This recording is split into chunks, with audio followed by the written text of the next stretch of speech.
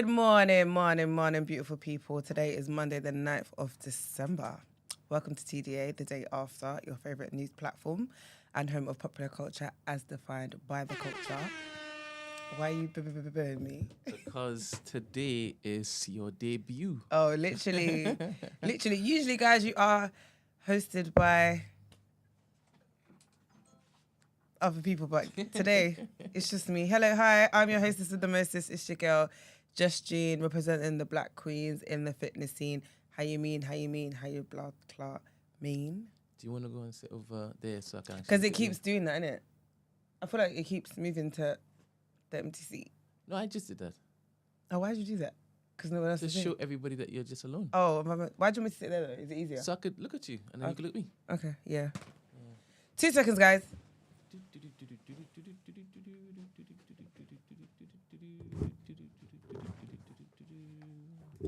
Stunning.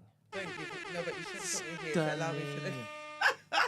Oh my gosh, this is giving me a After 7 flashback. Do you want me to take it off? No. You sure? Yeah, no, it's fine. All right, cool. How are you, Brent? I am blessed and highly favored. How was your weekend? I did nothing. Did you catch up on any of the shows at all? 1 second. Let me just change the mic out. Let me just change the mic out. Let's do this.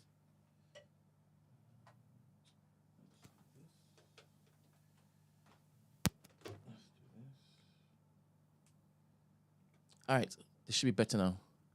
Well, it wasn't good before. It was low. It should be even now. All right, so did you catch up with any shows on the weekend? TV show. Oh. Yeah, put it forward. Yeah, that's, you know what I realised? I've become so antisocial in life, you know. That's why I'm watching. That's why I have the capacity to, I'd say within the last 2 weeks. Yeah. Cross, Lioness, Yeah. Jackal, Yeah. Penguin. All right, okay.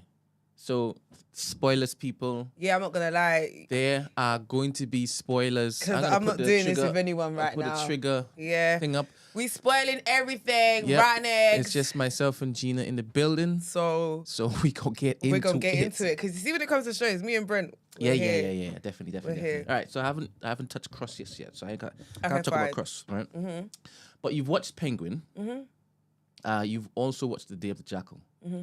And you are up to date with Day of the Jackal. Mm-hmm. What was the most surprising thing in the last episode? That he blew up his people then. So you're not on the last episode. That is the last That's episode. not the latest. It is. It's not. It's all right. It's not. It's all right. It is. It's not. It's all right though. Well, on my website it was because I pressed okay. I pressed refresh. That's okay. That's Wait, okay. there's 8 episodes. Is 9 out? Yeah. 9 is out. Yeah. Are you sure? Yeah. Because you don't sound convinced. It's only because I'm also watching Lioness and I don't know if it is Lioness. Lioness is up to 8 as well though. Both of them are 8. Then definitely The Day of Jackal is 9 already. Okay, so last episode I watched was when he blew up his people. Yeah.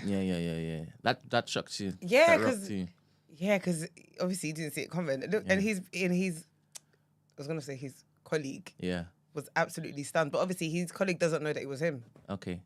Well. Does he? Because remember when he done it, he was like, "Oh my gosh, what happened? What happened?" Then he just carried on walking. Like, so I haven't seen. Obviously, I did see him do that. I know, but I don't think because why was he then looking around to see who was? If my thing is, if you saw that if it was me and you saw me press a telephone that blew up our people. Why are you gonna start looking around and wave? You're not pointing the gun at me. When you saw me blow up our people, you're now seeing if there's. Do you know what I mean? Well, it's you and I left, so there's no. No, but I'm saying his reaction was more like it was a hit from somebody else. He did look as though he wasn't really sure. That Exactly. The first instinct was right. But he continued. Like I don't think it wasn't a quick one. Like at first he ran back, checked it out, came back, was looking around, was oh my gosh, what just happened? Like. So it wasn't given that he realised it was me. It wasn't given that you realised it was me that done it, personally. Let's go back to the beginning, right? I'll ask a couple of questions. One, is this the normal type of show that you'd be interested in? Yeah.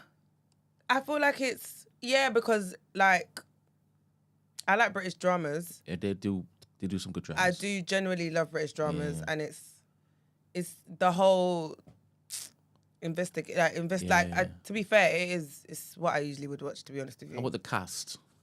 Did it strike you as a little bit odd right in the beginning?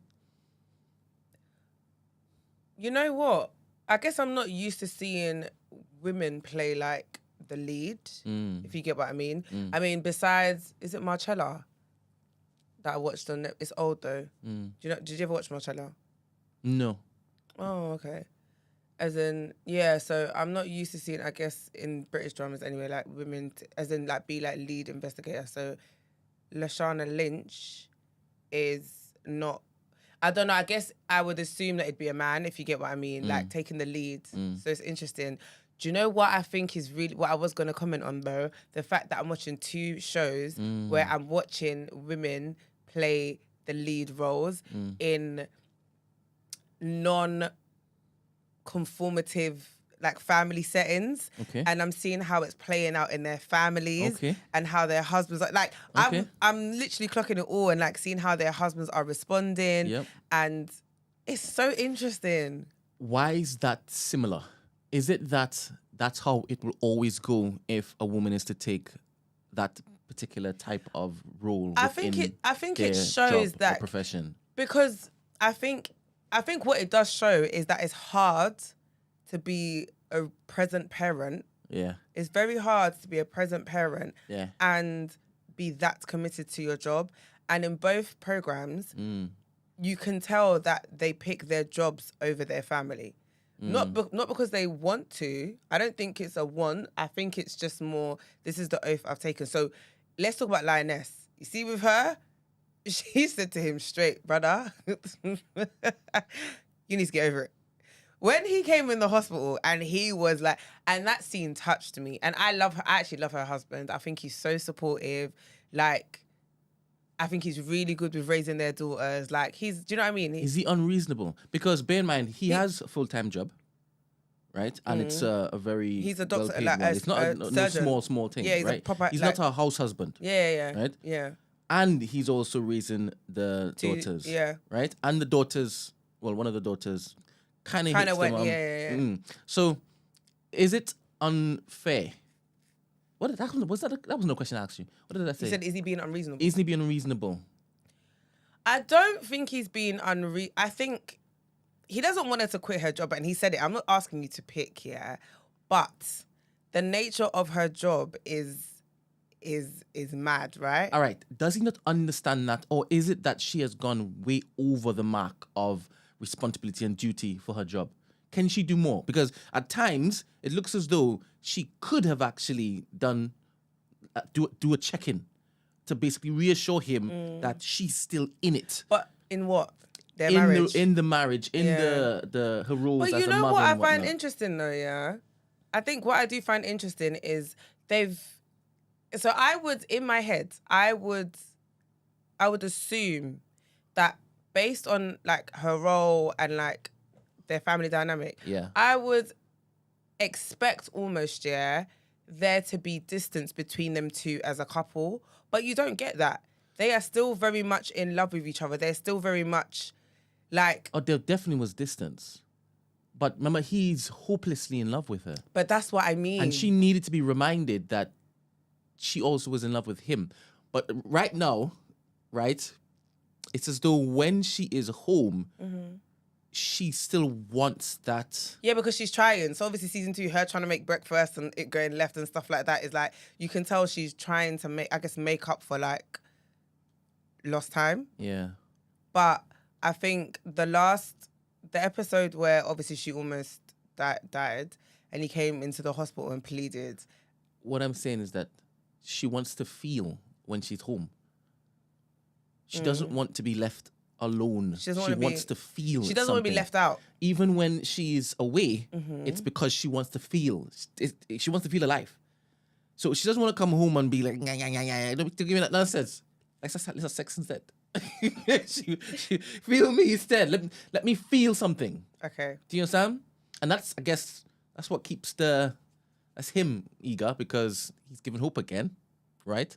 And then obviously she knows how to talk. She knows how to sweet him. I just find it interesting that they still have sex and they still, do you know what I mean? Not because they shouldn't, but again, like, I would expect that they would grow, do you know what I mean? Like, to the point where she's, not like she's not there, but like, you see how like their family just, like, you don't even go here. You're barely here. You don't even know what's going on. So when you come home, yeah, you're going to feel left out because you're not around. But they still, like, it's like when she's present. She made a good point where she said, but you knew who I was. Why are you trying to change me?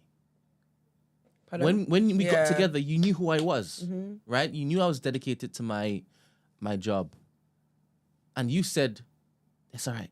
Let's because you wanted me. Let me just look to lock you in. No, the thing is, I think yeah, it happens all the time, yeah. She's doing all right, to be honest. As I feel like it happens all the time because I feel like I've been in a similar situation, yeah, where I feel like the idea of somebody who's a certain type of way is attractive. The idea.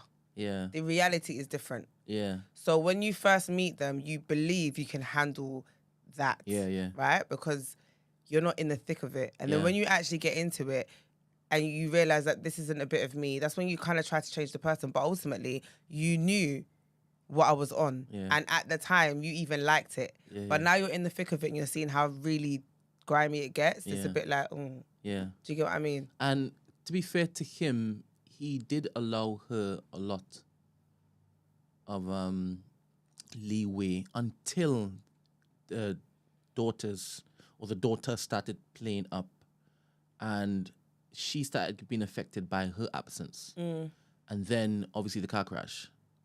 And that brought it all to reality for him because you're not there. And then And the she almost pregnancy. died. Yeah.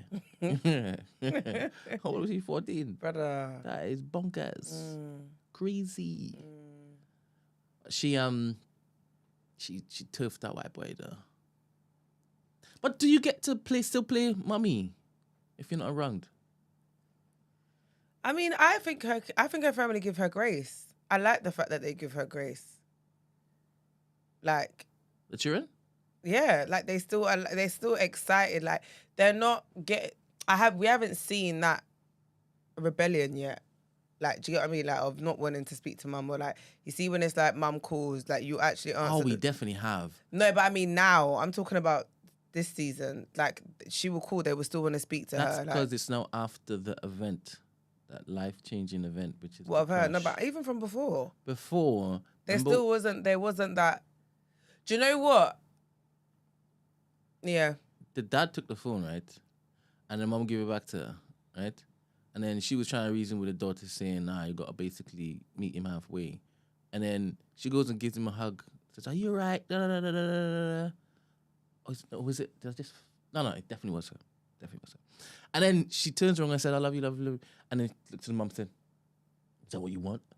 Can you remember that back? Was that when she was in the house? The first season, You think I remember I don't remember first season like that. you binged it. Hence why I don't remember it like that. I don't remember But it. you're supposed to be able to remember. If you binged it, I know, but I don't remember it like that. Like I don't remember that scene. can you remember when the dad went through something in the beginning and he needed some love? No, what did he I go don't know what it through? was. He went through. What happened? Did someone die at work? No. Yes, that is it. That is it. This season? The first season. Oh. A little girl. He had to basically tell a parent. He did that parents. this season as well, don't know? Or then maybe the second season. Then. This season, a man. He has to tell the family. That the That was in daughter surgery, yeah. Then it may be the second season then. But that it should be right at the top of your head. Yeah, that's this season. Then you know what I'm talking about. Yeah. You said last season. To be honest, I actually detailed the event first. And then I said, it's the first season, so you should have gotten the event. Okay, but yes, it's this season. And it wasn't a little girl, but someone died at work. A patient that he was operating on passed away. So Then I'm talking about the first season. I'm definitely talking about the first season. Because it was a little girl. But it doesn't matter. But at the time, the mom basically had a word with her. And she basically told her she needs to go and give your dad a hug or something like that. Okay, And she went downstairs, give your dad a hug. And said, I'm really there for you, blah, blah, blah, blah, blah. You're doing good, blah, blah, blah, blah, blah. And then she looked at the mom and said, you see, I can fake it too. Right. I don't remember that, but yeah. Anyway, so do you have more sympathy for men who are absentee fathers? How do we get there? I don't know. Those are left field questions. What? You haven't are you understanding sympathy for the woman in this particular scenario.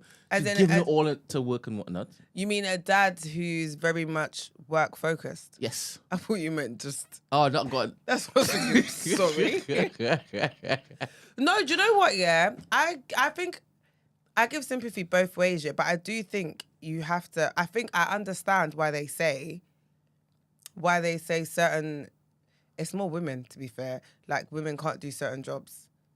I get it, because in terms of like, or do certain jobs and have a family, because the importance of raising your children, like I feel like as a mother, your role is always going to be very, very, very significant. Do you get what I mean? So it's finding that balance. I think, do you know what? It goes for all parents, to be honest with you. Both. There's certain job roles that if you do, it's always going to be hard for you to balance work and family life. And it's whether or not you're willing to take that. Because the crazy thing is, though, it's like, it provides you with a lot on the outside. Do you get what I mean? Like, in terms of like the lifestyle that you live, the schools your kids can go to, the activities your kids can do, all of that stuff, innit? So you do all of this to provide a better life for your family, but ultimately, are you really providing them with a better life if you're an absent parent? Like, it's about weighing up the pros and cons. Do you get what I mean? Yeah. How did you feel about the human trafficking scenes? Oh, yeah. That was crazy in Lioness. Yeah. And do you know what, though? Let me be honest. From this season, yeah, I've basically seen... why do I always forget her name? Because I was about to say Thandie Newton. That's not who she... Someone give me her name again.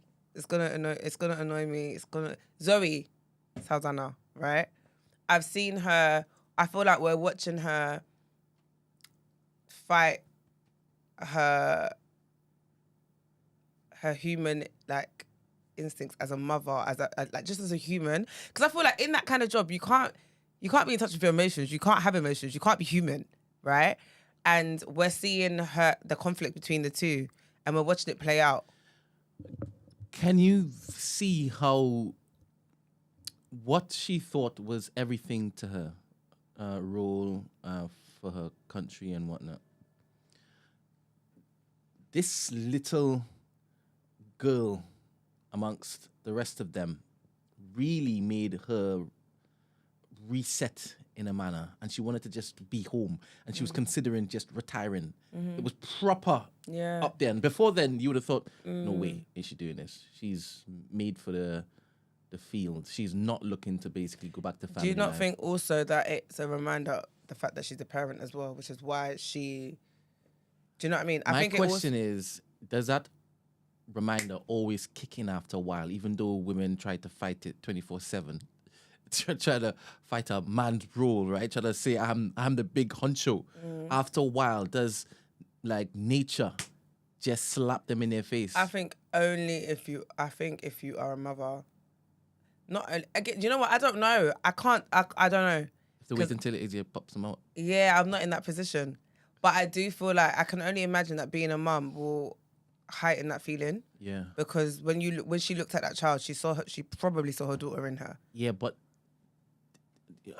both of her daughters are a certain age, and you could see the contempt they have. Well, the oldest one has for her. She's missed a lot of her life. So it wasn't really important until it was important. So whatever happened in between that time, it really changed things. Maybe it was the truth and reality of what her role was showing her. She can't really do anything outside of just kill. If it has any sort of involvement in like goodness, like saving a child, you're going to flop. So you need to be a robot. Just like the girl that she was. Grooming. Yes, I like how you use that. No, because we have to take accountability here. She definitely was vulnerable. Was she? I feel like she was. But it looked, her come up looked as though that was her relief. It was her reprieve. It was her liberty. Liberation, I should say. Mm. Yeah? You're not listening. Sorry, no, Life of Bod said everyone's laughing and not answering. Yes, you are right. He said, is Zoe Saldana's husband white? And everyone's just scared. But yeah, go ahead. Have you ever watched Grey's Anatomy? Mm-mm. No, not to the point where we can have a conversation about it. That's George's bag. All right, okay. Well, he's the type of white that Meredith kind of fell in love with in early Grey's. Is Meredith the Asian lady? No, Like the main character? she's a white lady. Don't know who that is, but yeah. It's not even that type of white. It's the other one from Grey's. Anyway, where were we? What were we saying before you interrupted us with Life of Budge commentary? It's annoying me because I was going to say you were talking about the two daughters, but I feel like we grooming. Yes. So you felt that she was grooming that girl, even though that the army saved her. The army did save her, but I do feel like she got thrown in the deep end there. She ran into the deep end, and she forced herself to learn how to swim. Fair. And she was never going back. It just went left. Do you know what it is? Then she was a lesbian. Yeah, it's the full. That was beautiful, you know. Do you think so? The story of how it is that they basically did that with this daughter of this sheikh. I thought that was wild. Because it's so dangerous, right? Risky. Risky, sis. I would never. Got the blood going, right? What? I said you don't like your life. You do not like your life. That is crazy, but because the fact that he clocked and like, do you remember the episode where he just slapped her and thing was like, you think I don't know that you're sleeping with my wife? I said, yeah, it's a long day. Yeah. It is a long day. But do you know what I think here?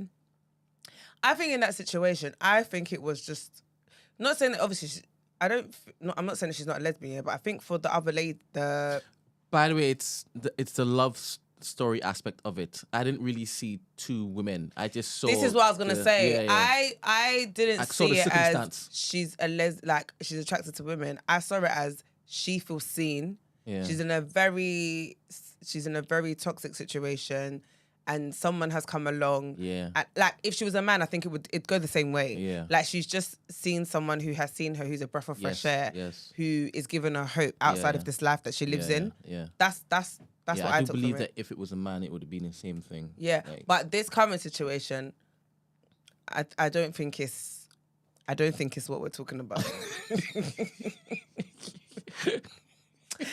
I'm not convinced. I'm not convinced. And I thought, why in every show? Like, why is this the agenda now? Because honestly, I just feel like, generally speaking, even in the Jackal, you're right. Everything I watch, yeah, there has to be an element of. There just has to be. Yeah. I'm just like, cool, blimey, is this where we're at? Wow, okay. But I guess it's what we see normally in the world, isn't it? So representation matters, I guess. No, I hear it. No, I don't, but please. Does it spoil it for you?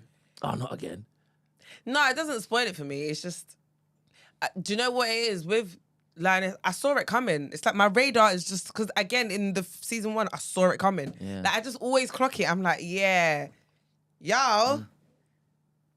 But don't you like her? Don't you like her? The new one. The one who got groomed in the first season. Yeah, I don't have any issues with her. I think she did well. She did, and I think she's thingy's number 2. And in the end, like, when she had to do the business, I think she could be in the her kitchen? replacement. What happened in the kitchen? Oh wait. remember she fell in love with the girl and her pops bucked eating ice cream in the kitchen. Oh my days. The sandwich. So Yeah. every single time, right? Oh my gosh, Brent, how could I forget that sandwich scene when she said she was going to get milk or This is something it. downstairs? This is it. And everything went Yeah. Cold-blooded. And just like that, so all this time she was She kept to the mission. she was a sniper, man. Yeah, she's cold. That's why I said I believe that she could be her number 2. And I think that's why. Remember when she was with the big dogs and they were like, "Oh, they're removing her, and they're gonna put Thingy in charge or whatever." She started to get her feelings like she's not qualified. It's like, no, she is. Like, you trained her. She learned everything that she needed to learn from you, and she don't have commitments. She don't have kids. She don't have a husband. She's probably like not better for the job, but you get what I mean. Yeah. So did you feel bad for he's not Mexican, but that Latin guy who, I don't know if he was FBI or FBI, DA, the DA guy. DA guy. Did I feel bad for him? I'm not gonna lie. I don't think I'm still not convinced. You know. You still think he's I still don't. Yeah, it's a very good one. Yeah, I'm just like. I think also he can understand why he's in the position that he's in because he looks mad. Regardless of his intentions, he does look mad. Do you get what I mean? So I think their act, like how they're treating him, how they've been moving, is what you'd expect. To be honest. Okay, all right. So you watched that you haven't watched Black Doves yet. Someone recommended it to me yesterday though. Okay, well I think you would really like that, and then you can chop that up once if you watch it. Yes, sir. All right, cool. Let's get into it. Oh, has Auntie Gina's given us the link because she forgot on Friday as expected. Don't roll your eyes, yeah? Because I sent Brent a link whilst I was here on Friday. Did I not? Yep. Did you send that link out? I told you it's your responsibility. No, see, this is what I'm saying. Discord this is what I'm saying, guys. And be part of the community. Before I left here on Friday, I gave Brent a link, and he's had all weekend. And have you heard him? All right, so let's give it a rating. Lioness, how much you giving Lioness? I'm giving a strong. Do you know what? What is a 10 out of 10? Okay, I gave Penguin 10 out of 10. I believe it deserved, but I don't know. What's a 10? All right, so because I feel like we didn't talk about Penguin on here. We talked about Penguin. It off, yeah. Yeah. So you're giving Penguin 10 out of 10. Why are you giving it 10 out of 10? No, let me not. I'm gonna give it a 9. I don't think I'm gonna give it. I don't think anything deserves a 10. Why do some people do that? I don't know, because I feel like. Did you thoroughly enjoy it? I did. Was it perfect from beginning to end? Character development, casting. Yeah, it was, man. Like, yeah. The pace of the episodes and whatnot. No, you're right. It's a 10. It's a 10. Something needs to be a 10. Yeah, it's a 10. Penguin's a 10. He should be getting awards for that. I'm sorry, whatever, he should. BAFTA, whatever you want to call it. Yes. Yeah. And you were emotionally invested. Yeah. Did you cry when Izzy killed the fella at the end? No. I should put up the spoiler story. Oh, I really want to get into Penguin now. No, but we're here. Oh. We're here. Do you know why I want to get into it? Because it was it was when I was talking about him and you were like, you just saw straight through me. You know? When I was like talking about his character and how I was like, and you literally were like, Gina, man. Like you were just shaking your head. Like, there she is. There she is. Did you know that it was him going in? What or do you did mean? you just think it was did you know that it was the guy that they put all of the cosmetic stuff on? Yeah, because you were told before. Yeah. It's because I kept seeing all the stuff online. Yes. So I even saw a clip where they actually they sped it up. Yeah. That was like a time. What's it called again? Time lapse. Time lapse of them doing all the makeup and stuff and putting it on him. Can you be taught that? What? Those inflections when it is an actor really gets into his role and he's separate from the rest of them. Method acting, I think. Can you be taught? There's certain like twitches and like. I think you have to really study like somebody's behavior. You have to study the character, no? The walk was everything for me. You know, the first time I saw him walking, I literally was like, that's why I said it out loud. I was like, that's why they called him the Penguin. Because again, I didn't know what they hadn't explained anything. It was just the title. So from the moment I saw him walking, I was like, oh my gosh, he actually looks like a penguin. Yeah. All right, cool. I wish they went in. Oh, it was his toes, innit? What was his condition? Because those feet were. Yeah, his toes were bent up. They like all overlapping. Yeah. Could you marry somebody like that?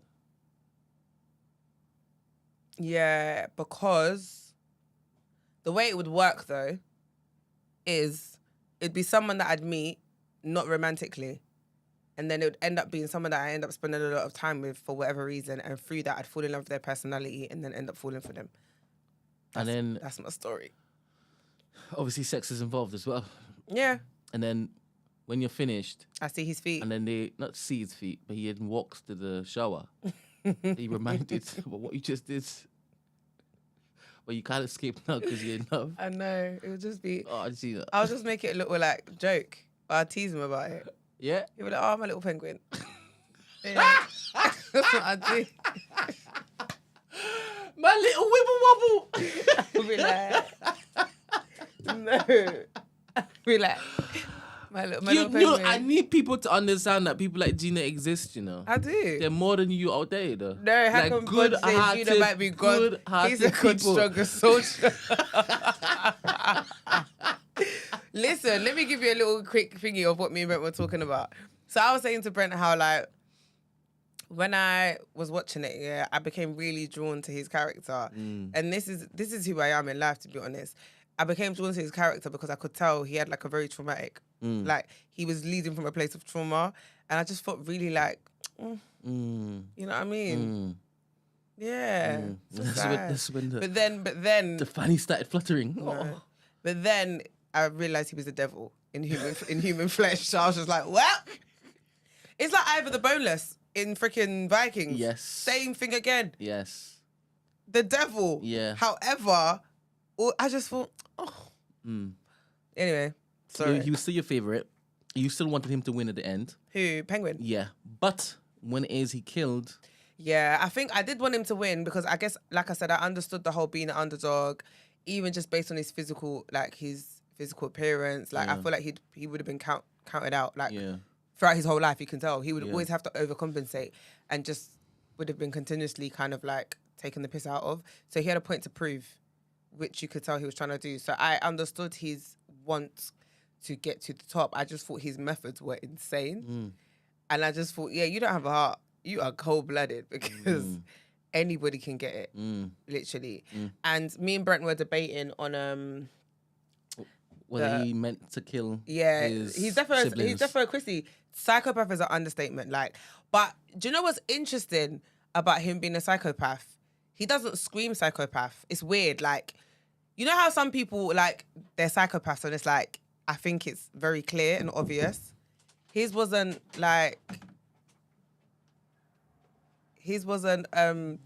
clear that he was like a psychopath. It was weird. It was like, I can't describe what I mean. Do you know what I mean? Yeah, he definitely does scream psychopath to me. He does, but like, maybe, I don't know what I mean. I know what I mean. When he double crosses you, then you be like, yeah, and then he does that evil laugh. Did you see when he'd have the evil laughs and stuff and have those moments? I'd be like, rah. But I think also what I used to think, which was amazing, was like how mad he could literally switch, like cross someone. Yeah. Like it was so effortless. It was like, and he wasn't even shy. Yeah. Like, you know how like you might double cross someone behind their back? Yeah. He'd always do it in their face. And I just used to think, wow, like, what a confident human being. Yeah, yeah. Do you get what I mean? Good morning. Good morning. Yeah, you put a microphone to your mouth. Might as well give him an iPad so we can share the headlines. We will. Can you read? Well. I do believe so. All right. All right. Have you seen Penguin? Have you seen The Day of the Jackal? Have you seen Lioness? Nah. You haven't seen none of them? Do you watch TV? Do you watch TV? You don't watch TV, do you? I do. But you don't look like you watch TV. I watch TV probably in the wrong way. Brent, really? So... You had one job. One. You want me to pick it up? Yes, please. Yes, please. No. God damn it. Sorry, thank you. Yeah. Thank you. You gotta get used to this. Yeah. I watch TV. Your mic ain't on. Oh, sorry. Hold up. Yeah, it is, Davina. It's everyone clocking your voice as well, you know. Oh, yeah. Yeah, literally. Is that Saleh? You watch TV. The Keto King. We need to educate yourself. I definitely watch TV in the wrong way, I think. What do you mean? Because so I'll put on Netflix. So I don't watch TV. I watch like Netflix or Amazon Prime, and I just put it on, and then I fall asleep. So. Oh, so you definitely don't finish. You're not a finisher. I do, but if it's good. But they don't release good shows anymore. What was the last good show that you watched? That you finished? Monsters on Netflix. What's that? Monsters. Some That's sort of documentary? It's about the Hernandez brothers. Oh. Yeah, that was good. That was a while ago, man. Oh well, I watched that like last month. Catch up. You behind. I watched that last month, but that was good because, like, for me, if I'm watching something, I need to not know what's gonna happen next. And every show I've watched recently, I can write the show before I've seen it. So sorry. there's not much of a point. Yeah. All right, fair. So we are spoiling. We're spoiling Penguin. We're spoiling the Day of the Jackal. We're spoiling Lioness. Mm-hmm. But it means nothing to you because you're not gonna even remember this conversation. Yeah, you know what? And I watch shows and then I completely forget. Like sometimes I'll watch a show and then, like maybe some months later or a year later, I'll start watching it again, thinking I haven't seen it. And you remember. And then I get to like episode 2 and I'm like, oh shit. So not even from the first episode. No. Right. Sometimes Even like the first episode 10 2, minutes. episode 3, I'll be like, oh, okay. Do you do the same with remembering your girlfriend's birthday and stuff? I don't have a girlfriend. That wasn't a trick question. You've had girlfriends before. Yeah. When was the last time you had a girlfriend? It's been a while. Wow, Brent's really lifting up your skirt. innit? Sorry. Saleh is here to basically show himself, present himself to the community. They need to know who he is. Yeah. They only know about the keto stuff, right? Gina, does it look like the keto's wicked? Yeah, he's in good shape. She's not a fan of keto, by the way. Yes, I know. I'm not a what? A fan of keto. Yes. Not really. I know we've Yeah, we've touched on debated. this. How long you been on this keto? Like 6 years. Still, and you're Yeah. still riding strong. I started when I was like 18 in university. Yeah. And that was, I'm surprised I managed to stick to it. Wait, you're only 24. What's he doing with his? What is I'm he doing with his hand? 25. Can you just show the people? What's They going can on? see Can it. you show the It's- people what it's you're on the doing? camera. What's, It's Put on the your- camera. Don't change it. Just put up and then bend it so people can see. That's what he's doing. what's He's just going sat there on? comfortably talking, and that's the position of his thing. That's what Andrew Tate does. This, you know what? I've noticed that people have been saying that, but I've been doing this from the beginning of like my time. Like my dad. time? Yeah. Well, when I was born, like my dad as well, he does it as well. It's just Okay. like you put your hands together and it's like natural. It's not something that I think about. It just you sit here. I can't believe you're 25. Sorry, I can't believe you're 25. You think he's older? Yeah. Why is Yeah. that? Because he speaks with wisdom. He just has a very mature spirit. And I don't think you look 25. I think you do look older as well. That's not nice. Yeah, That's I not get nice. that a lot. No, I get that a lot. So How old do you get? what normally people would say like right now they'd say around like late 20s. Life of Bodge is talking again. What's Life of Bodge saying? It's not Bodge. It's just people. Sorry, Bodge. I'm sorry. Don't be distracted. Okay. Go. Sorry. So you were, sorry. Your last girlfriend was 6 years ago, Yeah, roughly.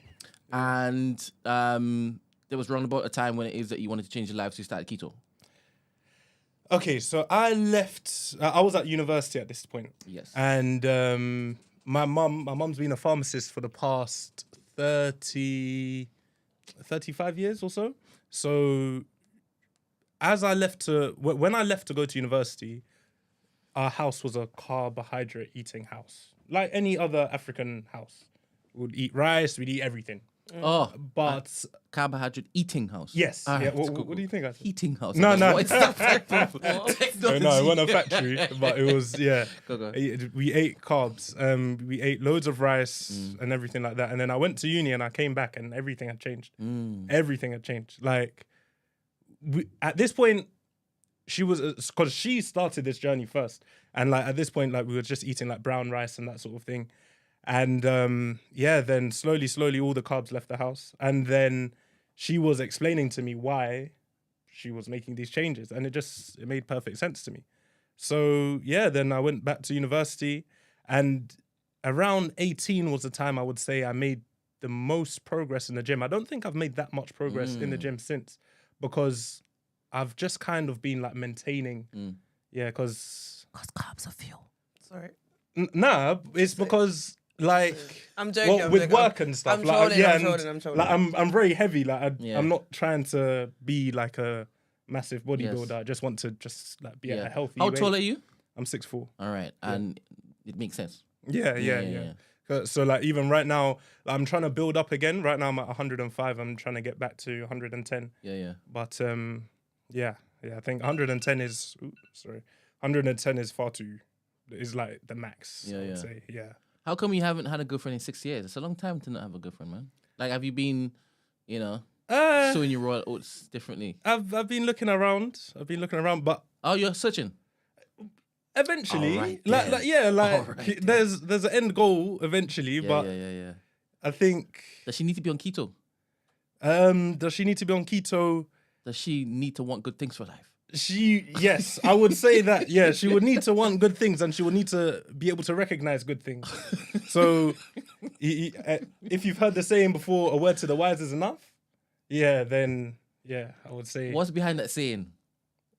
Or if you, I haven't heard it. That's what I'm saying. you haven't heard the saying. A word to the wise is enough. Nah, Boy, that is the You're lying. Ghanaians, they love that. You're lying. Let me put some AC on. Oh, thank you. Yes, it's I don't want you. feeling a bit hot.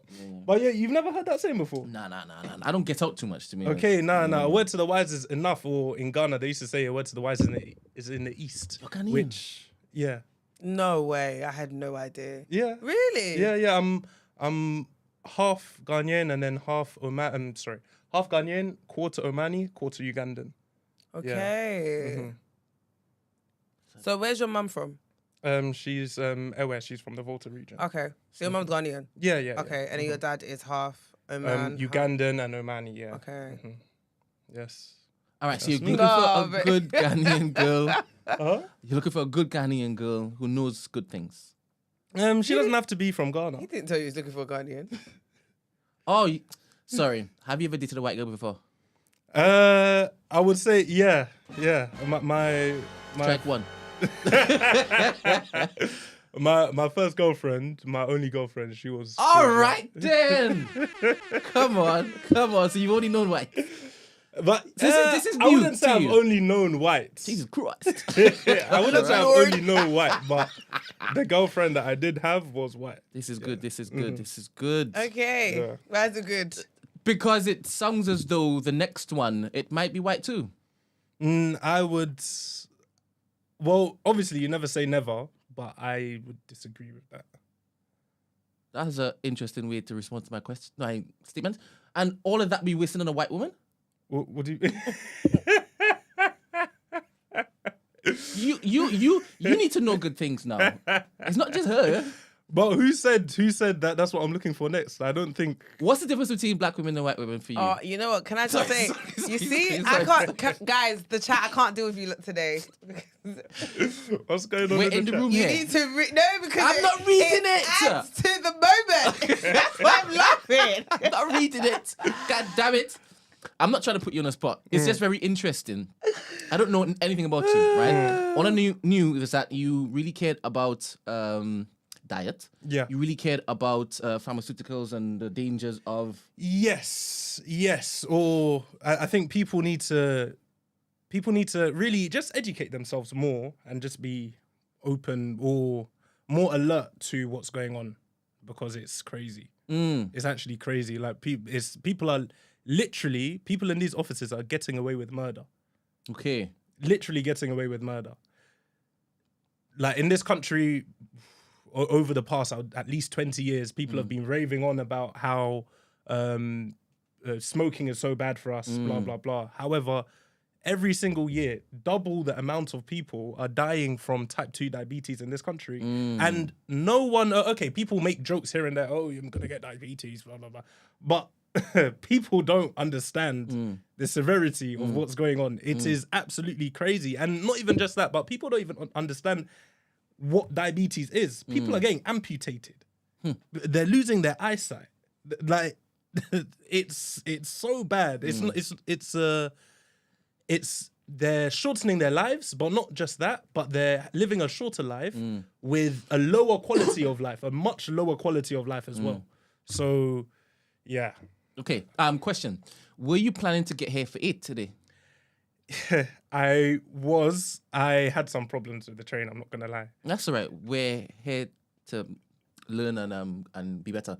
I saw you in the chat before, and I was wondering. I thought you might have told me that he was supposed to be here. Yes, yeah, no. So I was on the chat, but then I was on the northern line, and then I went onto the central line, and then the central line, there's no signal there.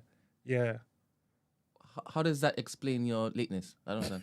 Oh no, the lateness. Okay, so first of all, I got a cab. Are you normally late for stuff? No, well, I used to be. Now I'm much better. When you were dating a white girl?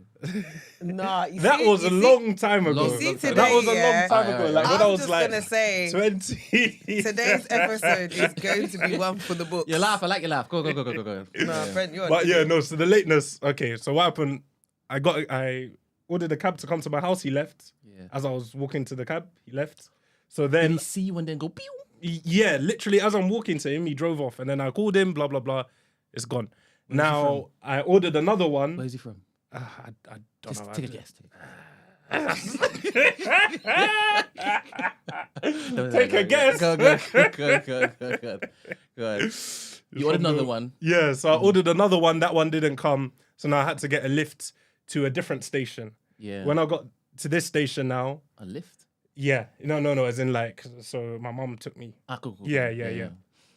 I got to the station now. When I get to the station, I got to the train, 3 stops, but then the train stopped. And then we were waiting there for 15 minutes. And I was responding to messages on my phone. Yeah.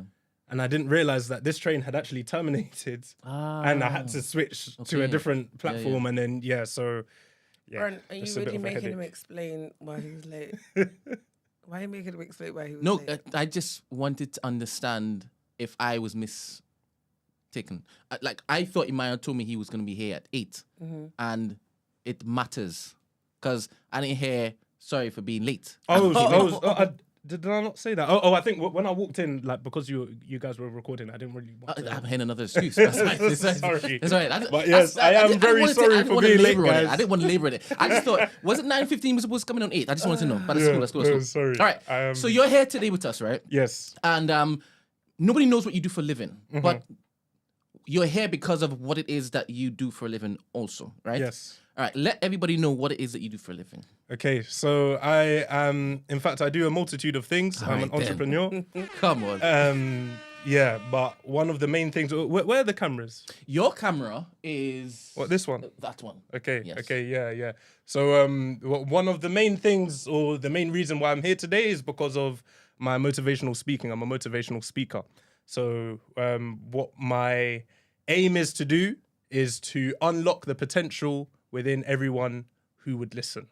So yes, that's why we're here today. How did you get into motivational speaking? And have you got any books out? I do have a book. I do have a book out which I released quite a while ago, but I'm in the process of writing a new one. Okay, what's the book about? That one was actually about trading. So So you're a trader too? my friends often joke and say that I've lived like many different lives in the short period of time that I've been here. Yeah. But I started trading when I was 14 years old. 14? Yeah. And then by the time I was 15, 16, I was trading for other people, and I also had my own trading course. Okay. Yeah. And then that did what it did. How did you get into it so early? I did work experience in a bank called Rabobank when I was 14. And then I met a trader there.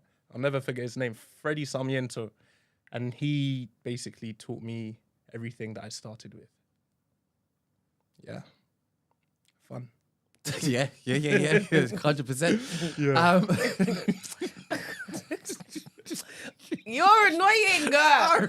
Right. I'm so Back in the book. livid. Back in the book. Back in the book. So, Excuse me, 14. do you want to turn off your alarm? Yes, Because sorry, Stop I- putting Why on is it keep going snooze. off? I Are you don't supposed to be know. taking some time? No, because Oh, it no, keeps, no, no, I you think- keep putting it on snooze, Yeah, I which think means that's it's the going thing. to keep going Is off. that really? Has that really been going off since you woke up? Since he sat here, it's It's gone off more than 9. once. Oh no, I set one for 9 o'clock. Oh no, but it's an everyday one. Okay. What's supposed to happen at 9? Do you wake up at 9? I've got loads of alarms. I just All right, let's leave them run on. through your alarms and the reasons for your alarms, please. Let's take a deep You're dive. Why are you you're so going excited? to you're not going to believe it. Okay, so these alarms I've got. If we go through my alarms, it starts from like 2:58, 3 o'clock. So every time I need to set a new alarm, I just like put it there and then just keep it there. And So that doesn't represent like a normal working week.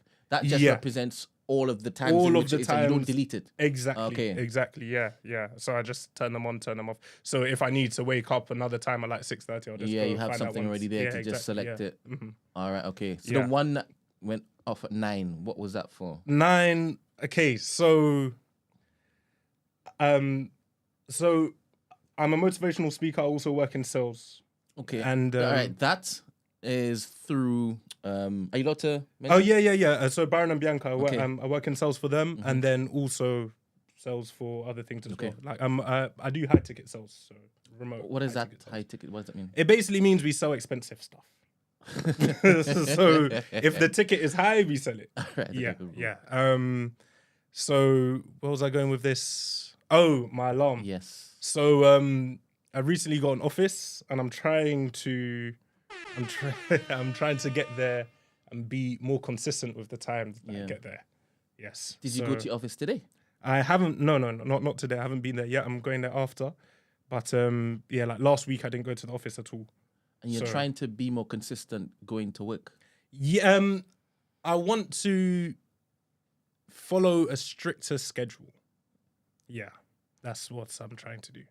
But because like a lot of the time I work from home, but then sometimes what happens is, like all of last week, I wake up and then I do like my morning routine, and then I get a message, Yeah. or I get a call. Yeah. So I've got an office at home as well. So I'll go into my office and I'm just like doing work there. Yes. And then I'll say, okay, I'm going to leave in like 5-10 minutes. Yes. And then that turns to like 3 hours. Yes. And then before I know it, and it takes like an hour to get to the office as Mm. well. Hours. So it just doesn't make sense to go into the office. If So, you're yeah. in sales and the majority of the time you spend is with a headset on, why'd you have an office outside of home?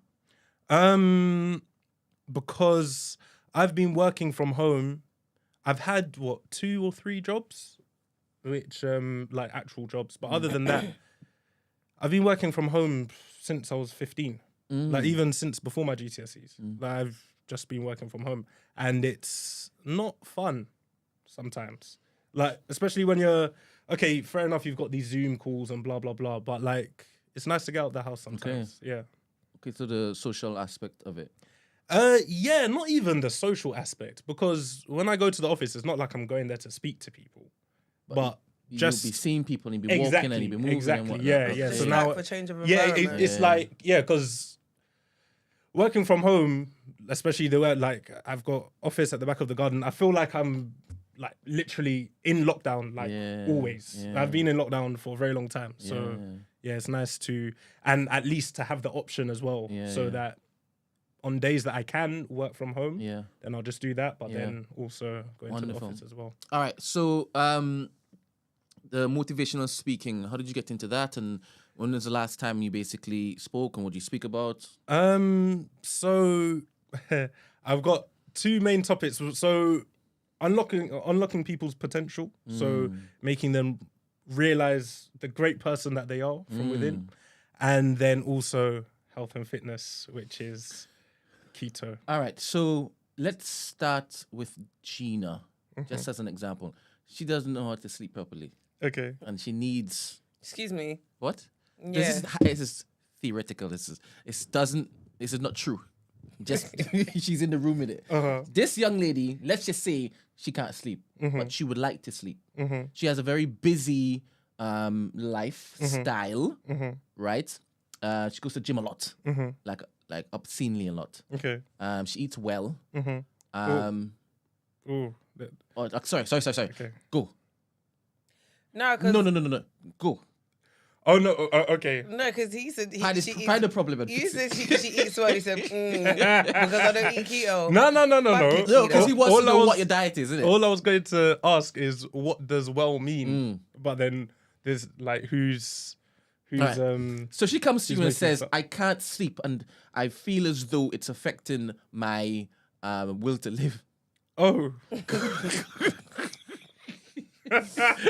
How would you basically talk to her as a motivation speaker? Like, can you help her? well yeah, but with everything, what I've realized is in sales and motivational speaking as well, like coaching, anything, it always starts with questions. You need to understand. She's there. But then okay, so Gina. Hello. Let's Hello, let's get to hi. the bottom Hello, of this. Let's get to the bottom of this because we want you to have the will to live. Amen. So now, talk to me. Like, what happens when you try and go to sleep? I toss and turn. You toss and turn. Yeah. What do you do before? What time are you going to sleep? And what time do you wake up? So I usually like try and wind down from like 8 o'clock ish. Like from 8 o'clock, like usually I'm in bed. Or, like, Okay. I'm chilling. Okay. So from 8 o'clock you're winding down, and then what time do you fall asleep? So ideally, I'd want to be asleep by by like 10 o'clock. I want to be out like a light, but it doesn't always go that way. How does it go? My brain's just Racing. yeah. It could be about anything, and then I go to like turn off my lights are off. It's dark. My eyes are closed. I'm lying down, and my brain is just processing. So you wind down from 8 o'clock, but then and you want to be sleeping by 10. So what are you doing in between 8 and 10? Maybe watching a series Okay. on my laptop, but I'm in bed, like just lying down watching something. Okay. So I would say that that's most likely the problem, because first of all, there's well, depending on the screens that you're using, but there's blue light. It messes up with your circadian rhythm. But then not just that, there's also well, mainly that, but there's also what you could do to help you fall asleep is breathing. There's a fantastic breathing technique, and I recommend this to everyone. Absolutely everyone. Have you ever heard of Wim Hof? Okay, Wim Hof, he's a crazy guy from Norway or one of these countries, and he's actually got a Guinness World Record for being submerged in water for, I think it was between 1.5 hours or 2 hours. Wow. Frozen water. He was submerged in the water for that time period, and the temperature of his skin did not decrease for it's either an hour and a half or 2 hours, and literally just from his breathing. And I've tried his breathing technique. Now I do it every single day, and it's absolutely changed my life. Well, I try to do it every single day, most days. And How does it go? so you take there's a video on YouTube where he walks you through it, but you take 30 deep breaths, so in and out. That's And not deep. no, it needs to be, and every single breath needs to be to 100% maximum capacity. Yes. So completely in, Yeah. completely filling your lungs, Yeah. and then completely expelling everything from your lungs. And you do that 30 times. Yes. And then on the 30th time you exhale, you stay like that. So it's not necessarily holding your breath, because to hold your breath, you need to have breath. Yeah. You're holding the state of no breath in your lungs. And you sit there for the first time is 1 minute, the second time is 1 minute 30, and then depending on how long you've been doing it for, you can go even longer. Have you got into an hour? No, nah. I've the longest I've got to is 2 minutes. So you've been sat still without oxygen going to your brain for 2 minutes? Well, yes and no, because when you're doing the deep breaths, and this is why it's so important to do every single breath to maximum capacity, is you are oxygenating every single cell in your body. So it's absolutely amazing. Honestly, I struggle to put into words the feeling that I get after I've done it. So it's euphoria. Euphoric. I would Better than say sex. euphoric is more, it's like a great feeling. This is more it's like euphoria is like, yeah, like Yeah. this is more like complete peace. Whew. So in terms of like Gina said, racing thoughts. Yes. Like when I do it, everything in my day goes well. What? Wait. Sorry, let me not distract you. Continue to what you're doing because I'll get back to that. Everything in your day goes well once it is you do your breathing exercise in the morning. With you came here late today. With perspective. So it's all about perspective. Okay. So you have to see that it's God well. No. So it's not not everybody else. Yeah, exactly. Right. And at the end of the day, like as someone who like Gina was saying, with her aim to fall asleep. Yes. Like things might be going badly for other people, but at the end of the day, if she's able to fall asleep, 100%, then that's success. Sorry, get back in. I'm here. I distracted you. Sorry. Yeah, but so yeah, it was the 30 deep breaths, in and out, and then you hold for 1 minute, then 130, and then you can go on for longer. The video, there's a guided video on YouTube where he talks you through it. And normally I do that twice, so back to back. So it's like 20 minutes. And yeah, honestly, I can't explain it. Like the best way I could try and explain the feeling after it's happened is as if I was like, my soul has been taken out of my body, taken on a trip around the galaxy and then just put back in my body. So I feel like almost like born again and completely fresh on this planet. And then completely, like, as in, or it's the feeling of like if you're relaxing on the beach, and with that as well, racing thoughts completely disappear. I'm gonna give it a go, and I'll let you know if I feel like I've been taken around the planet. You should, but when you do it, you need to make sure you do it properly. But because if you don't do it properly, then there's no point. You might as well just, no point at all. Yeah, you might as well do like a Rubik's Cube or something. Okay. So when are you gonna try it? Today, probably. Can you feed back on Friday? Yeah. Do you have to send her the video? Because I don't trust her to do it properly. Yeah, no, I'll get the video to you, definitely. It's actually amazing. It's amazing, and there's so many things like. So when I started with that, do you wear deodorant? I do wear deodorant. Yeah. Do you believe in it? I need to start changing my deodorant. So I want to. So like for my cream, I make my own cream. The cream that I put on my body, and I don't trust the deodorant that I put on my body because there's I've forgotten the chemical in it, but there's a very bad chemical, and I don't use spray deodorant either. Yeah. So just roll on. Yeah. But really and truly, and that's another thing as well. If you were to cut an onion in half right now and sellotape it to the bottom of your shoe or your foot, your mouth will start smelling like onions in 20 to 30 minutes. Have you tried that though? I've never tried it, no. So you can't verify. No. But I know it does work. How do you know it does work? There's been plenty of research on this, and not even just that, but like parents as well putting ginger in the socks of babies.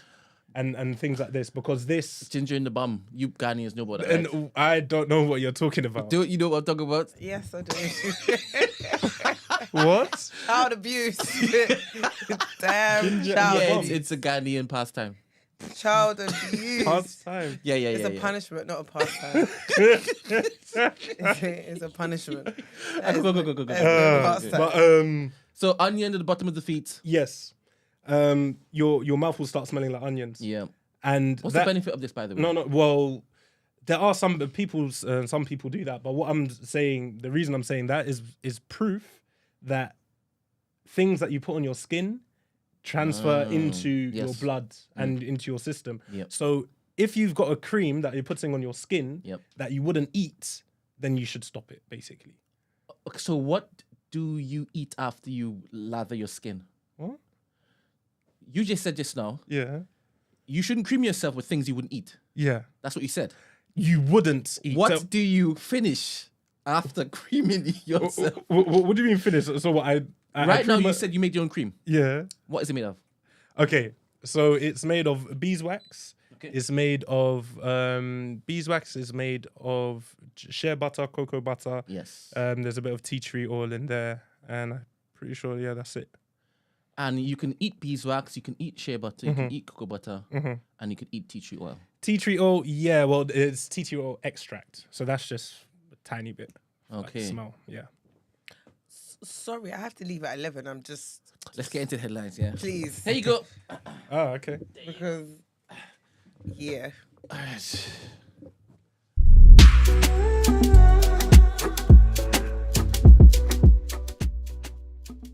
He reads one. All right, cool. So first, a headline, which is about the end of the Assad rule, which will reshape region's balance of power. So the fall of Bashar al-Assad was almost unthinkable just a week ago when rebels started their astonishing campaign against the regime from their base in Idlib in Syria's northwest. This is a turning point for Syria. Assad came to power in 2000 after the death of his father, Hafiz, who ruled the country for 29 years, and very much like his son, with an iron fist. Assad Jr. inherited a tightly controlled and repressive political structure where opposition was not tolerated. At first, there were hopes that he could be different, more open, less brutal, but those were short-lived. Assad will forever be remembered as the man who violently repressed peaceful protests against his regime in 2011, which led to a civil war. More than 500,000 people were killed, 6 million others became refugees. With the help of Russia and Iran, he crushed the rebels and survived. Russia used its formidable air power while Iran sent military advisors to Syria and Hezbollah. The militia it supports in neighbouring Lebanon deployed its well-triggered fighters. This did not happen this time. His allies, preoccupied with their own affairs, essentially abandoned him. Without their help, his troops were unable, and in some places apparently unwilling, to stop the rebels, led by the Islamist militant group Hayat Tahrir al-Sham. First, they seized Aleppo, the country's second largest city, last week, almost without resistance. Then Hama, and days later, the key hub of Homs. With insurgents also advancing from the east and the south, the offensive isolated Damascus. In a matter of hours, fighters entered the capital, the seat of Assad's power. Okay. And now, Assad is in Moscow after fleeing Syria and will be given asylum. Syria's former president Bashar al-Assad is in Moscow after fleeing Damascus, Russian state media report. Russia was a key ally of Assad's regime. The former president and his family will now reportedly get asylum there. Assad fled when rebel group HTS swept into the capital this weekend. Earlier, rebel leader Abu Muhammad al-Jalani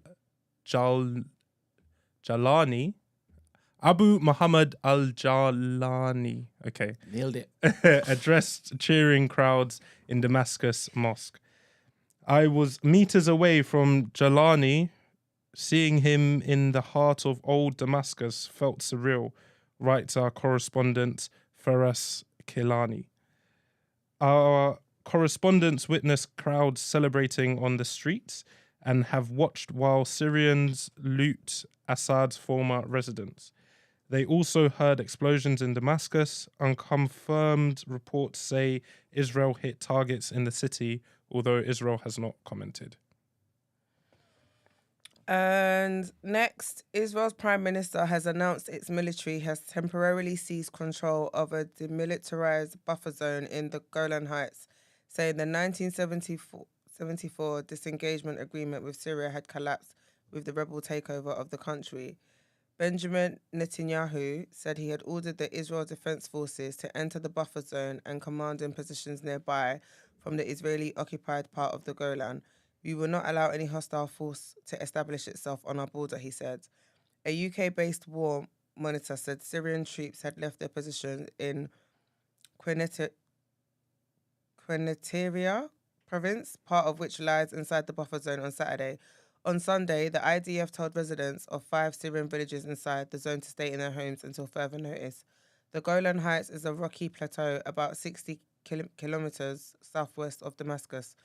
Israel seized the Golan from Syria in the closing stages of the 1967 Six-Day War and unilaterally annexed it in 1981. The move was not recognized internationally, although the US did so unilaterally in 2019. And that is the end of our headlines. All right, Time to pay them bills.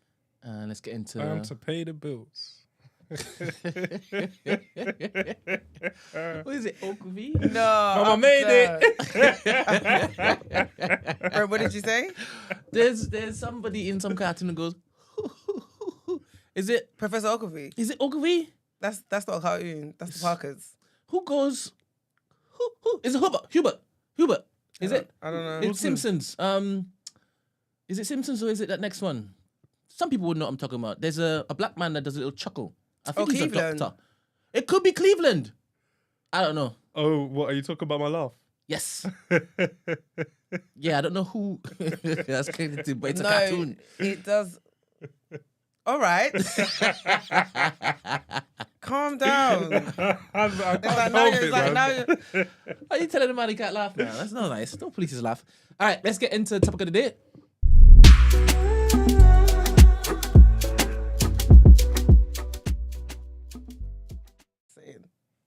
Yeah. So Brent's about to play a video. All right. The screen is. Can you see the screen? Yeah. All right, cool. Let me just play this. Here we go. There are uglier girls out there who have everything that they want. My mom's statement was brutal and blunt, but it fundamentally challenged this unspoken belief that love is meritocratic and that the possession of beauty is what makes one deserving of love and of companionship. You see, under capitalism, we're told that we must earn everything, even things that ought to be freely given. Food, safety, a roof over our head, good education, love, and of companionship. We are told that everything must be earned, justified, and deserved. And so the logic of the romantic becomes a game of the survival of the prettiest, the covetous, the wealthiest, the most financially secure. And those people are the ones who are most deserving of companionship. I've seen this play out countless times, online and offline, when people express shock and even mock those that they perceive to be unattractive, and when they see them partnered or in a happy relationship, their disbelief is palpable and even accusatory, almost to say, how could they have gotten a partner? I know I'm ugly, it's just something that I've grown to accept, right? You don't have to be like, oh my goodness, she's doing it for attention. No, she's not. The point of this video is I just don't like how much value we put in physical appearance. And what I mean by that is, to this day, when I post anything with my husband, there will be people commenting, why did he choose you? How could he choose you? The underlying assumption says that love, like everything else, is allocated based on merit. This thinking feeds an entire industry and trade, where dating coaches tell women how to walk, talk, and strut their way into a high-value man. And therefore, partnerships are being reduced into a formula and into a product, where it is now a mechanical set of do's and don'ts. Follow these steps and love is yours. Except it's not, because love is not a formula. In fact, it reminds me of one of my mom's favorite verses, Proverbs chapter 30, verses 18 to 19. And it goes something like this. There are 4 things that are too mysterious for me to understand. An eagle flying in the sky, a snake moving on a rock, a ship finding its way to the sea, and a man falling in love with a woman. It made me think about how a lot of dating discourses and social media and even just people themselves offline reduce partnerships into this formula, something that is controlled, something that is so predictable, that by virtue of your wealth, your beauty, your education, and all these other arbitrary metrics is what makes one deserving of love and of companionship and of partnership. But it is far less predictable than that and far more mysterious. The romantic isn't something that is easily rationalized. It defies the rules of compatibility, the algorithms of desirability, the curated aesthetics of wealth and of beauty, and perhaps that's even the point. And that's where the magic lies. Its refusal to be bought, to be earned, or even to be understood. And so this is a friendly reminder that dating discourses online and even in real life distort what actually happens. And so go outside and touch grass. May whoever that is for us find us, he said. So I'm baffed. I'm not that gonna lie. video, do you know what? The video's too long. She was Like talking a lot. she went. There was just a lot in there. Do you get what I mean? To unpack right now. I think She said touch grass. I second her on that. When's the last time you walked on grass? I walk on grass every day, barefoot. Grounding is very important. Very, very, very important. And I try to do it every single day. Okay. But what she was talking about in terms of Did you fully understand what she was saying? Basically, Is love a formula? yeah. So she's saying how, like, I think what I understood from what she said is that based on like social media and how people kind of like perceive love nowadays, it's all based on a formula. Like, do this and you'll find love, or don't do this, you'll find love. Dress a certain way, talk a certain way, like present yourself in a certain way, blah, blah, blah, blah. But she's saying love doesn't work that way.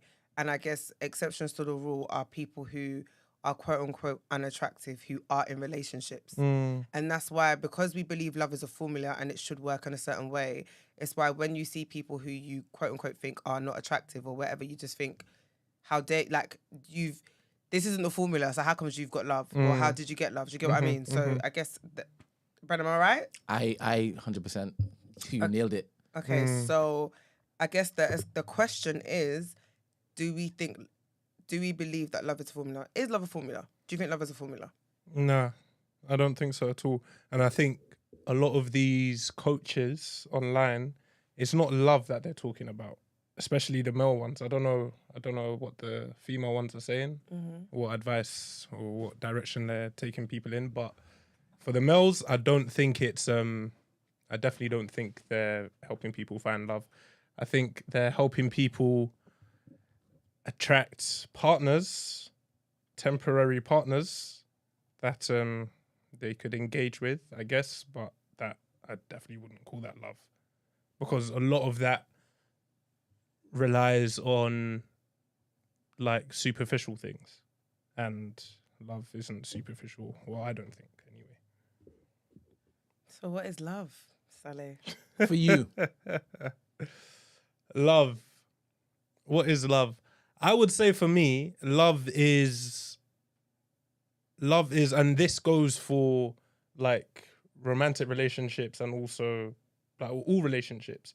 Love is when you have someone in your life that you will happily, what's the word?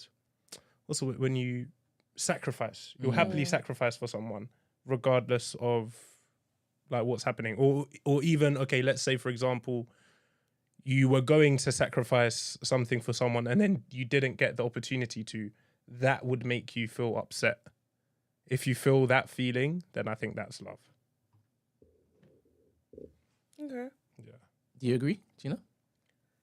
Yeah, I definitely like agree with like the sacrificial side of things. I think obviously putting someone's needs before your own is definitely an act of love. Yeah. What is it for you, if you were to describe it? I can't, man. Because when you were talking, I was trying, and I just thought, ugh. I don't know how to describe it. Honestly, I don't think I can put it in words. It's a feeling. Yeah, It's a feeling. Yeah, it's definitely a feeling. But like I said, part of what you said is an element of it for me. But yeah, I can't describe it. But I think it's a lot of it is to do with selflessness, though. Yeah. I believe. Yeah. Definitely. That's what I think. If you feel that, so like coming back to what I said, like if you were to say anything really, like if you knew that somebody wanted ice cream and you had the opportunity to take ice cream to them, but then your car broke down and then now you can't take the ice cream to them and you're feeling bad about that, I would say that you love that person. That's such an interesting analogy. I like to use analogies. Brent, what about you? What is love to you? As in love of Christ. Jesus Christ. Jesus Christ. Love you, Lord. I know that's where you're going there. What is love to me? It is whatever form it takes, whatever expression. It's the feeling of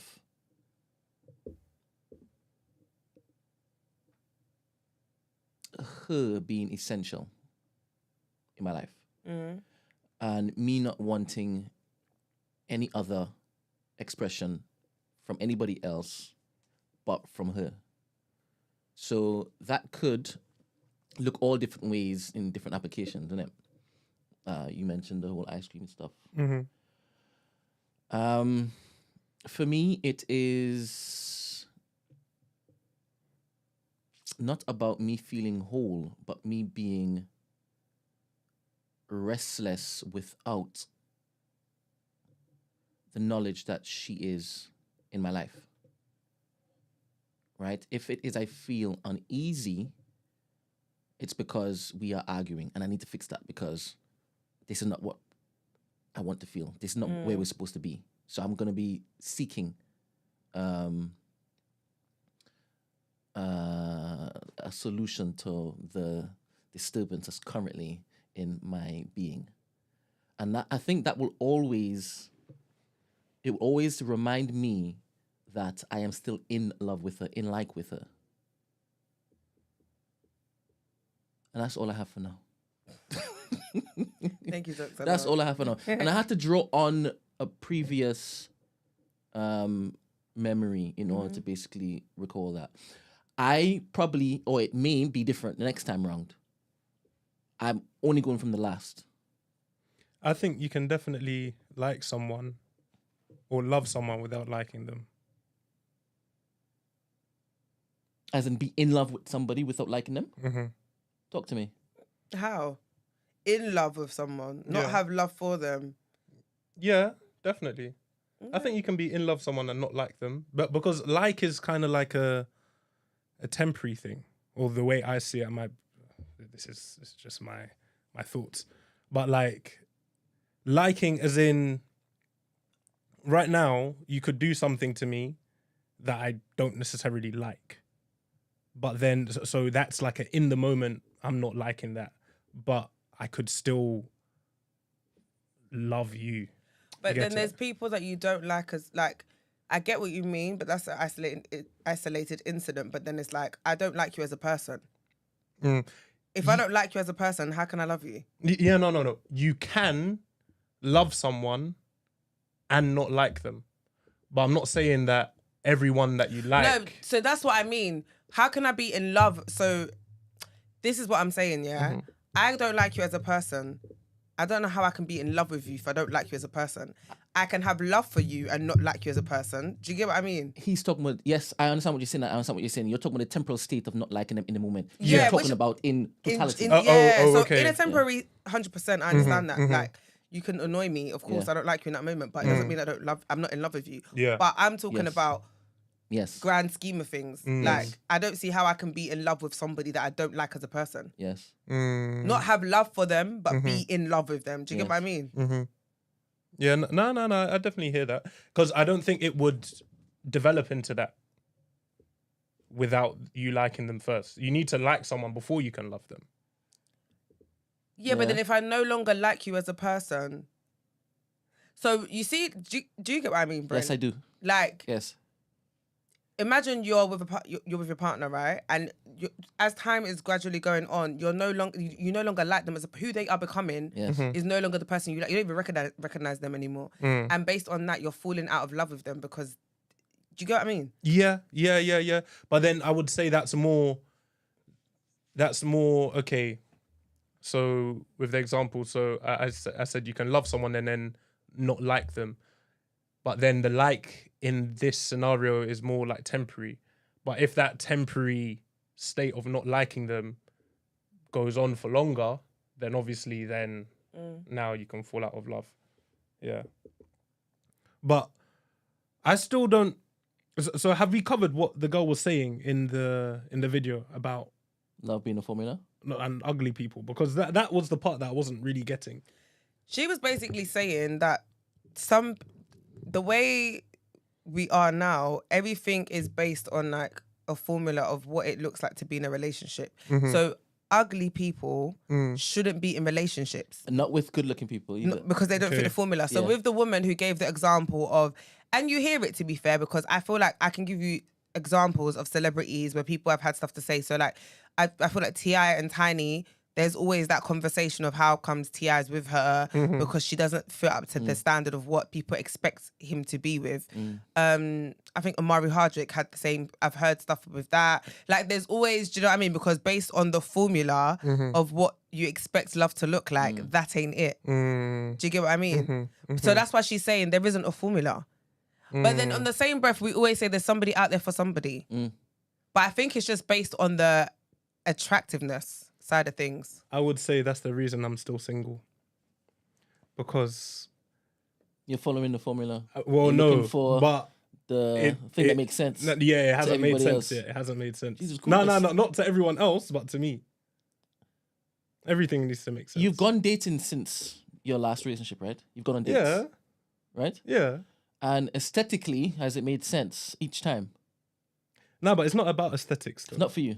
Well, aesthetics is a big thing, Yeah. That's the. but it's not the only thing. Yeah, 100%. Yeah, in What, fact- what is it for you in Maine?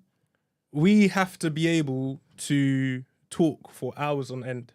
Yes, about everything and anything. Yes, and if I can be in that setting and I feel comfortable, then yeah, and yeah, but then obviously, so before that, you need to have the ticket to get in, which is obviously the looks. Okay, so the ticket grants them access to get time with you for you to talk them. Yeah, to death. to have the opportunity. yes. And have you told them before they get access that you are big on like speaking for hours? I don't think Or that's do you- something I need to tell people. So you trick them. I don't think that's a trick. So tell me how you. All right, you've been on dating sites, right? Bumble, Hinge, Tinder. I've been around. Yeah. Yeah. All right. Cool. He's a collector. I'm joking. I'm joking. And the last date you've been on, has it been through a dating site? Because you go to a lot of these network events, right? Don't you meet anybody there? In fact, I don't go to as many as I should. I think I need to go to more. But yeah, you meet people. Like, my thing is, I want things to happen naturally. Maybe I'm wrong, and maybe this is the reason why, there hasn't really been much success in the past couple years. You're still it should 25 always- to it be should honest. natural. But yeah, like I don't want to. If I'm talking to someone, I want it to be natural. I just want us to be friends. 100%. Just This is probably a unpopular opinion, but I would prefer to go through that whole friend zone category first. what did you just do? Friend zone, quote unquote. So the friend zone thing only happens when the girl decides that you don't qualify for any other thing. What do you mean? You're using the wrong term. You want to be friends first, and Yeah. then if it develops, it develops. Is that not a friend zone? zone's backwards. Because the intention, you don't start off wanting to be a friend. You start off wanting to pursue the person. You get relegated and to you the get friend and you get put into the friend Okay. zone. It's not You don't have a it's up to choice. you. Okay. You don't have a choice.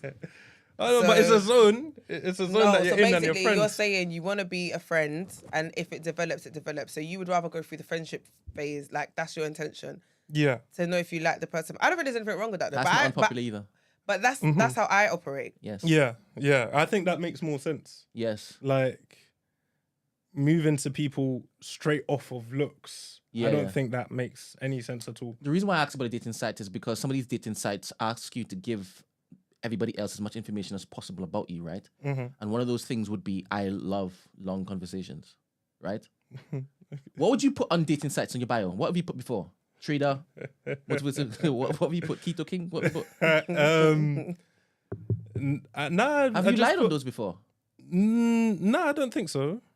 I don't think I've ever lied on a dating site. Okay. What would I lie about? So why did you giggle when I said, what was your bio? Because like this is the reason I've come off them, because in my past years when I've been on these sites, I definitely wouldn't say that I've been on there to find the love of my life. Oh, you just basically say you want to hook up. I was You just want to de-stress her. I was just looking around, man. And you basically said that, right?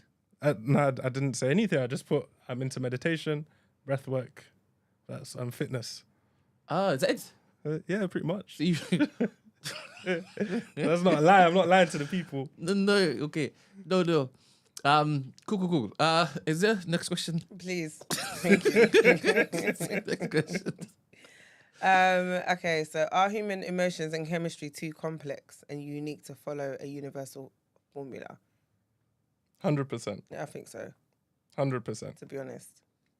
To follow a formula and To fall in love. I reckon there is a formula. You think so? I reckon there is a formula. I'm not saying that formula can be replicated and accomplished by everybody.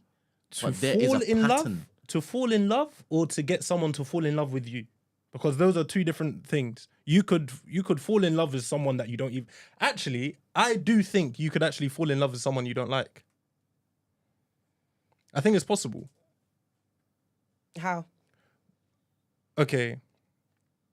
Let's say, for example, like you go somewhere and like, have you not ever been in a place where like there's just mad tension between you and someone? You don't necessarily like them and they're just getting on your nerves, but there's tension there. Yeah. What have you just said? So what does that mean? Yeah, what have you just said? Yeah, and then it can develop. So you don't like them, but So how does that now- develop into me falling in love with You them? still have to finish that bit. Yeah, no, because then and so on and so forth. The fuck? No, someone else You will just fall said out. that. What? So because I don't like them, it means I fell in love with them. No. So how did I fall in love with them? Because if you I didn't didn't like like them, yeah, but the thing is, you know, sometimes it's like you cannot like someone because you fancy them. That means secretly you like them. Yeah. So that's different. No, but you don't like them. You still don't like them. The like. Maybe It's I still don't. not there. Maybe I don't like you because I actually like you, and I don't want to like you. So because I don't want to like you, because I like you, I don't want to like you. Yes, but you see, it takes a very self-aware person to understand that the reason you don't like them is because you like them. Yeah, but in the grand scheme of things, if I was to ask you why you don't like them, what are you gonna come and tell me? It's in that moment that realization should. You're talking about like kiss chase and like how girls used to beat up boys. That's how I'm taking Is that what it. you're talking about? Because I don't. Yeah, because I don't understand. She really likes him. She just projects that she doesn't. That's what I'm saying. That's why for me, it's like you don't even need to be self-aware because you know what you're doing. No, but I feel like a lot of people in that situation, they like if you were to ask them why don't you like them, they're not gonna say, "Oh, I don't like them because I love them." I know, but they're gonna when they tell you why they don't like them, it's not going to make any sense because there's no grounds. Yes. Exactly. So then you don't not like them. You're chatting shit. No, but okay, because now we're No, but talking do you get about what I mean? yeah, they're chatting shit. Oh, I don't like him because he stood too long to make his coffee and I was waiting. Okay. Yeah, but that also is like, even with you saying that is not a valid reason, why is that not a valid reason? Because if that's the reason that they've said that they don't like someone, then why are you not taking it? Okay, so every single person in this, because my thing is, keep that same energy all across the board then. And I guarantee you, if that's the case, that's not the energy. It's not going to be. What, for the person? Yeah. Mm. So it's not valid. That's why I'm saying yeah. that. I'm not saying it's valid or not. I'm just saying someone that says and portrays that, oh, I don't actually like this person, could actually have stronger feelings for them. And a lot of the time as well, when you have feelings, strong feelings, they can present in either way. You can either go this way or you go that way. So you can try and profess your love to them, or you can start making hate pages for them on Twitter or whatever. Are you following the questions in the document, Gina? I am. Which one did you just read out? Oh, Are humans' emotions and chemistry too complex and unique to follow a universal formula? Where is that? It's in the paragraph bit. Paragraph bit. I'm not even seeing that. Okay. Is it true that effort doesn't guarantee reciprocation or success in a relationship? What are you reading? I'm reading what is in front of me. Bruh, the first one on your document, does it say, how wrong have we been about our idea of love and getting in and being in love? Did we ask? No, because Brent, you You see, this Keep- I'm Yeah, confused. because- I thought you were following the formula. Charlie. Our time is fast. No, but you could leave where you want to leave. Me and Saleh could be Okay, here. that's fine. You're skipping the whole thing. I'm not skipping the whole thing. I'm even thinking I'm you're not. making stuff up. No, I'm not. Is love earned? Should it be earned? Did we do that? You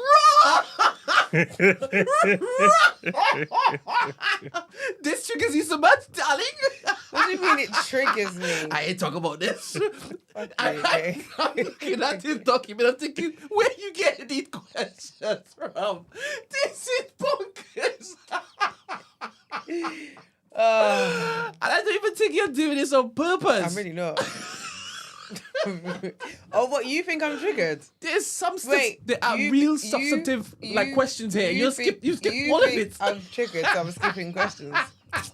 Brother, I'm not triggered. Boy. All right, how wrong have we been about our idea of love and getting and being in love? Go on, talk about it. Go on, since you got your degree. No, You know no, every no. effing I like what you've done, to be No, no, honest. no. The program is hilarious at this point. Can love be predicted? Are human emotions and chemistry too complex? You even dropped out, can love be predicted, you know? That's how I didn't see it.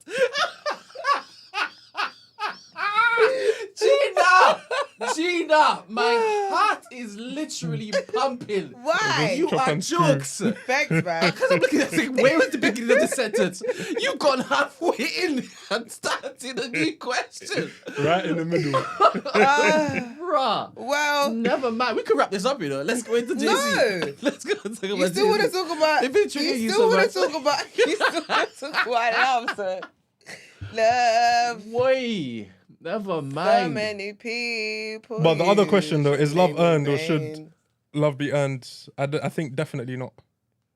Is love Be Or- just or- freely love given? shouldn't be earned? No, love isn't earned. I don't think love is earned though. It's not earned. So Do you know why I say that? I don't think you intend to love someone based on what they've done. Do you get what I mean? Exactly. Like, I don't think it's like, I don't go out of my way to love, like, if I've fallen in love, it's happened naturally and organically, right? Like, I've not set out to love the person. And sometimes, realistically, I shouldn't have. Do you understand what I mean? So I don't actually think it's something that people earn. I think in some cases, to protect yourself, it should be, but Yeah. I don't think it is earned, because, like, I don't think. Yeah, I'm gonna leave it there. I watched Brent, no. I see what you're trying to do here. Damn it. I watched You were this close. I watched a comedy. It was just a short clip from Kevin Hart yesterday, and I haven't watched Kevin Hart in ages. And he was actually talking about you. I don't know. You might have seen it, but he was talking about how he said something about ugly people. Like ugly people. He said he doesn't like ugly people, and he thinks they ask for too much and they get on his nerves. And I think that ties in quite well to what we're talking about now. Ugly in person or ugly in Looks, aesthetics? Oh, yeah, serious? in Do you think that they're aesthetics. ugly people? Do I think that there are ugly people? What, they exist? What? Well, I don't understand the question. Do I believe that ugly people exist? How do you not understand the question? You know, because he is said that what what he you're said. asking me? He said what he said. Yeah, well, like You can call people ugly? if there are beautiful people, then there are ugly people. Serious? There's yin and yang. No, yeah, but you if know what? there's- From that perspective, no, it's the same way people are like, you believe, like, you don't believe in witchcraft, yeah, but you believe, like, I don't think the state of moving from somebody being unappealing or undesirable to you equates to that person's ugly. no, So but I'm saying, the but opposite- I do Opposite believe. of beautiful, it doesn't have to be ugly, No, it doesn't. So what is it? because beautiful is your definition, your qualifier for this person. Yours. Your qualifier for this person, yes. Exactly. So then you can if- qualify someone to be ugly. No, that's what I'm it's saying. it's subjective. 100%, you can use that language, or you can use that's not person not desirable to me. But we're still I'm talking not about the same attracted thing. to that person. Why? But you not being attracted to that person, I can guarantee you, I can give you a line of 10 girls right? And you were like, nah, not attractive, not attractive. But you wouldn't say that one's ugly. She could just have a, I don't know, plain. It depends face. on. it depends on what's going on. Sorry. In your lexicon, there's beautiful. The other, obviously, superlatives for beautiful for you in your mind, right? Gorgeous, other adjectives. What beautiful? Yes. I don't know, spectacular. I don't Lovely, know. right? Lovely. And then for you, there's then ugly. Nah, Is there anything in between? of course. How do you define them? Well, and it's not just me, by the way. This is I'm just is asking humans. for you. I don't But care about anybody else. Yeah, Just no, you. you've got beautiful people. I would say like there's beautiful, there's attractive, there's all right. All right, meaning Okay. medium, mediocre. All right, meaning nice. Now, nice is actually, like, if you look into the definition of the word nice, it's actually not good. Or it's not necessarily good. It's just nice, like it's in the middle. So Like lukewarm. 50-50. Literally Okay, so bang on down the middle. your not basic, standard, Mm-hmm. right, is nice. Yeah, I guess so. Nice. Yeah, she's all right. Nice. Nice. Mm. Does it feel nice when it is that you hold your breath for 2 minutes every morning? It feels spectacular. Yeah, Ooh, but okay. actually, whilst you're holding the state of no breath, Yes. it actually, like, at the beginning, you're sitting there and you're just thinking about your heartbeat, Yes. and so you've got like a pulse in your brain and a pulse in your heart as well, Yes. and you're just trying to sync them up. All right. So eventually, it gets to a point where so for me, it's like true meditation, because in meditation you're trying to start thinking about nothing. Okay. And in that period, whilst you're holding that state, Yes. you start thinking about nothing, and then it feels amazing after. Amazing. So beautiful, spectacular. Let's say it's a rating scale of 10. It's 10 for you. What is 7? How do you find 7? In a word. 7. Okay, so we've done beautiful. Yeah, good looking. Good looking. Attractive. How do you find 5? Wait, hold on. You've said good looking is 7. And so what's 10? Beautiful. Beautiful, Beautiful. spectacular. Okay. Yeah. All right. So beautiful and spectacular can What's still a be 5? good looking. 5 is nice. Well, no, he hasn't said it yet. No, What because is he 5? said no, because he said 5. No, is he hasn't said it yet. No. When we I spoke haven't- about I nice, haven't- no. Well, no, I said. When we spoke about, when you asked him about nice, he said said nice all right. is 50-50. You said nice. Yeah, I well, want yeah, him no, to no, say no. it now. I want First- to go. No, wait. Damn it. Wait. I said at first, in the middle is all right, but then I You also said added, nice. but You then said I also nice. You but said then I also nice. added that all right. If we look at the word nice in the definition in the dictionary definition of nice is in the middle. So you could also use the word nice. Have you to ever called describe somebody ugly? what to their face? UGLY, you ain't got no alibi, you ugly. Why you just looking at me did. Have like- you? Why you looking? Have you? I was to their face. Have you? To their face or? God damn it. I- How would we, right? I don't know. Have you got a picture of your ex on your phone? How would we define your ex? How would you? I don't know. Is she a spectacular white? she's a person. God damn it. Look. She's now a person. What do So you she's mean? not beautiful. No, she's a person. Like I'm just saying, but I'm not gonna call her a spectacular white. She's, No, we're I'm talking saying, about first of beauty all- standards here. We're talking about defining beauty. Yeah, Have you I would- called it ugly? No, Do you think she's ugly? no, Do you think she's nice? no. She's beautiful. Damn it. No, you're saying good. You think she's a 10? Yeah, she was like she's very high up there. I would say, yeah. Lovely. Anyway, let's get back into it. Mm-hmm. So, the question was earned. I don't know why we got into ugly. You calling people See, ugly. this is what I'm saying. This is why when I'm doing the questions, I'm doing them the way No, that I'm doing don't them. worry. There's a method. There's always a formula. Next one. Is it true? Oh, he loves me, innit? that I'm effort, scared. is it true that love isn't meritocratic? Is it true What that does that mean? meritocracy? glad you asked that.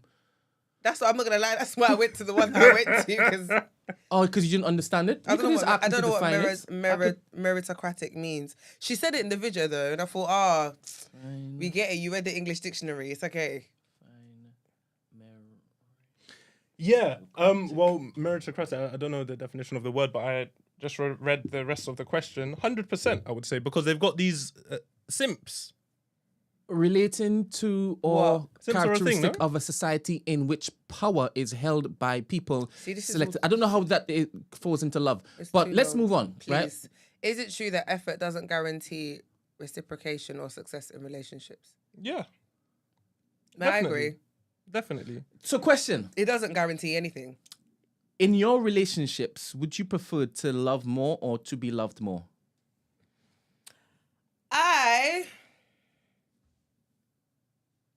You know what I think I want? I think I'm moving forward. I want to be loved more because I feel like I love too much. I know I love too much. That's my problem. I know that. Why do you know that? Because I feel And it. when you say you love too much, is it because you want so much better for her, and in you trying to get her to change her diet, to do the breathing exercises, and she keeps pushing back, No. you keep getting your heart broken? Nah.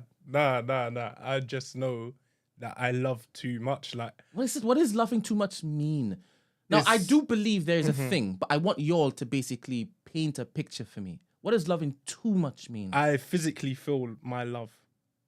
These are bars, man. Like, no, I feel it. Like, if I love someone, I feel it in my stomach. And Is in that my healthy? chest. And I get what he means. It's in my bones. yeah, Yeah? like sometimes. it's deep rooted. Yeah? Yeah. So then, when it goes left, the pain is in the bones. Yeah. Because sometimes you could just be sitting there feeling happy, just in love, and then that could also, just like how you've also got beautiful people and ugly people. You've got good times and bad times. The state is whole. I love it. What you've just said. You feel palpable love for this person. When they give you love or expressions of their love, is it not enough? Is it that you're saying you love too much because they're not giving you the level of love you give to them? I don't know. I'm not married yet, so You could only be in love if you're married? nah. You can only feel love if you're married? Nah, that's not the. You that's think not the there's a case. different level of love exchanged, and only in marriage can you unlock that? No, but I've been single for the past 6 years, so I would feel like maybe it should have gone differently, or should have. I don't know. What should have gone differently? I love too much for a single person. Let's You put it need that to way. understand what that means. Give me some examples of what it is that you did that now has you thinking, yeah, I love too much. What did you see? What did you feel? What did you not get that had you saying, I love too much? And next time, that ain't happening again. Come on, go there. Wow, Monday morning. Because obviously Okay. you ran to Tinder, Grinder, Grinder. and it didn't happen. What's that one? Grinders for Oh, the other, dating the app, other right? guys. yeah, but it's for Nah, I don't specific think so. demographic. It's this here. Grinders for gay It's people. for the other guys. Oh, serious? Yeah. Oh, sorry. Delete that back from my phone. Go on. Good. What happened? Who put Nah, you, it's man? just situations, and they just don't develop, and you're thinking, right, okay, So you're talking about when you're dating, yeah, and well, you I've are only dating been with intent. Huh? Before you suggested that you weren't dating with intent, you suggested that you were just there for a good time. Nah, I didn't say that. I Interesting. said when I was on those sites, Yes. that's what I was there for. Yes. Yeah, but if I'm looking, there's like, I think there's categories. Yes. So when you're speaking to someone, well, I can speak for myself. I only want you to speak for yourself. There's like, you kind of know what you're getting into. So, Why are you speaking in code? am I speaking in code? I He feel like wants you to give experiences based on your last Yeah, relationship. I need to know He what needs you to take him there. is telling you I'm never doing that again. I'm not. I didn't say it. I'm never doing that again Okay. because I love love. I love the idea of love, but I feel like I do it too much. Like I need to tone it down a bit. So give me examples of you doing it too much. Is it that you are showering her with flowers and good morning messages? What is it? He's on the Empress vibe. Nah. With me, I think with me anyway, most things revolve around work anyway. So a lot of the time, if, for example, and it comes back to that sacrifice thing, we were talking about sacrifices, if I feel like and it's a bit sad because people won't understand what this means, or like I can explain it now and you get can't. it. But no. I think they understand, but they won't understand what it means in the moment. Because let's say, for example, I've taken a girl out, or I've okay, I'm supposed to be working. Yes. I'm always supposed to be working. There's always things to do. Yes. So if I'm not doing that and I've taken a girl out to go somewhere, Yes. that is a big sacrifice. Yes. So if it now doesn't lead anywhere, I'm thinking, oh no, this ain't good. And at the same time as well, as sometimes I think the dates that I go on, I think I do too much as well, which is my This fault. is what I'm after. So does it remind you of Muff? Oh my gosh, I see it. All right. So What's this? tell me what too much is on a date. You doing too much. And draw off an example that you know, because it's easier. Okay. I went on a first date with a girl. We went on a boat around Canary Wharf. Oh, And then after that, we went to a stand-up comedy show. okay. And it was a fantastic night. For you, Well, for her, I would say. but not For you. me, I had a good time. Yeah. But the whole time I was kind of thinking I could have been here with anyone else. Sorry. Why does that? Why Yeah. he said give him an example of you doing too much. much. Why is that you doing too much? You're saying that you just chose the wrong girl to go with. Yes. She wasn't good company for you. Yes. But how's that you doing too much? Because I should have vetted them more before we got to this stage. No, that's not you doing too much. I think that was me doing too much. How? Because it was a first date and I didn't know who I was taking with me on to this place. So all it means is that the next time, get to know her before you decide what you will be doing with her. Would she like this? Would I like this with her? Oh yeah. I think the with her is the key part in that because I loved the date. The date was fantastic, absolutely fantastic. But it was definitely the what's it called? The company. God damn it! She was a black girl, innit? Why are you saying? Why it you like don't that? skip? Just out of good. She was a black girl, yeah. All right. Mm. That didn't work out, did it? Not that one, nah. Oh, another one did, though, right? Nah. Where we taking the next black girl that you dated? You said you dated 2 black girls since, right? Dated? Nah, I've been on dates with.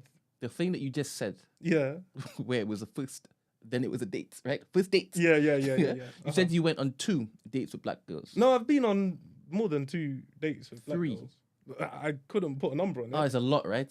I say a lot. I like to hear that. A lot. Good. And none of them worked out, basically. Yeah, nah. No, nothing's worked out yet.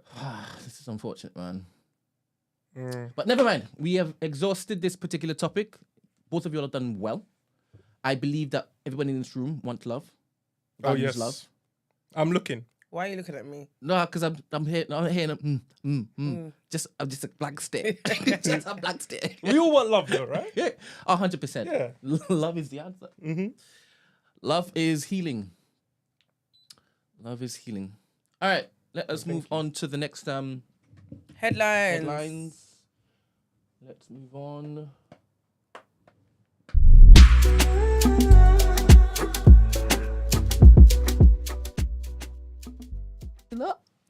Okay, so next set of headlines. Closer relations between the UK and the EU will boost economic growth. Chancellor Rachel Reeves will tell European finance leaders on Monday. In the first address by a British Chancellor to the Euro group since Brexit, Reeves will say resetting relations means breaking down barriers to trade as well as helping businesses sell in each other's markets. While Labour has ruled out rejoining the bloc, it has repeatedly said it wants the UK to deepen ties with the EU. The Conservatives said the Chancellor should instead be working out how to reverse the devastating budget measures that have crashed confidence. The British Chambers of Commerce, which represents around 50,000 businesses, said that in order for the economy to grow, we must export more, but UK firms are struggling under huge regulatory and paperwork burdens. At the Eurogroup Finance Ministers meeting in Brussels, Reeves will propose building a mature business-like relationship between Britain and the EU. Liberal Democratic Treasury spokesperson Daisy Cooper said, the Conservatives' botched Brexit deal has been a disaster for the economy, with small businesses, farmers and fishers all caught up in endless red tape. The governor has avoided commenting on Brexit because of the bank's independence from Western politics. Okay. And now, Storm Darragh leaves thousands still without power and flights cancelled. So, thousands of people are facing another night without power after Storm Darragh caused chaos across the country over the weekend. Areas such as Hereford are experiencing flooding after heavy rainfall caused high water levels in the River Wye, one of the longest rivers in the country, which runs through Mid Wales and South West England. British Airways alone has grounded more than 100 short-haul international flights and 30 domestic services to and from Heathrow. In total, at least 20,000 passengers are likely to be affected. A yellow wind warning for the whole of England and Wales remained in place until Sunday evening, with the Met Office warning further strong winds of up to 70 miles per hour could cause possible short-term loss of power. The Energy Networks Association said around 161,000 customers were still without power as of 2 p.m. on Sunday due to the damage caused by the storm, but added 91% of affected customers now had their connection restored. The National Grid said its team worked tirelessly over the weekend to restore supplies to 1.3 million homes and businesses affected by Storm Darragh. Okay, and the last headline, President-elect Donald Trump has said he will look at pardons for those involved in the 2021 US Capitol riot on his first day back in office next month. These people are living in hell, he told NBC's Meet the Press in his first broadcast network interview since winning November's election. The Republican also vowed to end automatic citizenship for anyone born in the country, but offered to work with Democrats to help some undocumented immigrants who were brought to the US as children. Birthright citizenship stems from the 14th Amendment of the US Constitution, which states that all persons born in the United States are citizens of the United States. We're going to have to get it changed, Trump said. We'll maybe have to go back to the people, but we have to end it. In the wide-ranging sit-down, which was recorded on Friday, Trump promised to issue a lot of executive orders, including on immigration, energy, and the economy after he's inaugurated on the 20th of January. While he suggested he would not seek a Justice Department investigation into Joe Biden, he said that some of his political adversaries, including lawmakers who investigated the Capitol riot, should be jailed. Trump was asked whether he would seek to pardon the hundreds of people convicted of involvement in that riot when supporters of his stormed Congress 3 months after his defeat in the 2020 election. We're going to look at independent cases, he said, yeah, but I'm going to be acting very quickly. And that is the end of our headlines. Lovely. What are we going to next? Let's get into Word on Road. There is no Word on Road. This is from the other day. No, we have Word on Road.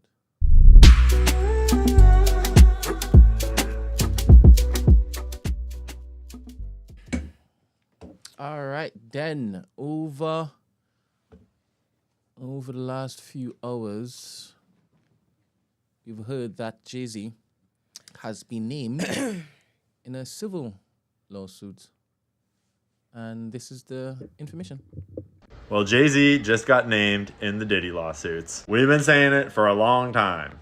And this is just the start. There's a lot more coming. Jay-Z has been accused in a civil case, and just accused, not convicted, in a civil case of raping a 13-year-old girl in the year 2000 with Diddy. Sorry. forgot. Trigger warning. I have the animation up. The screen's flashing. As long as it's flashing, there are going to be mentions of SA. When it's not on the screen anymore, then we've stopped talking about it. Cool. This is a suit filed by Tony Busby, this dude out of Texas. And I just want to clarify what's happening in the music industry here is that this allegedly happened after she was driven to a party after the MTV Video Music Awards. Because what is coming out is that this is mainstream culture being done by most of the biggest names at the after parties of the award shows. This is like, the reason why this is crazy is because everyone knew, because it was an open secret, because it was happening in the middle of the mainstream culture. This lawsuit is from victims that are being represented by Tony Busby. He's the one that came out saying that he's representing 120 clients. He's the one that had the whole press conference that said many powerful people will be exposed. And I just want to clarify that this is boys and girls. In the first 6 complaints, it was on behalf of 2 Jane Does and 4 John Does. We've got complaints from people that were as young as 10 years old at the time, drugged and raped. And Tony Busby is not just some random lawyer. This dude has a long, powerful career. He was on the cover of the New York Magazine in 2010 for his litigation against BP following the Deepwater Horizon oil spill. He's represented celebrity cases, rapper, all kinds of stuff. He's also got a whole bunch of other stuff going on in his life. He's got a big reputation, and he's not trying to ruin that reputation. But these are just allegations, obviously, and we don't know yet. Jay-Z put out a letter basically being like, fuck that shit, I'm innocent. And he actually said, I implore you to file a criminal complaint, not a civil one. Okay, Jay-Z, let's go for a criminal complaint. Let's send this motherfucker to jail. My guess is that just like with Diddy, what starts as a civil case will probably also become a criminal case. But I just want to read the last paragraph out of Jay-Z's letter here. Quote, you have made a terrible error in judgment thinking that all celebrities are the same. I'm not from your world. I'm a young man who made it out of the project of Brooklyn. We don't play these types of games. We have very strict codes of honors. We protect children. You seem to exploit people for personal gain. Only your network of conspiracy theorists, fake physics, will believe the idiotic claims you have levied against me that, if not for the seriousness surrounding harm to kids, would be laughable. I look forward to showing you just how different I am. Okay, Sean, let's see just how different you are. In most cases, I would be, waiting for judgment and trying to see what comes out in court. And we will see what comes out in court. But the whole industry has been talking about Jay-Z for a long time. The whole industry was talking about Diddy for a long time. This is not a secret, and we all know what's coming. And Diddy's protection obviously ran out, and maybe Jay-Z thinks that his protection is still good, but I got news for you, Jay. It's a whole new world, and the people are ready for change. And we are done with this fucking corrupt, disgusting, blackmail, pedophile culture. So, it looks like Jay-Z's got 99 problems, and little boys and little girls are about to be all 99 of them. So, peace. All right. React. Oh my God. Yeah, like I said, I said it to you this morning, right? When we were talking earlier, you're saying that I said basically they're coming from the wrong guy. I said what? They're coming for the wrong guy. When did I say that? He said he's gonna shoulder roll it. Wow. That's how you know Brent is a liar. Anyway, I just said to Brent that this morning when I saw it, I saw the allegation, but then I saw his response, and I said it's very interesting, the branding. Like, branding is very important, right? Because Diddy's branding and Jay-Z's branding are two different. Yeah. So when I read Jay-Z's response, my first initial reaction was like, okay. And then I checked myself quickly because I was like, hold on a minute. Did you not come out and deny these allegations and come with the same? Do you know what I mean? Yeah. Just because Jay-Z's a lot cleaner, more clean packaged, I didn't disregard it straight away. Whereas with Diddy's, I just thought, do you know what I mean? And then it's interesting because the whole rebrand, you'd forget that, like, he's had instances with underage girls. So, like, he dated Aaliyah when she was underage, I believe. That was a known thing. Yeah. Okay. Him and Beyonce have a big, massive age gap. And so apparently when they started dating, she was fairly young. And I think there was somebody else. So these are things that I guess people have spoken about in hip hop before. But I guess where it was number one a very long time ago, he's now this whole big mogul. It's like you kind of forget about it.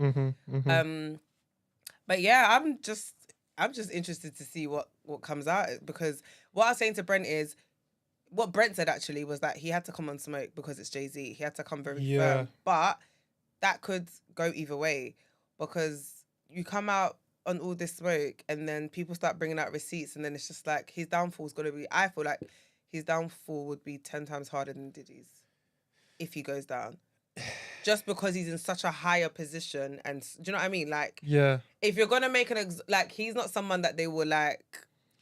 I think it's tread tough. carefully with. I think it shouldn't be. Well, okay. We don't know what's happened. We don't know if he's done this or not. But regardless, he was always ever going to come out with a statement similar to what he said. Unless he's trying to, he actually did it and he's trying to do the right thing and say, you know what? Yeah, you're right. We don't even need to go to trial. I did that shit. Send me to jail. So with things like this, I don't know. When people are talking about them, I just think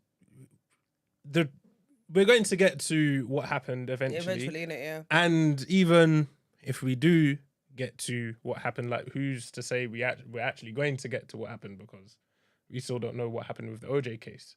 So let them do the trial and then we'll see. But up until then, we don't really know. And the biggest part that stood out to me in that video was that the 13-year-old girl was taken to the after party. So this is what again, I just started to question, because I just thought, why, like, at 13, yeah? I don't get that. Who's taking you to these after parties? Like, I think that is what needs to be investigated. They need to look into who drove her to that after party. A 13-year-old girl. I think it's everything. I think it's there's a lot to unpack there, because at that age, going to those places, she didn't go there by herself. I know. So whoever took you, what was they expecting? Like, where was the protection? Yeah, literally. I think there's a lot to unpack. Definitely. I think that is, if anything, that person should be investigated. They need to look into that. Like, literally, who booked and said it was okay for her to go? Okay, we need to question them. Who was a driver? Well, actually, no, driver. It might have just been an Uber driver, but like, it wasn't, and it wasn't Uber back then. Okay. So basically, it was Diddy's driver, and she had. How do you know this? It was in the report. Okay, go on. Diddy's driver. Yeah. It was in the report. It basically said that she didn't have a ticket and she was outside of the thingamajig. Ticket to what? The after party? No, for whatever party show. was in there. I don't know what type of performance was in there, but So she was just outside. an attendee. Yeah, but she couldn't get in. Because she didn't have a ticket, right? Just like everyone else. Everyone else standing outside that can't get in. Not So the why is after she party. special? Not the after party. Yeah, but the normal. The normal function. Yeah, but why were they allowing this specific 13-year-old to come in when there's thousands of other people also standing outside? Who is she? They didn't allow her into the function. Oh, they didn't? No, she was outside. She didn't have a ticket. Okay. And I don't know what would have happened if it is that she had a ticket and she was asked to show ID. I don't know what this girl looked like. She may not have looked 13. It's typical 13-year-old girl in your mind. You're probably thinking. Yeah. But I don't know if she did look like that, right? But anyway, his driver pulled up and basically said, "Hey, Diddy likes girls like you. Do you want to go to the after party? Hop in." So she Probably was didn't taken ask there. her age. Don't know. But she was taken there and then she was given a drink. And obviously what was in the drink was in the drink. Oh, This is all alleged. This was what was in the report. Yeah. So that's to answer your question about why was she taken there, this, that, and next. Person responsible in that. You know what's interesting though, yeah? I think the fact that you said Diddy likes girls that look like you is jokes, because that could mean so many things. Do you get what I mean? He likes girls that look like children. Could be one of them. Because like you said, we don't know what she looks like, innit? So she could be very childlike presenting, or she could be mature presenting. We actually don't know. What I don't understand is how the world, like, this whole Diddy thing, I don't think, okay, we're going to go through it. And if it's only Diddy that goes to prison, I think we've got a massive problem. Because what's going to happen is just like how all this, who's the guy that died in prison? Epstein. Yeah. With the island. Yeah. okay, people here and there are tweeting, okay, where are the other people, blah, blah, blah. But then 1 week goes by, 2 weeks go by, and 1 month, 1 year. When did he die now, this Epstein guy? I swear that was at least a year ago now. Maybe a couple. Let me find And out. what's going on? What's going on? Because now we're just having a whole repeat of this whole situation. I know, but what do you mean? What's going on? What is the expectation? It's Now, 2019. He wasn't there by himself. 2019. You I know. know, but 2019, that was what that's around the time I was in my last relationship. 6 years. This is crazy. but my question is, what is the expectation after he died? Everyone else who he was paying, everyone else who was on that island, blah blah blah. Yeah, but do you we not- also need to question them. But my thing is, do you not believe that there's a reason why he was killed in the first place? What? Because To cover, like, do you get what I mean? My thing is, Mm-hmm. he clearly was. Well, they said he hung himself, right, or something. Yeah. Or he committed suicide. allegedly he Allegedly. hung himself on a bunk bed. So basically, he hung himself from something that was that high. Which I hear, but I'm No, not impossible. buying it. So my Yeah. point is, he clearly that wasn't suicide, didn't it? Yeah. But my thing is, so if that's the case, yeah, they've done it clearly to prevent whatever else was gonna come out. So him being dead, the expectation of, okay, now he's dead, we can now go in. He probably was the only, like, do you know what I mean? For them to kill him, it means he's probably not like the only lead, but do you get what I mean? The thing tying them to the other people. So, Yeah, no, but it can't be that though. It- but what's happened since? and you see, this is what I'm saying. And Even with the media, and everybody else, do you know what? Yeah. like even with the media, but because now it's old news. He went to prison, he died in prison, alleged suicide, and then now everyone's just now we're looking at Diddy as if that is like we've moved past that. So I just think this whole case, like, it's almost like a pantomime, really and truly, when you deep it. Because, okay, now they did what, the last one, 5, 6 years ago. Now let's do another one. So then what, maybe in 5 years' time, wow, we'll see what happens. But in 5 years' time, if there's another case, this is happening, but only Diddy went to prison for this one, then come on, man. We need to be realistic. Like, it's entertainment. It's like the Kim Kardashians, like they're just putting on a show for us so that we can sit here and talk about this. You think they're distracting us from something else? Yes, because if they weren't distracting us from anything, when a serious topic is at hand, let's deal with the topic and make sure that this can't be done again. And they hung Epstein and then they called it quits. Like, island, people were flying in. People were booking flights. People were doing so much for us to get to the point where, oh, it's just Epstein. Yeah, the list was supposed to come out. And it was supposed to name everybody that was complicit. And then what? They just forgot? Like how it was supposed to... How is something that is supposed to come out, which is so important, just overlooked? And now we're talking about Diddy. I think even during that time, I think Israel decided to start their bacchanal. So it just distracted people. And I think before then it was Ukraine and Russia. So maybe that's... But this is crazy because... Nah, not really. Nah, I think it's very crazy because all the things that you're mentioning, they're important and they're big things, but one doesn't completely trump the other. Are we beginning to see the death of celebrity? No, definitely not. You don't think so? I don't think so too. But it depends on what you class as a celebrity, or if you see a difference between celebrities and influencers. But with social media, I think, if anything, we're moving towards more. Is the mask dropping? Is the veil of idol worship or idolatry dropping when it comes to normal man, normal woman looking to worship and hold up these particular people? I don't think it's... We're seeing head after head after head since Cat Williams sat down and said, this year is going to be calamitous. Even Boy, Billy Carson's in trouble, man. He's finished. You know Billy Carson? Nah. Oh, never mind. Finished. He Who is he? slipped What up did he and do? he met a real Christian scholar Uh-huh. and he got embarrassed. Yeah. What does Embarrassed on air. Billy Carson's been going around for the last 7 years saying that Christ was not crucified. Okay. And he said that this account was in the Sinai Bible.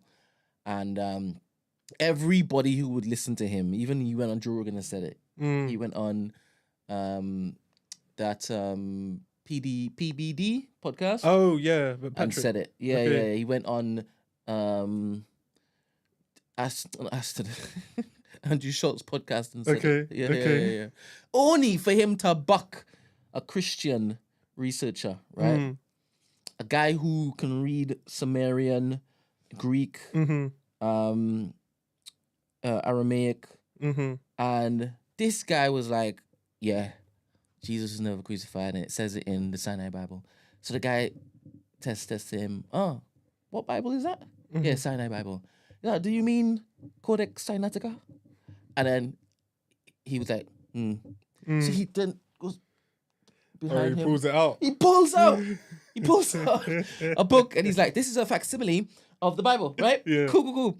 And where does it say it again? Yeah.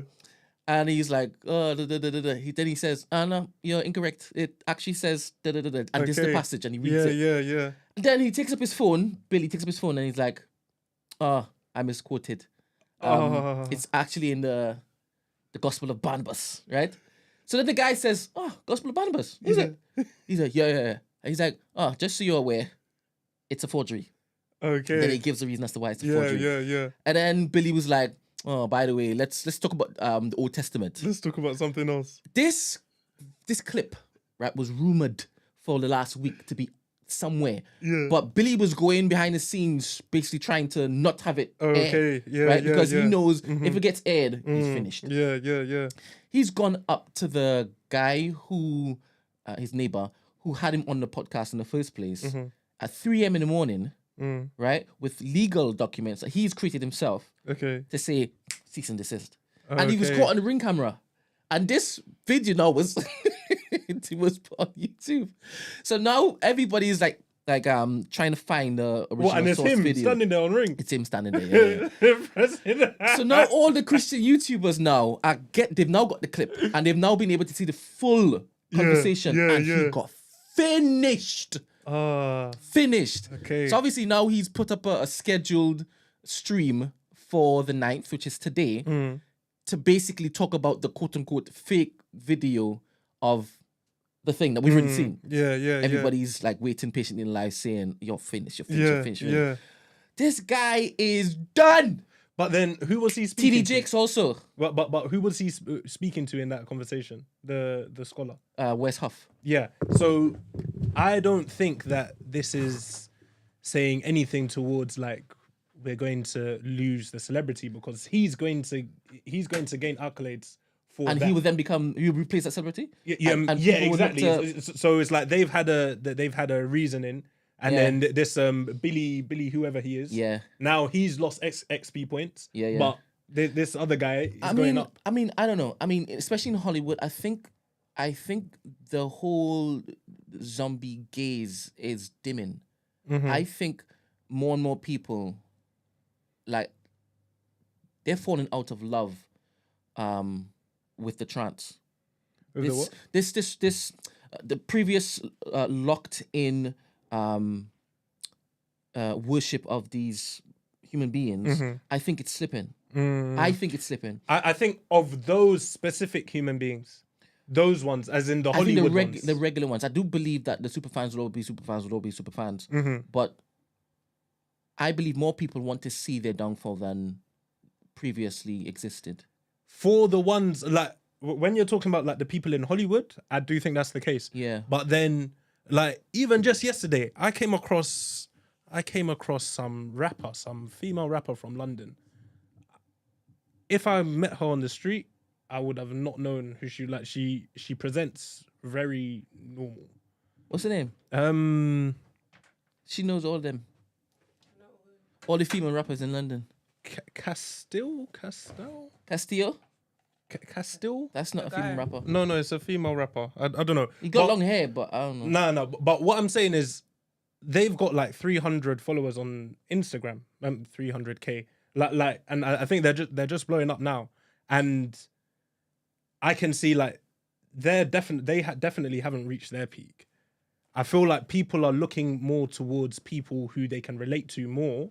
Yeah. So there's a spike in that celebrity, but not the celebrity as a whole. So you're saying YouTubers have become the Yeah. most Yeah. okay Exactly. So not the Hollywoods and the Yes. people in Hollywood Yes. and like mainstream, Yes. but people who are in like people, just normal people, everyday people. Yeah.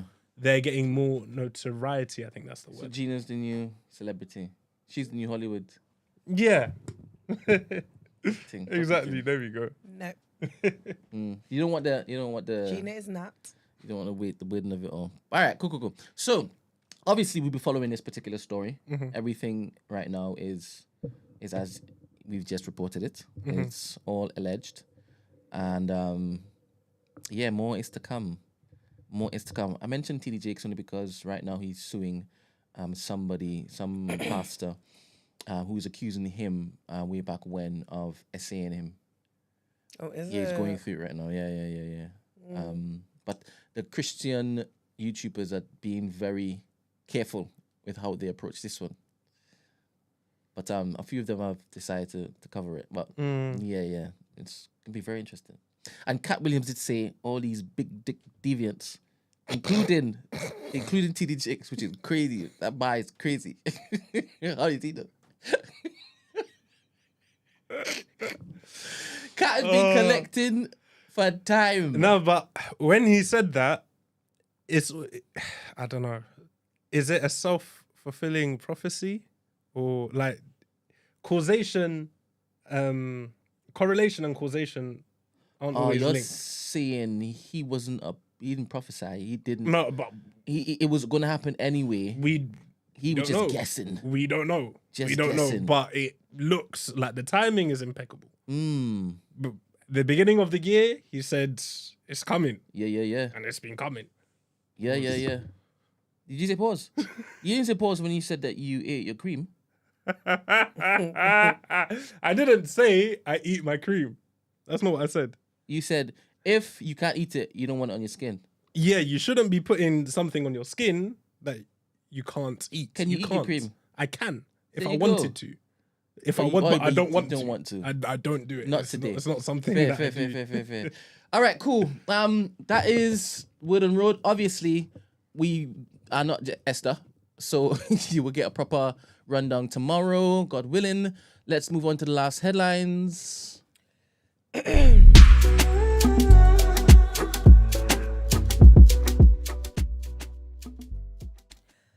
So, first headline is about my beloved home, Ghana. Come on. So, Go we back had for Christmas? We had an election this weekend. How did you vote? I didn't vote. Do you have a passport? I do. Do you have citizenship? Ooh. Do you ever vote? No. That is crazy, man. I don't think it's like over here where you can do it online or via post and stuff, you know. You can't do a posting. But don't. did you even check to see if you could? I think you need to be there. You have to be there, I believe. But anyway, guys, Ghana's Vice President Muhammadu Buhari, shame, because I only know him as Mahama. That's what I would put. Anyway, Yeah. has accepted defeat in Saturday's election and congratulated the opposition candidate, former President John Mahama, on his victory. The people have voted for change, said. Pronounce it, please. Bawumia. Thank you. Bawumia. Thank you. The elections come amid the country's worst economic crisis in a generation, which saw the cost of basic goods shoot up, while young people struggled to get jobs and the country was unable to repay its debts. Despite Bawumia's. concession, no official results have been declared. The Electoral Commission said results had been delayed because supporters of the two main parties were impeding the process, and it has asked the police to clear the collation centres. However, Mohammed's supporters have taken to the streets around the country to celebrate, cheering, waving flags, blowing horns and spinning motorbikes. Okay. And inside Notre Dame Paris's Gothic gem as it reopened to the world. 5 years after it was nearly destroyed in a devastating fire, Notre Dame de Paris formally reopened on Saturday with a 2-hour ceremony inside the famed cathedral's gleaming, newly renovated interior. Global leaders and global leaders and dignitaries, including US President-elect Donald Trump, current US First Lady Jill Biden, Elon Musk, the world's richest man, and Britain's Prince William, joined French President Emmanuel Macron in celebration that fuse Catholic tradition with a dash of history and politics.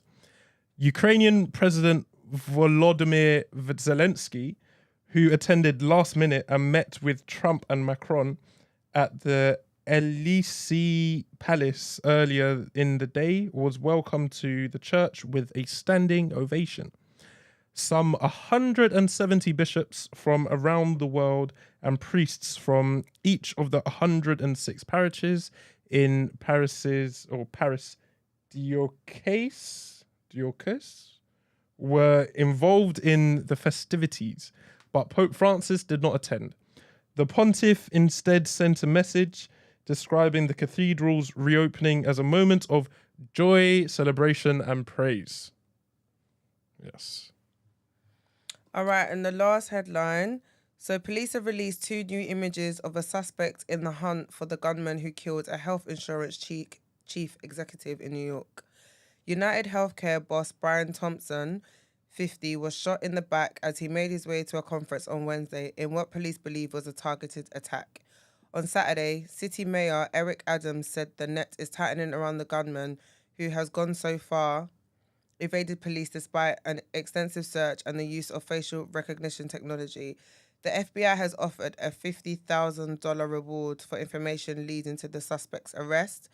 The latest images of the man being sought are both taken from a vehicle. In one, he can be seen in the back of a taxi wearing a hooded sweatshirt and a disposable face covering. In the second, he is seen outside of the car, again wearing a face mask. The new appeal came as US media reported a backpack thought to belong to the suspect recovered near the scene, containing a Tommy Hilfiger jacket and paper money from the board game Monopoly. On Friday, a person familiar with the matter told CBS News, the BBC's US partner, that investigators believe the suspect was no longer in New York City and may have boarded a bus to the city of Atlanta in the state of Georgia. Wow. And that is the end of our headlines. All right, let's get into the sports.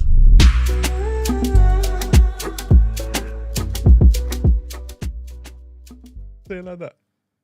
You don't strike me as someone who cares about sports. What does that mean? You make your own cream. You don't care about sports. You don't care about sports. She said that you look and sound like you are into hunting, camping, and that, but not like football and basketball. Okay, fair enough. That's fair. Yeah, I bit of a can't man's argue with man. I didn't lie. I'm not wrong. So over the weekends we had a few football games.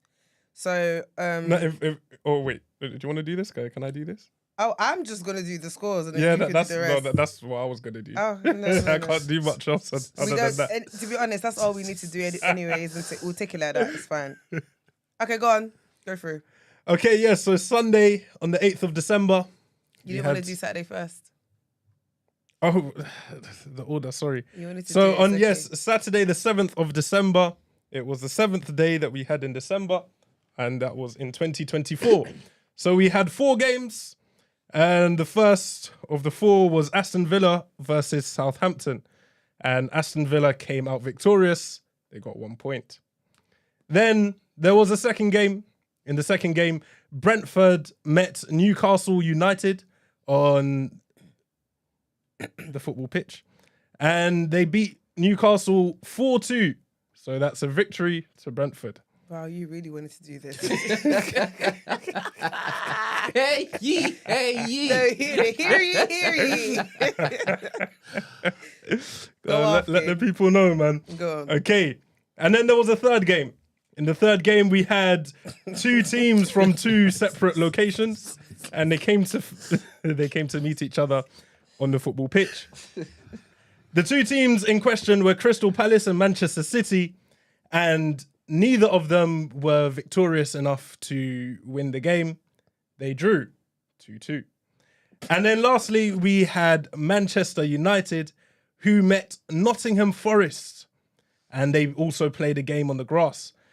Manchester were able to score 2 points. However, Nottingham Forest successfully Sorry. they were able to acquire 3 points within the 90 minutes, or it might have been over, I don't know.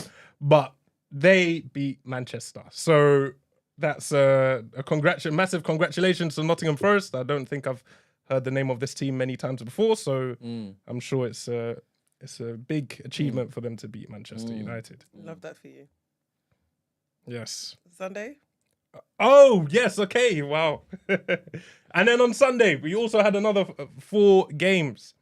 Now, the first of the 4 was Fulham against Arsenal. Now, in this game, they were only able to match each other. So the effort that was put in was matched equally, and they... Nah, it's football, so why are you doing this, first and foremost? No, because it's forces. It's forces. But yeah, so they matched each other's energy. Curtis, please. And they both scored 1 point each. Now, the second game was Ipswich Town versus Bournemouth. Now, Ipswich Town, they did try very hard in this game, and they were able to score 1 point. However, Bournemouth came with double the energy that Ipswich had possessed within this 90 minutes period, and they were able to score 2 points. Leicester City versus Brighton and Hove Albion. Wow. So Leicester City versus Brighton and Hove, they came with the same amount of energy each. So Leicester scored 1, Brighton and Hove Albion scored 1, and they did that again. So that's 2-2 at the end of the 90 minutes. And then lastly, we've got Tottenham Hotspurs versus Chelsea. Now, Tottenham were they were coming very close to winning this game. They put a massive effort in. They managed to score 3 points within the time allocated. However, within that same time, Chelsea were able to score 4 points, 4 goals. So Chelsea came out victorious. And these are the results from all the 8 games that happened over the duration of this past weekend. Thank you very much for that. That was amazing. I appreciate you greatly. The Crow. For this week's movie. Is that on Netflix? Can you possibly you don't watch? Care anyway. Who? You. No, I can find it. No, of course you can. Yeah, but I want to know if you can find it on Netflix. I got a new website. I can find anything. It's all right. Are you up for watching this before Friday? Yeah. All right, cool. So yes, we watch The Crow before Friday and we will chop it up. So the weekend games, very, very interesting. First of all, shout out to Chelsea. They are looking good. Their defense not so much, but just as long as you can score more than the opponent, you're good. But they're now second place. Arsenal dropped 2 points, and it didn't feel good. I used to be an Arsenal supporter. When did you stop watching Arsenal? 2008. What happened in 2008? In fact, I was actually speaking to a friend about this the other day. He changed from Arsenal to Man City around the time that I stopped watching football. Serious? Yeah, so this was... what I can remember is Theo Walcott, he was playing. Yeah. There was Cesc Fabregas. Who was the goalkeeper? He used to wear green. Can you remember him? He used to wear green. Yeah. Can you remember the goalkeeper? It was like Lou something. My friend mentioned his name the other day and it threw me back. But yeah, I can't remember what happened, but I just remember it wasn't fun. So I stopped. Goalkeeper is Chesney? No. Lou. Almunia. Oh, Almunia. It wasn't Lou, it was Almunia. yeah. Almunia, he was the goalkeeper at the time. And yeah, it weren't fun. It weren't fun. So I stopped doing it. So you stopped, and your brethren, he swapped teams. He swapped. Yeah. How old is he? What? I think He's the same age as you at the time. No, he's older. He's 29 now.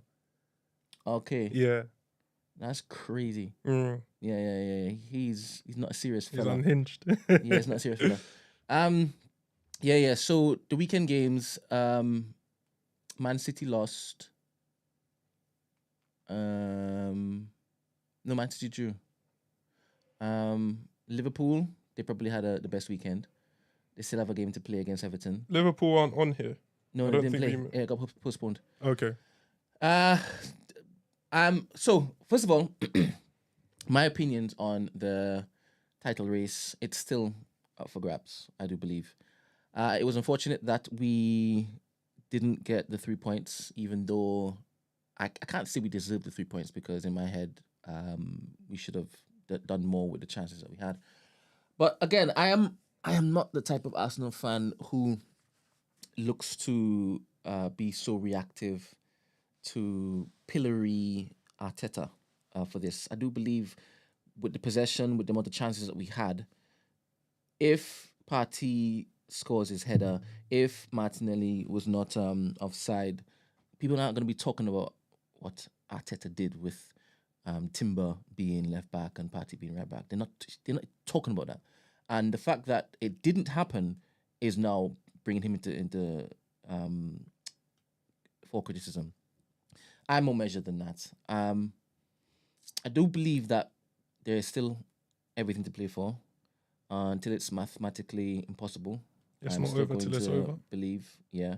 But I like the fact that Chelsea is now up there also. So next year, it's going to be very, very interesting. And that means that come January even, we need to do something in the transfer window. If Arteta's to be backed, because I know that he would have been screaming in the summer for a signing. But January, we definitely have to do something in January. And summertime now, we definitely have to do something in summertime. But I'm all in with Arsenal and what they have building there. I am literally just all in. Like, it's exciting times again watching Arsenal, knowing full well that they're competing up there. And yeah, I would love if it is that during these particular weekends of Man United losing, Marks comes in the next Monday and chops it up. But, we can't have everything. I can't have my cake and eat it sometimes. But nobody's going to rattle me as an Arsenal fan. Impossible. Big up all the footballers. Yeah, no, I am going to be probably arguing with more Arsenal fans come the end of the season than any other. What is that though? Because you're an Arsenal fan. Yeah. Okay. Proper one. Yeah. Yeah. I've noticed all the proper Arsenal fans hate Arsenal supporters. Yeah. Why? I think they hate the social media Arsenal supporters. Okay. The ones that like just say extremes all the time, dependent on like. But this has been the same. This has been the same from early. Like even when I was watching football back in the day, there was no social media, and I've got one uncle. He's a very strong Arsenal fan. He couldn't get on with anyone else who supports Arsenal. I don't know what that means then. Because there was a point in time when everybody loved the Wenger years. So why they were arguing amongst themselves doesn't make any sense to me.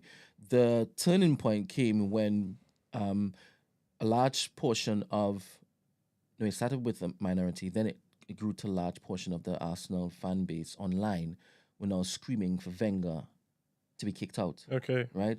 And the level of disrespect that was conveyed at that time was terrible. And I do believe that a lot of the true Arsenal fans, when I say true, I think that's being a little bit dismissive. I should take that back, because there are people who had season tickets who'd been going to Arsenal games their entire life who also saying Wenger out. So I'm not talking about that. I'm talking about how they were disrespectful when Towards the Wenger. yeah. When the camera was on them, it was more so the performative nature of it, and it became a thing where there was currency in just shouting obscenities. Okay. There was currency in lambasting your team and how creative you can get in lambasting them. Okay. And that's the thing that started dividing people. Okay. Is this around the time that AFTV started?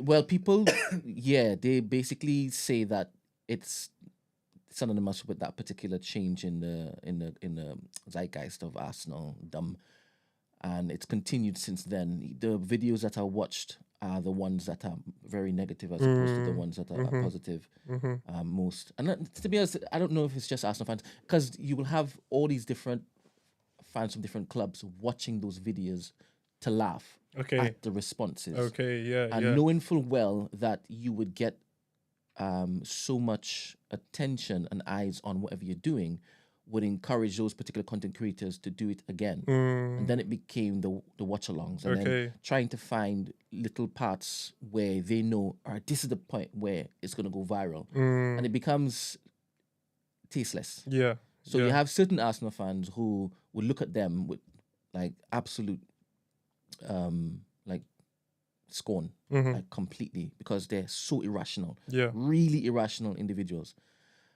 But yeah, I don't really get involved in all that crap. But when it bleeds into Marx's world, he comes to me like I am one of them. Okay. So he thinks he can talk to me like how we can talk and laugh to the rest of them. Yeah. But I'm not. You want to say why? Guys, I was trying to really. No, it's all right. You've done well, you know.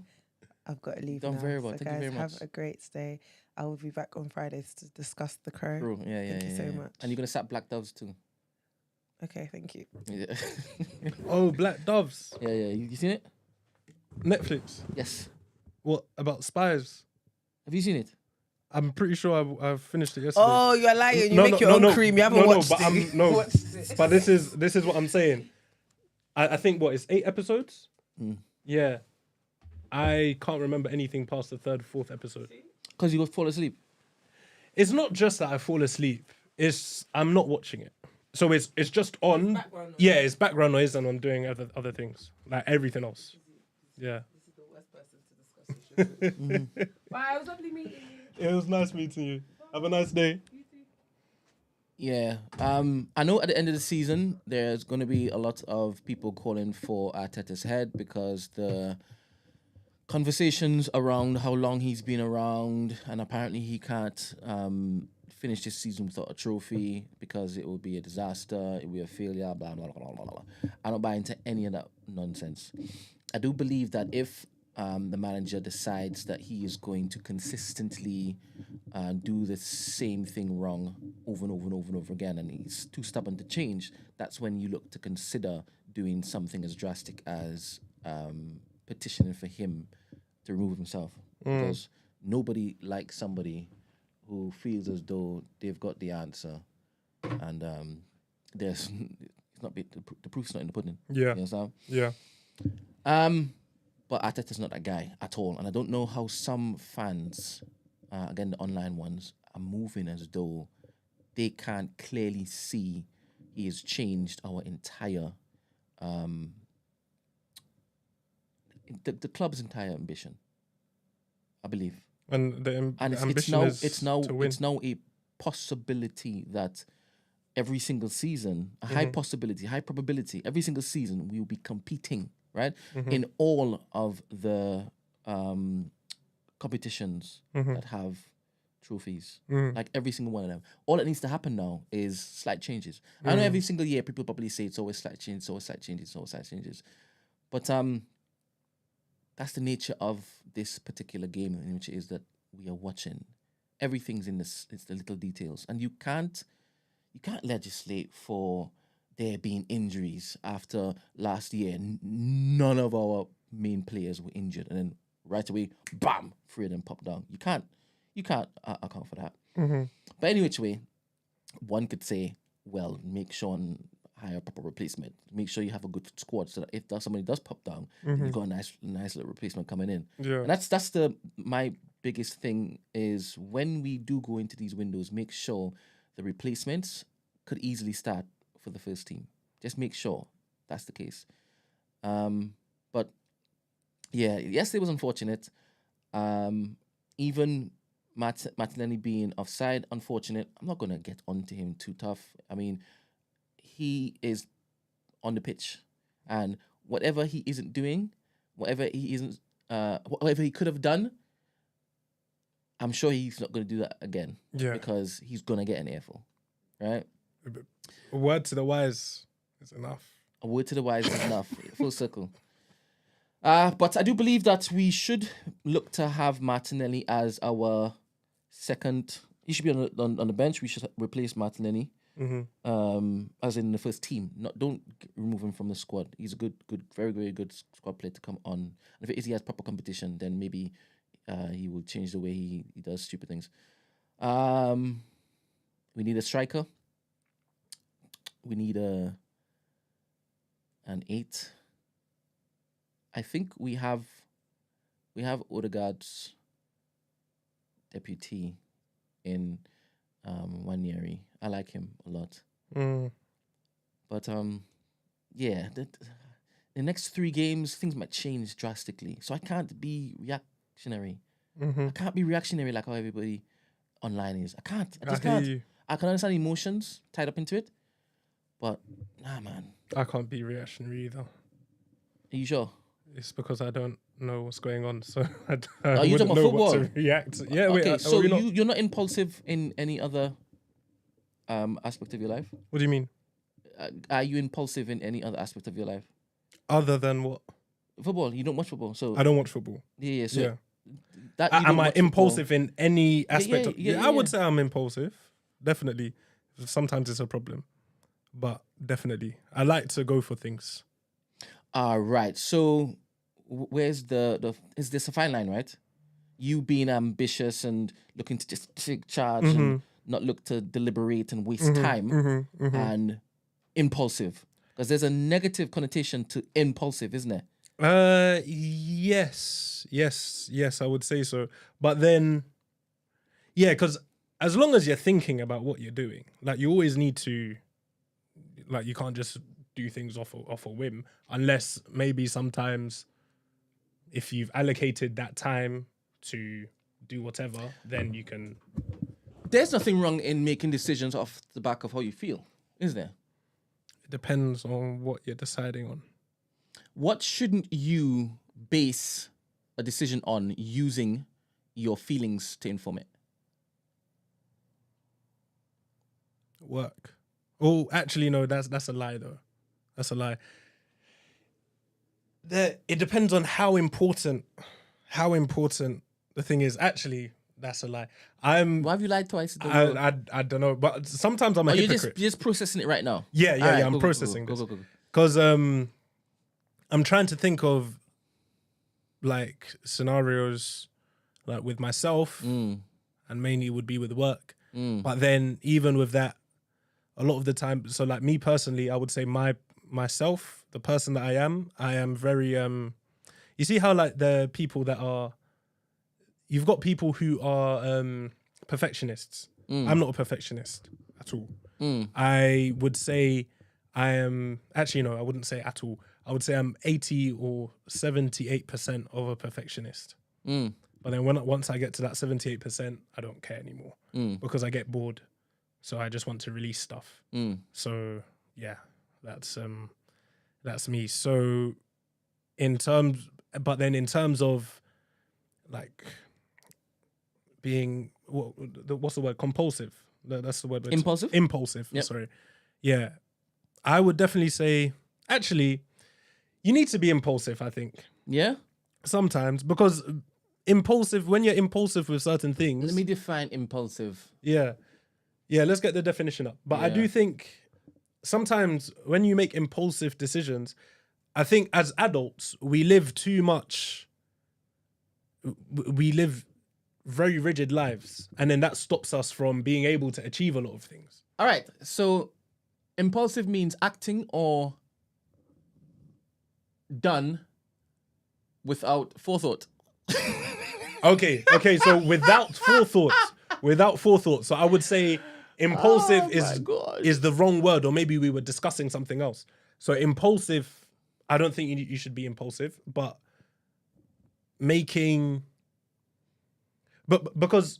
what's the other word then for something that you've thought about, but you're still acting on your feelings? Because you can think about something and have strong feelings to want to do something. Let's say, for example, me eating a steak. I can think about it. I can like steak, blah, blah, blah. But it would, like, if I'm fasting, if I woke up this morning and I said that, okay, I'm going to be fasting today, then that would be something that would be holding me back from it. But then, actually, no, I've chosen a really bad analogy, because if you're fasting, then you need to fast. Why are you eating? Yeah. Do you ever do anything without thinking? Yes. Like what? I know there have been many probably examples. What's the latest one that you can remember? You just did it without thinking. Off the top of my head, there was a sales competition. Okay. And work. Yeah, kind of work, but it wasn't with like work or anything. It was just a competition, and I entered it, and yeah, I didn't win, unfortunately. Yeah. But yeah, it was a good experience. Okay, so that's a good thing. Yeah. I think going for things. So it's like you always need to think about something before you go and do it. You need But that time you didn't, and it was. Oh no! I still did. a good experience. I did think about it. Okay. I wouldn't say so. I don't think I make impulsive decisions, because I always think things through. Yes. But it's just sometimes you think things through more, and sometimes you think them through less. Okay, let's take it to the dating world. Okay. Have you ever done anything without thinking? What does that mean? You just done it. You just done it. Like, let's just say you decide to kiss a girl. Just in the moment. You didn't think about it. You just did it. You just took the opportunity. Just did it. Bang. There was no, what would she do if it is a kiss her? Is this the right moment to kiss her? No, you just did it. Just impulsively. No, but that could never be impulsive, because before you do something, you think about it. It's impossible to even move your finger without thinking about it. Is it impossible to speak without thinking?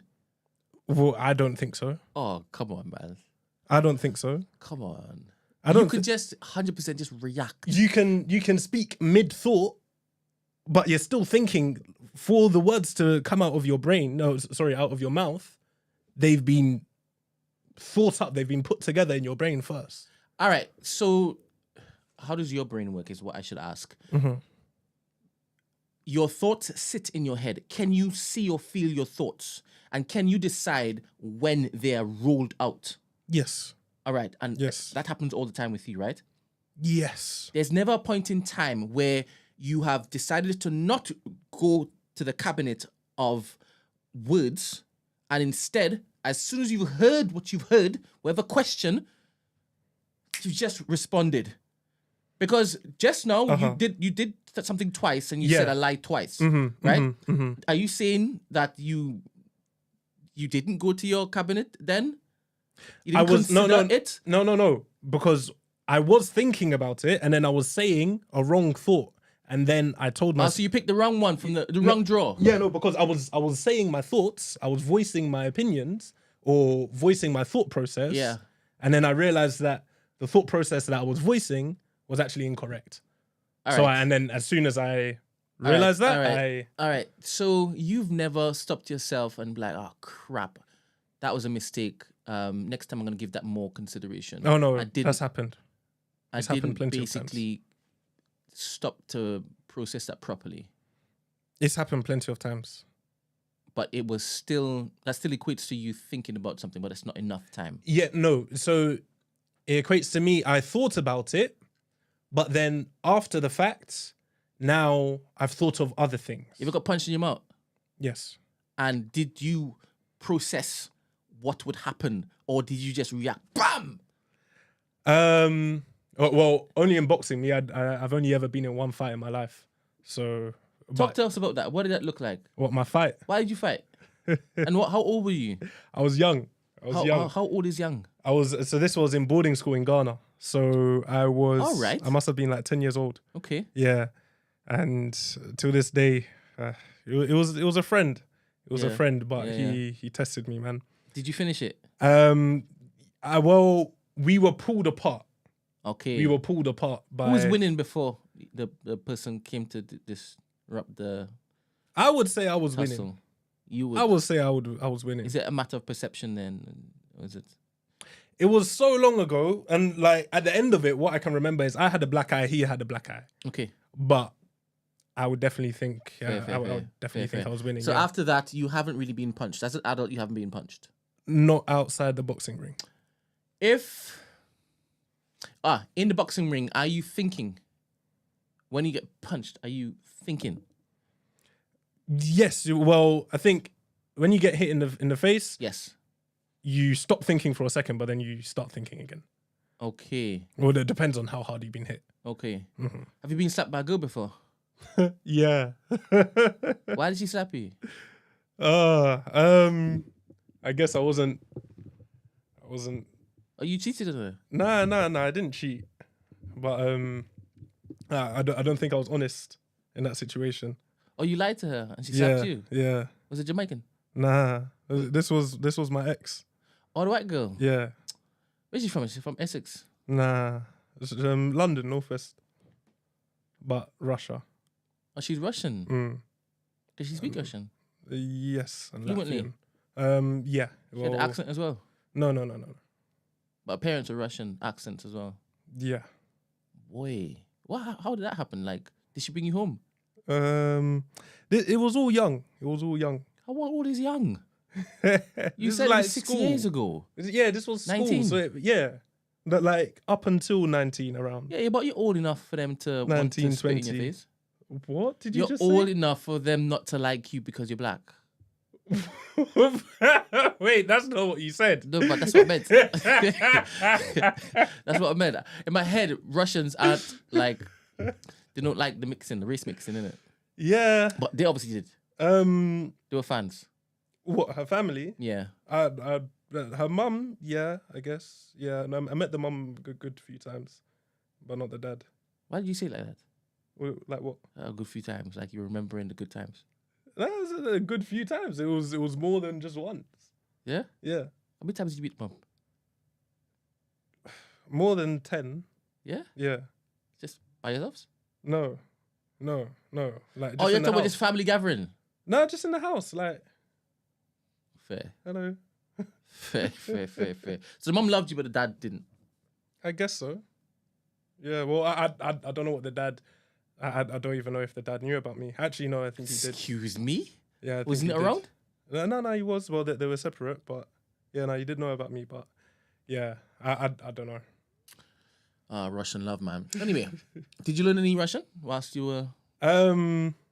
Not much. One thing. Mushinya, deshinya, and yes, and niet, privyet. Yeah, just words here. What's the mushinya? I'm pretty sure that's boy, and deshinya is girl. Or maybe it might be the other way around. So you were hearing mushinya from No, the mum or the dad? No. Which No, one? she taught me like a few words. So she taught you what she meant when she kept on saying mushinya. No. She was teaching me Russian. Boy. And then and then I'm pretty sure niest or yes is eat. Like they're just random words. Yeah. How'd you meet, man? It sounds so We romantic. went to school together. Oh. Yeah. And then you'll stay together for how long? Like 4 years? It was a while till second year uni. Why'd you more or lie less. to her? Huh? Why'd you lie to her? I can't even remember what that was about. But- When she slapped you though, like were you expecting it? No.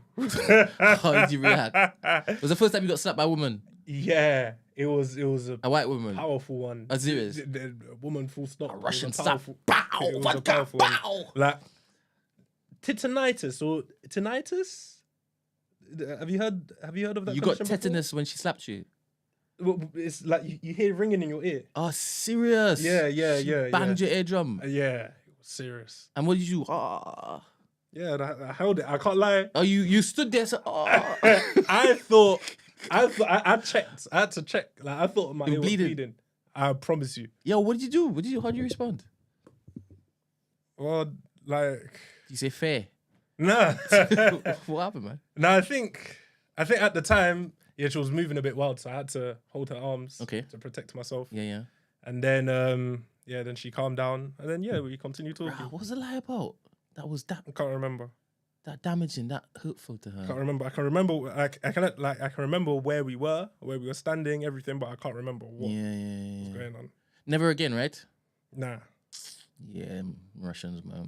Wait, well, never again. What? That's what I meant. Vladimir. No going back there. I'm not racist, but nah. We've learned we don't do You the don't line have to anymore. be racist to say never again. Is that how you see it? Really? I That's think cool, you know. I mean, I'm used to basically talking to a man that goes all around the world, right? Yeah, Marks, yeah. Do you understand? But you dated one, you fell in love with one, right? And now you're seeing me saying never again as that's racist.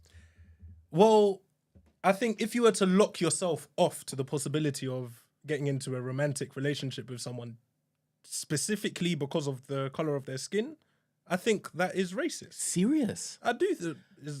I don't see how you could see it any different way. So you're baffled as to me saying I could only date a black woman or somebody who has black in them, I'm not as baffled. racist. I'm not baffled by that. but you still call it racist. I would say, yeah, there's at least an aspect of racism in that. Fascinating. But when it is that it's not whites stay with necessarily- whites, you basically just call them racist because they don't look to date a black woman or black man. But let's get the definition of racism up. It's the hatred of. Is it the hatred 100%. or the mistreatment? Or like, but because I'm pretty sure racism is when you treat someone different because of the color of their skin. It's not necessarily treating them bad or treating them good. You're just treating them differently. Racism. Let's see. All right. Prejudice, discrimination, or antagonism by an individual, community, or institution against a person or people on the basis of their membership of a particular racial or ethnic group, typically one that is a minority or marginalized. Okay, so typically, but it doesn't always have to be.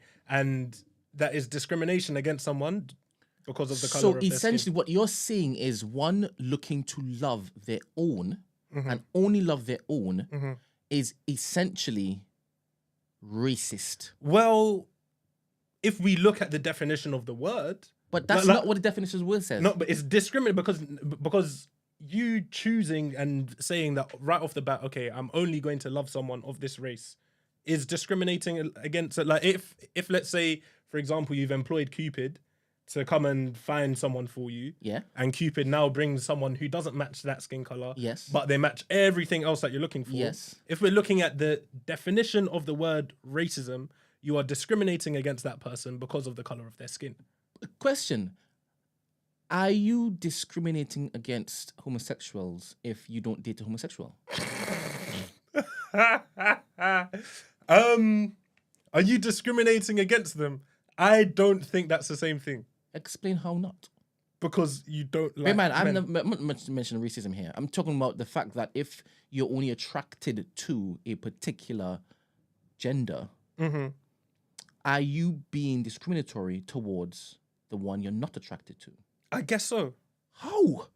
Because if I'm processing this right now, if someone was to same scenario, Cupid, you've employed Cupid to find you a babe. he brings you a man instead. You are discriminating against what you are standing in front of. That is crazy. So that I you guess see things that I way. guess you could say no, but if we're looking at the definitions of the word, like I always like to look That's at not the definition, though. no, but what are we talking about? Discrimination? There's no prejudice against that. You're talking about not doing, Oh, no, but not it's not. forcing yourself to basically be attracted to something. How is that the definition? It's not the definition. No. But you were saying, okay, let's say for example, the gay one. I don't know about that one, But let's say, for example, Cupid has bought a girl that is not of your race. Russian white girl. Cool. Yeah. Yeah. And you like, let's say you're clicking. Yes. You like everything about her, Yes. but it's just the color of her skin that you don't like. That is discrimination. When you say don't like, as in Or not attracted to. yeah, I guess. All right, cool. But that's discrimination. Not being attracted to something is discriminatory. Okay, you know what? I see where you're coming from now, but because you're saying you're not attracted to You it. call people ugly, right? And you're not attracted to ugly people. So are you discriminating against ugly people? I guess so. Because if an ugly person was in front of me, and like if an ugly person was to move to me, I'm not gonna take that. If someone, or let's not say an ugly person, but a person that I deemed to be ugly, if they were moving to me, I'm not gonna have that.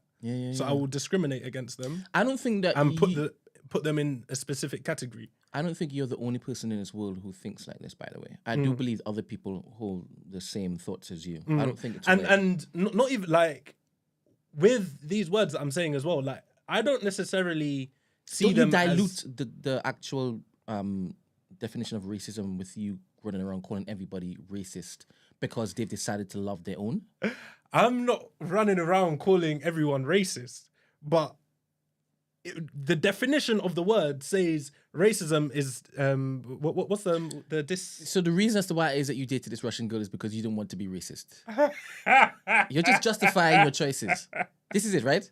No, that's not the case. No? That's not the reason why I dated her. I wasn't bullied into dating her. Not bullied, but you just didn't want to be racist. Come on.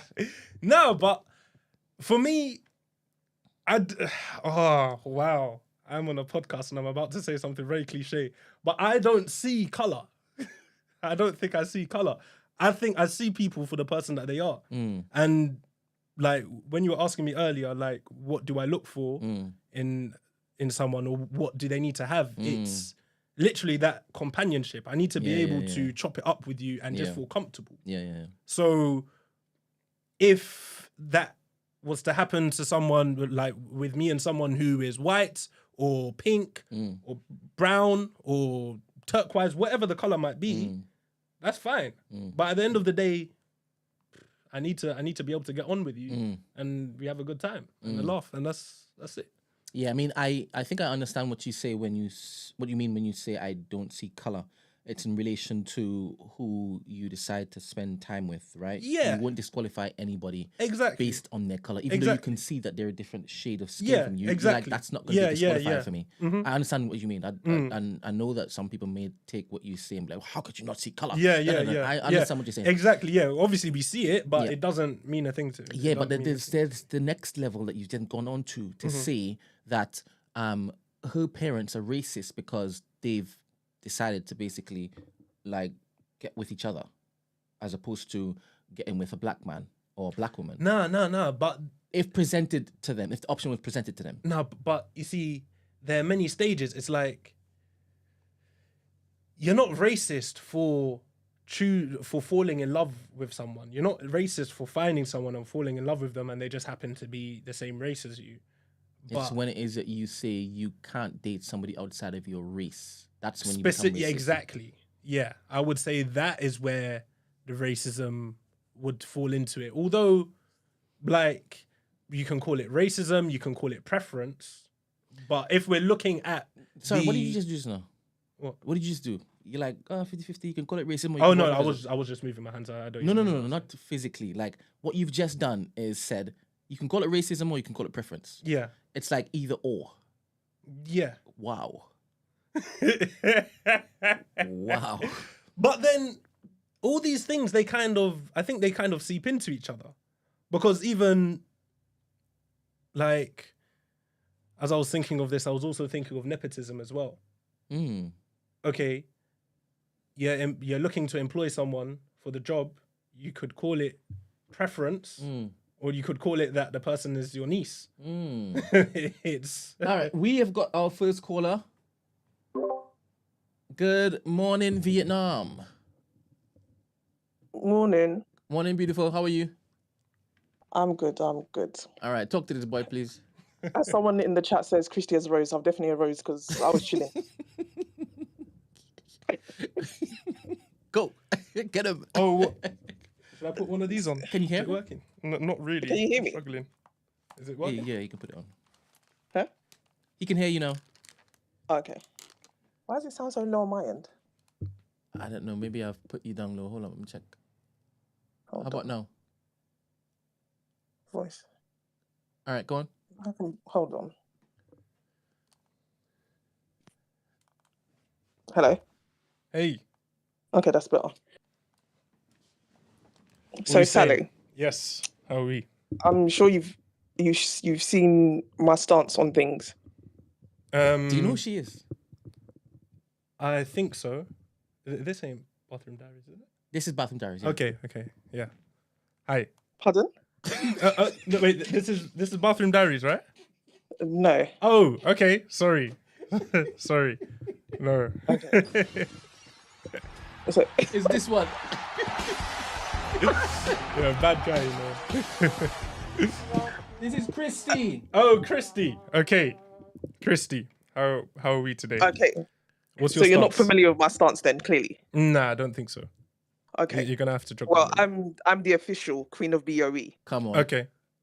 Black over everything. So by the way. Mm-hmm. that means black over everything. Mm-hmm. So would you say that stance is racist? If you were a white person and you said that same thing, Here we go. well, no, wait. But at the end of the day, we're all on this planet as equals, right? So we need to look at it for what it is. It's like, if there's something that you can say, then why can't... I'm not saying that white people should say this. I'm just saying, if you think that is not racist, then you should also give the same energy for a white person who might want to say the same thing. Okay. I don't give them any energy because I don't care what they say. Mm-hmm. I'm saying my stance being black over everything. So wait, are you? So that means you're not even for any type of advancement for black people then? What? No, What? I need to understand because you're saying. I just need to understand this. All lives matter. That's what I'm saying. So it does. Wow! So Wow! that's what I'm trying to. Wait. I'm trying to gauge here. Then maybe, wait, if you're trying to understand all lives matter, you should ask someone who is advocating for all lives matter to explain You that said to you you. don't see color, and we're on this planet. As I equals. have not mentioned all lives matter once. Okay. We're just said looking we're on at this planet, Uh-huh. and we're all equals. Yes, as God's Okay. children. Okay. God did we're not put all anyone equals- above anyone. We're all the same. We all matter the same. Yes. We all matter the same. Yes. Okay. Mm-hmm. And you live in this UK, Yes. and you know this climate, right? Yeah. Okay. As if in, we're- yeah, go on. So if we're all the same, do we get treated all the same? We don't get treated all the same, but that's neither here nor there, because what I'm speaking of is God, like how God sees us. God sees us as He wants us to be here on this planet as equals. Okay. Yes. Okay. And That's once great. again, I never said all lives matter. That's not what I said at all. I And hear you. I'm definitely here. And we're all equals. We should be. That's how we should be on this planet. We should all be here as equals. Okay. But in reality, we're not. Well, in reality, obviously, we know what's going on, and that's and it's not obviously ideal, and I've probably not worded that in the best way. That kind of probably minimizes our problems. However, yeah, it shouldn't. Things aren't the way they should be. However, that's the way they are. Okay. Again, so my stance of saying black over everything because of the circumstance, you think that is racist still? Because of the circumstance. It's not. Wait. I want to make it. We would all be equal, and we would have fairies running around. It would be so great. It would be so great. I want to make it very clear. I am not here talking about what I think. I said, like, I look at things almost as if, like in the same way a lawyer would look at something. If we look at the dictionary definition of the word racist, it says discrimination against somebody due to the color of their skin. So if you either choose somebody specifically for something because of the color of their skin, or you banish, or banish isn't the right word, but you exclude someone from something specifically due to the color of their skin, the dictionary definition will say that is racist. Now, if we're following the dictionary definitions of things, then that's what it is. Okay, can I just interject quickly? Good morning, Saleh. Good morning, Ebony. It's Ebony. Hi, good morning, Ebony. How are we? Okay, so I'm fine, thank you. So what I want to ask quickly, in dating, is there an economic advantage to it? In dating, is there economic advantage to what? To the dating spectrum, because that is one of the key principles of what racism is. I'm sorry, I don't understand the question. In dating, is there an economic advantage? Because you are saying, so what you're saying is that, you know, if I choose, which I have chosen, to marry a black person, then essentially I'm being racist. But there is not an economic advantage for us to be together. Apart from generational wealth. I have not said that someone who chooses to marry someone of the same race as them is racist. I think. Okay, so break it back down to me. What is your definition of whiting people from this? Wait. People marry people that they love. If you marry someone that you love, that is not racist. Okay, so but before we married, we were dating. So was I being racist when I was dating? No. If you were looking for someone to marry, or looking for someone to date, that looks like, and you said that I will 100%, I will not consider, I will not entertain a white person, or if, for example, I don't want recessive genes. Yeah, or if, for example, you were speaking to a white person and you were liking them, but you decided, no, you know what, I'm not going to pursue this any further because they are white. And I'm sure the dictionary would agree that is racist. I don't see. It is not racist. It is not racist because there is no disadvantage to that white person by me not skinning out my fanny to them. Wait, but racism doesn't have anything to do with advantage or disadvantage. It's oh my goodness. It's so what do you think that racism is? Wait, it's discrimination against someone due to the color. And what is discrimination? Discrimination doesn't always have to be negative. It can be positive as well. But it's it's choosing to treat someone in a specific way because of the color of their skin. If I decided to go, give me an example of positive discrimination. All these what's it called? What would they call it? These hires, the hires that they're doing recently. Affirmative action. What, diversity hire? Yes, these diversity hires. That's positive discrimination. That's not discrimination. That's been put in place because we were discriminated against, not because. Yeah, no, but then now that shouldn't. No, but then now they're going the other way. Yeah, but that shouldn't even be a law. So that's not positive. It would be positive if it didn't exist. It would be positive if, off the merit of my education, off the merit of my experience, I got the job regardless. But what we know happens is somebody looks at a CV, an application form, sees somebody's name and automatically discards them because of that. That's why we've had to have diversity hires. We shouldn't have laws that, hold on a minute, we shouldn't have laws that tell people they can't wear their hair in their natural fashion if they're black. That is correct. So there's no law, because then you could spin that and say that that's positive. It's not positive. It shouldn't have to exist in the first place.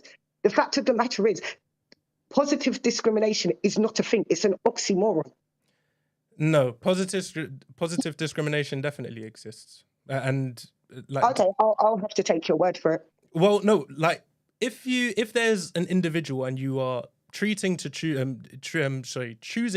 them in a specific way, specifically because of the color of their skin, I don't like. I'm actually confused as to how this cannot be understood. The difference is, so because what you're saying is racism, it cannot be racism. Me actively having a preference is not racist. Yeah. It just can't be. Yeah. No. Pardon? And so, yeah. No. Wait. Sorry.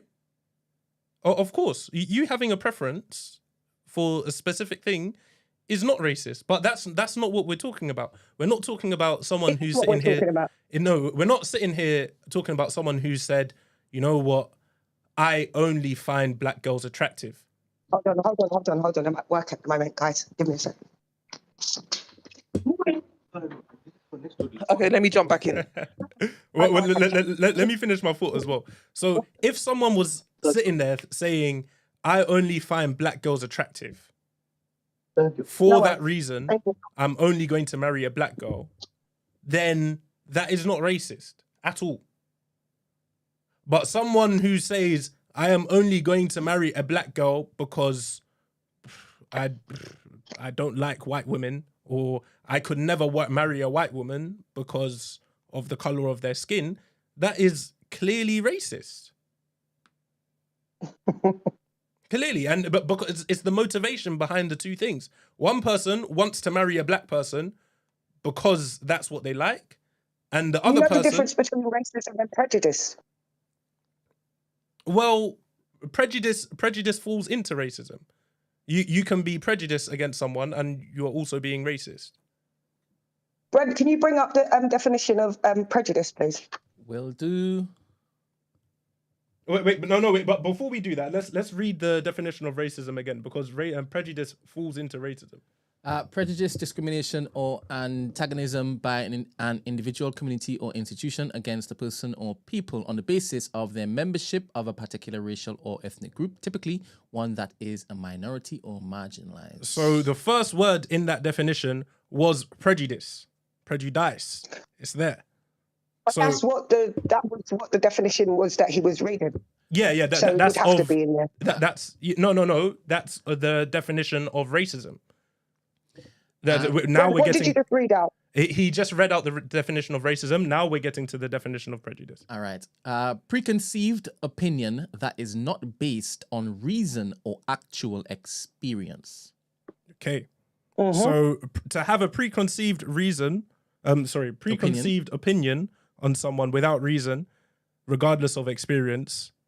Or actual experience. Yeah, regardless of actual experience. That is the first part. In the definition of racism, that was the first word that was mentioned. Okay, so 400 years of slavery is my reason why I'm prejudiced. Okay. Breaking is my reason of prejudice. No, but then you see, that I would also say, I understand where you're coming from, because, okay, yes, 400 years. However, the people who, the slave masters that were there in charge, like every single person that you go and meet, I could go and meet tomorrow an 80-year-old white man, and he could be the most lovely person I've ever met. But if I was to come with this preconceived notion that, oh, okay, you know what? He's an 80-year-old, he's an old white man, he's most probably going to be racist. Like, no, you need to give everyone the opportunity to present themselves to you and show you who they are. And white people have continuously showed me who they are. That's why I choose to be with a black person. Well, I would hope that you choose to be with a black person and the specific black person that you've chosen to marry because you love them and not because of anything else with anyone else. That was my choice. My choice was being with a black person because I want somebody that looks like me, that comes out of me.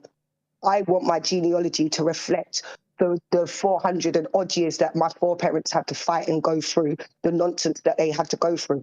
I choose to be with a black person because there is no way, shape or form I could ever lay down with a colonizer. But the colonizer's a colonizer. Yeah. Okay, And the but like, colonizers' children are still benefiting off of what they did to our people. I The colonizers 100%, and have they're still got getting laws paid in place, reparations. which is Yes. exactly. Oh yeah, The all these colonizers things. are still heads of states in our countries. Yes. So how can I turn around and then when somebody like you turns around and tells me you don't see color, you might not see color, but guess what? They do. They definitely do. Well, when you say they, this is what's important. It's about who is they, because you're talking about They colonizers. is white people. Sorry, They is white people. They Is white people. every single white person on this planet. You just group them in. Yes, like every single white if person and now it's a they. if we were to flip this, and we were white Saleh, people. Saleh. No, wait. If we were to flip this and we were white No, people, right now we'd be let him cancelled. talk. What's going on? If I was a white person and you were a white person and you right now on this podcast were telling me that every single black person is they, and you know what, they're lazy, I don't want to marry any one of them. That is racist. So all I'm saying is, on this planet, if we're all equal, all the time, their laws have been predicated on the fact that this is the way that they think. I don't understand why you are capping for white people so hard. I am just saying not everyone is the same. Why have you never been with a black woman? Sorry? Let's unpack this. Why have you never been in a relationship with a black woman? I've been in one relationship in my life. And why have you never dated after that? And why have you never been in a relationship with a black woman? I have dated since then, but it hasn't led to a relationship.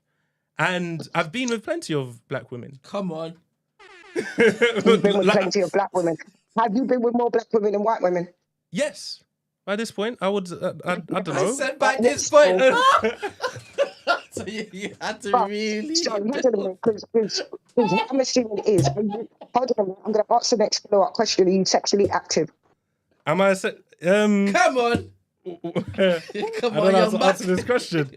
Yeah, I do what I need to do. Okay, so by your logic, black women have been good enough to spread eagle for you, but not to get into a relationship. So let's start unpacking this now. Okay, let's unpack this. I would love to unpack this because I have not been in a relationship in the past 6 years with anyone.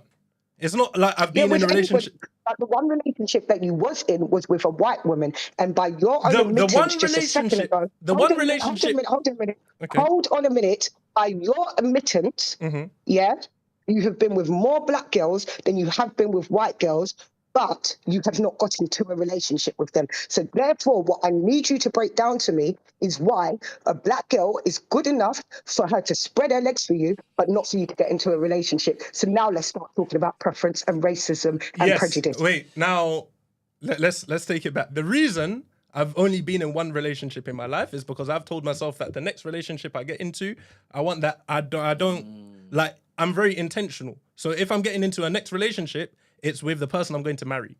So that hasn't happened yet. I was in one relationship, which was from very early in my life, literally like around year 7, year 8 till second year uni. That's the time span. And since then, out of that relationship, and now I'm looking to marry someone, and I've been dating black girls. So I haven't found my wife yet. I don't understand. Is it unpacked?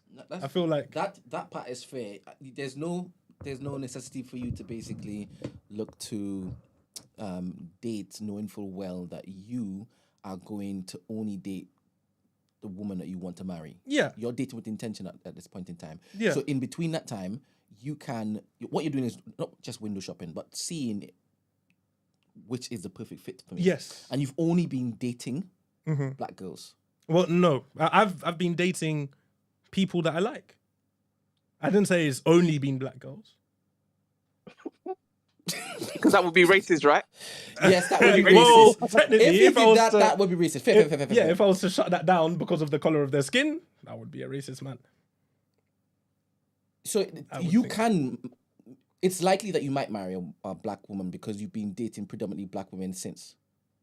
I could marry an Asian woman. I could marry anyone. You really just don't want to say that, do you? Like it's disgusting for you to say, yes, I might just marry a black woman. Wait, can I ask? Wait, I definitely might marry a black woman. That, man. Yeah. God damn it, you be a blessed man if you marry a black woman, you know. Can I ask? Uh-huh. Can I ask? Yeah. You've been on dating sites. I have. So the dating sites, when they're asking your preference and they ask, and you can specifically add race to it, are the dating sites racist? Well, no, they're not asking. That's not racist, but I would say, like, there's okay. I would like to be very clear about this because I think people aren't understanding what I'm saying. There are two things. It's awful. Now, there is having a preference. If you have a preference to date black women, then there is nothing wrong with that. Just like how if I said my preference, types of ice creams. There are loads of different types of ice creams. And if I said to you, my favorite type of ice cream is strawberry ice cream. And why? Because I love it. I just love it. The taste, everything, the texture. Okay, that's fine. You're well within your right. But if you say now, I do not like vanilla ice cream because what are the reasons? Because I don't like the way it tastes. Because I'm allergic to the vanilla pod. I do not like vanilla ice cream because all the people that I've ever seen making vanilla ice cream in the past, they might have cut my neighbor or something like that, or arrested someone. I don't know. Let's keep it to the ice cream analogy, innit? Yeah. Like, keep it in there. So, if you're allergic to, like, vanilla pod, you can say you don't like vanilla, right? But what are we saying is allergic? What are we classing that as? The allergy? I have an allergic reaction to it. What is the allergic reaction? I convulse. Anaphylactic. No. But then I vomit. No, but then how are we relating that to race though? How are we relating that to race? No, because you people started with don't. ice cream. So Yeah. I wanted to know if it is that you can basically. That's you people that talk about preferences. I'm not in that category of the preference talk. My preference is not preference. It's a general default. It's a setting. Right. It will never change. It's not preference because I don't like one over the other because I will never go for the other. So there's no such thing for me in terms of dating. I would say that's racist. Okay. I definitely do think it's racist. And but how does we can how call it does me racist. saying it's a default to an actual default that I like my own race. Racist. No, because you're not making it about your race. It's not about the love. It's more about the hate. So no. Your focus. Wow. Yeah. Wow. Because what she's saying if you're is so blinded by the love, why are you bringing hate into this? No, but if you can't turn anywhere else because what's in front of you is just glorious, why would you want anything else if everything in front of you is just glorious? No, but that's why are you bringing hate into this? But that's what she's saying though. How is she saying that? No, that's not what I'm saying. Yeah, no, but that's exactly what you said. You said that. I just said. So wait, there's black love. Saleh, do you vote for EDL? Sorry. Do you vote for EDL? No. What? Can you even vote for them? Nah. EDL. Do you believe in them? Do I believe in them? No. What, the English Defence League by Tommy Robinson? No. Definitely not. But sorry to cut you. No, but like I feel like with this topic, I really feel like people like we allow our emotions to trump everything else, because it always comes back to the definition of racism is discrimination or prejudice against someone because of the color of their skin. But do you know what you keep on negating in all of this is the bit where it said minority. So if white people are a minority in this country, then I'll understand your definition. No. It's not. No, because the minority part came at the end and it said it can be in relation to something due to like a minority like factor within a society or whatever. It can be. Doesn't have to be, but can be. Good morning, Stacey. Come and help this young man, please. Say that you agree with him. Are you dead ass? Be so for real. What are your thoughts? Never. I just don't understand what's so hard for black men to understand about this whole preference nonsense. Like, you can't prefer a race that is not your own without comparing negatively your own race. Like, there's a reason why this conversation can't be flipped when we're talking about white men, because their preference is their own. Like, what don't y'all understand? I feel like this is so straightforward. Wait, hold on. Hold on. You've come Am into I this making conversation. sense? Wait, you've come into this conversation You're talking making about perfect sense. preferences, and I just want to make it clear: no one's. I've not mentioned my preference, or if I even have a preference, once in this The whole part of the conversation. But I feel like I- people keep trying to put words into my mouth where the Hold on a minute. one and only thing I'm talking about. Saleh, Saleh, you have told me and Christy that our preference is racist. That is what Stacey is talking about. Unless I've misinterpreted your point, Stacey. Is that what you was No. predicating? But because, and you see, this is what I was trying to say before. You can have a preference. Now, your preference But being enacting my preference makes me racist. no, because your preference. Let's just say, for example, you love black men. You love black men because you love the color of their skin. Blah blah blah blah blah. This and that. That is fine. That is perfectly fine and within your right. But now, with if you're saying instead that, you know what, I like black men, but I just hate white men. That is racist. Please show me the point where me or Christy told you that is our sole basis of loving men. You're moving the goalposts. We've told you it's about furthering our bloodline. We have told you it's about, generations to come and the generations before. None of that we didn't say our sole purpose of liking black men. No. I think Christy said that. Christy said, but because She of the said she's 400 black years. over everything. No, that Yeah. was Ebony. I Ebony said said the 400 years. Ebony, I made okay. a very good point about 400 years, but never once in that point did I say it's because I hate them. No, See, what you're doing but is- that's you 400 went, years. you went to Let me tell you definition something, and because you what you're talked trying to about do- no previous experience, and she said, "Well, my experience that I'm basically leaning in on is the 400 years." That's why. That's the only reason why she said that. But first of all, that 400 years can't be her experience. Because she hasn't been Excuse on As this an planet. observation. No, but yeah, it Excuse can't be. None. You haven't been on this planet for 400 years. Brent, give him a Snickers, please. I'm sorry. Are we This actually is choosing cheeky. to be obtuse? This is very Her cheeky. experience is He's the being This is very very wild. cheeky. consequence of 400 years. Sorry? Come on now. Seriously. Her experience is the consequence of 400 years. Are we all okay? It's very cheeky. No. She said the 400 years was her experience. She's still living it. The Okay. ramifications are still living it. You even said reparations are still being paid to these people. Yeah, no, but that's facts. This is what she's talking about. She's talking about her lived experience. No, but that's not what she said. But because if she was talking about her lived experience, she would have said, on Tuesday, this happened to me. On Friday, this happened to me. But she didn't say that. She said 400 years. Saleh, there None was of us are past over 100. 400 years. Hold on a minute. After that 400 years, we then entered into the civil rights movement, which directly affects my living relatives today, which directly affects people like me. Yeah? I'm old enough to remember this country 15 years before you was even a conception on this earth. Yep. Please understand that. Okay. When I was in my adolescence, I've experienced things in this land that you will never comprehend. This la-di-da world that you guys have the privilege to live in, I wasn't brought up in that. I was brought up where it was very much racism was still alive in this country. Yeah? Yeah. My elder siblings was under the Thatcher government. I wasn't too far behind that. This country is and was always a racist structure. So when you're saying to me that 400 years doesn't affect me, 400 years still affects me. 400 years is why my country of Jamaica is still in bondage. 400 years is why I can't tell you what particular tribe I ever came from in Africa. That's how 400 years affects me. So when I want somebody that looks like me, hold on a minute. Let's just remember, if it weren't for those boats, we would have never interacted with them. So all of us would still be in our own tribes.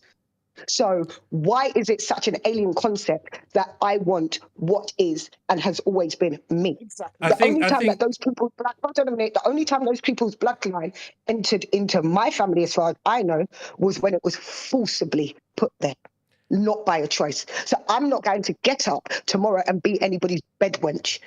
I choose to stand with my ancestors. Now, I think once again we're putting words in my mouth, because I have not said that previous like the slave trade and previous history, the 400 years of slavery has not affected your life. I did not say that.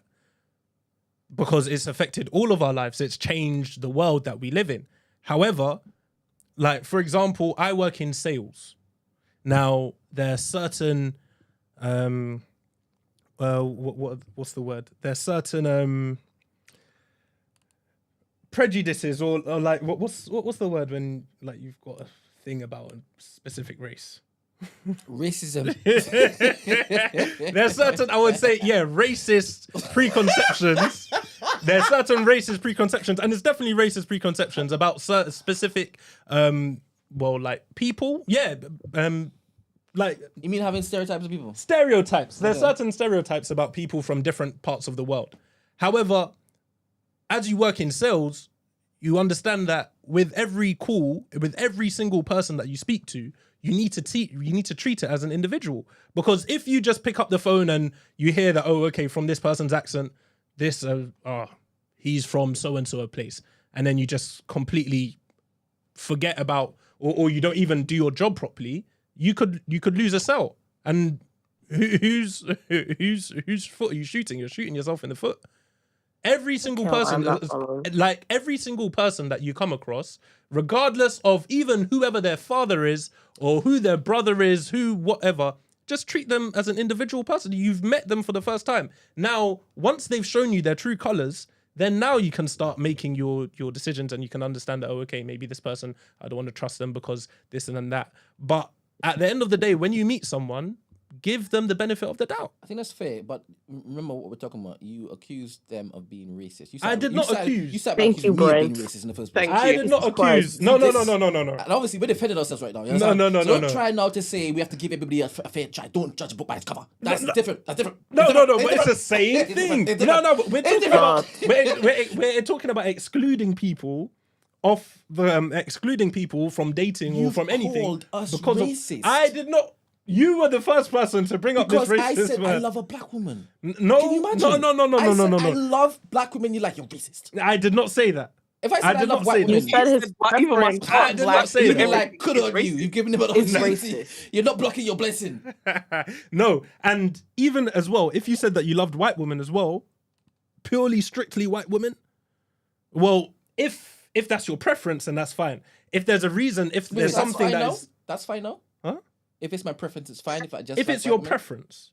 If it's your preference, but if you're God. going to them, if you were to couple that up with I what's it called? I love white women because or the reason I love white women is because black women are this and that, then that would be racist.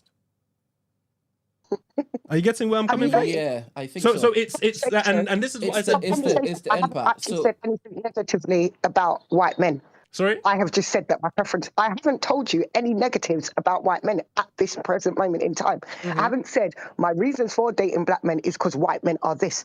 I haven't predicated my argument with any of that. Yeah, so when you keep on bringing fine. it, No, it wasn't fine for you. Because you were the one who brought hate in. No, but because I said if it's just focused on the love, then it's not racist. Wait a minute. Christy's only focused on that. She's only focused on. I'm only focused. I just asked you just now. If I'm just saying I love black women, right? Yeah. That's my thing. Yeah. You're like, but what about the rest of them? Nah, I'm not saying that. If that's just your preference, then that's fine. That's cool. No, but you've just said my default, not preference, an actual default is racist. Wait, repeat that again, please. I don't think he even understood what he was saying, y'all. It might just be he don't remember.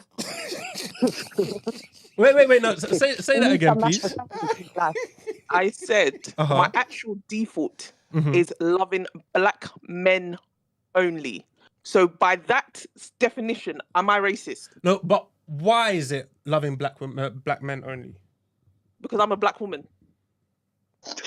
He doesn't understand what that means. No. Would you like me to further elaborate and give you a longer answer? Maybe it's more words you're looking for. I'm because I don't understand. So if I don't understand, then I would appreciate more words. Yes, please. My preference is black men because we relate so much more. Like, I want someone who has a similar shared experience as me. Okay. Not just as a person, but as a person existing in this world that is structured against people who look like us, talk like us, act like us, eat like us, walk like us. That like is not racist. That is not But racist. that's the point we're trying Congratulations. to make. Yes, no. But it's the It's not- packaging. No, you're crazy. Nah, it's the You're packaging. crazy. No, it's the packaging. But no, but don't because try and now pull up Stacey as the one No, who's but now because speaking English. because everyone else was talking about, I don't I want to be with like, how did we bring up 400 years? I want to be with a black person because memory of that's 400 doing years. That's important. crazy. You're cheeky. Wait, no, wait, but Okay, that's let's- what's going on right now. You're very No, cheeky. like, let's it's say that's coming when you're forward. very cheeky. Saleh, Yeah. Saleh, what about the 400 years ignited such a passion within you? Imagine if you was talking to your Russian woman right now and she was talking about Ukraine. Would you have this same passion with her? Oh. I don't understand the question. What are you talking about? We like to complicate very simple things. Like, I don't understand what has me talking about history. Why has that, like, irritated you so much? No, What is it about that particular statement? No, because, like I said, I believe that everybody should give everyone the benefit of the doubt. Once you've met someone, it's go from there. It's go from the moment your paths cross. So hold on a minute. So I'm not in. So I was never in, nor am I in, a social environment where I mix with those people in order to meet those people. So where would I be meeting this fictitious white man that I'm supposed to fall head over heels with? Let's just assume that I was single. Where would I be meeting him? I don't know. Anywhere. Where did you meet? Where did you meet your husband? Through his cousin, who was my best friend. Yeah, and so your best friend could have had a white cousin or a white neighbor, or you could have what sort of question is that? you meet people wherever you meet them, but then when you meet them, I've just told you, my social environment is not of that. I'm not in circles that mix with them. So then it's not gonna where happen. would I meet? No. If white night. You know Wait, why no, this no, thing wait. is getting long? But if Sorry, not to cut you off. But this thing is becoming long because no one is saying that you cannot. It's distasteful to like white men. There has been no argument by Black women that says it's the preference isn't also curtailed by white men are a hard no. We understand the concept that love is love. If I should fall in love with a white man, God forbid, that's not my portion. But if it should happen, clearly there are overriding factors. No, but you see, the God forbid, the God forbid was racist. Because I don't want that for me. That God forbid was racist. God has the final say. I don't want that for me. God But loves if beautiful things, man. And he sure does, but- And God doesn't put anything in our path that we can't handle or He doesn't don't want. So if God was to allow you to, if God was to present that to you, then that's God's wish. If God, And who are we to argue with? Who are we to argue with God? Will, yeah? Please. You're missing the point. I said, when the white girl boxed you in your face, that was God's will. The point is, when Black women talk about their preference for white men, it doesn't completely root out their preference. Yes. When Black women root out their preference or say their preference for Black men, it doesn't root out white men completely. We all understand the concept that love is love, and if a white man should miraculously drop in our life and embody what true love is, no one is going to reject them simply because they are white. Okay, wait. No. When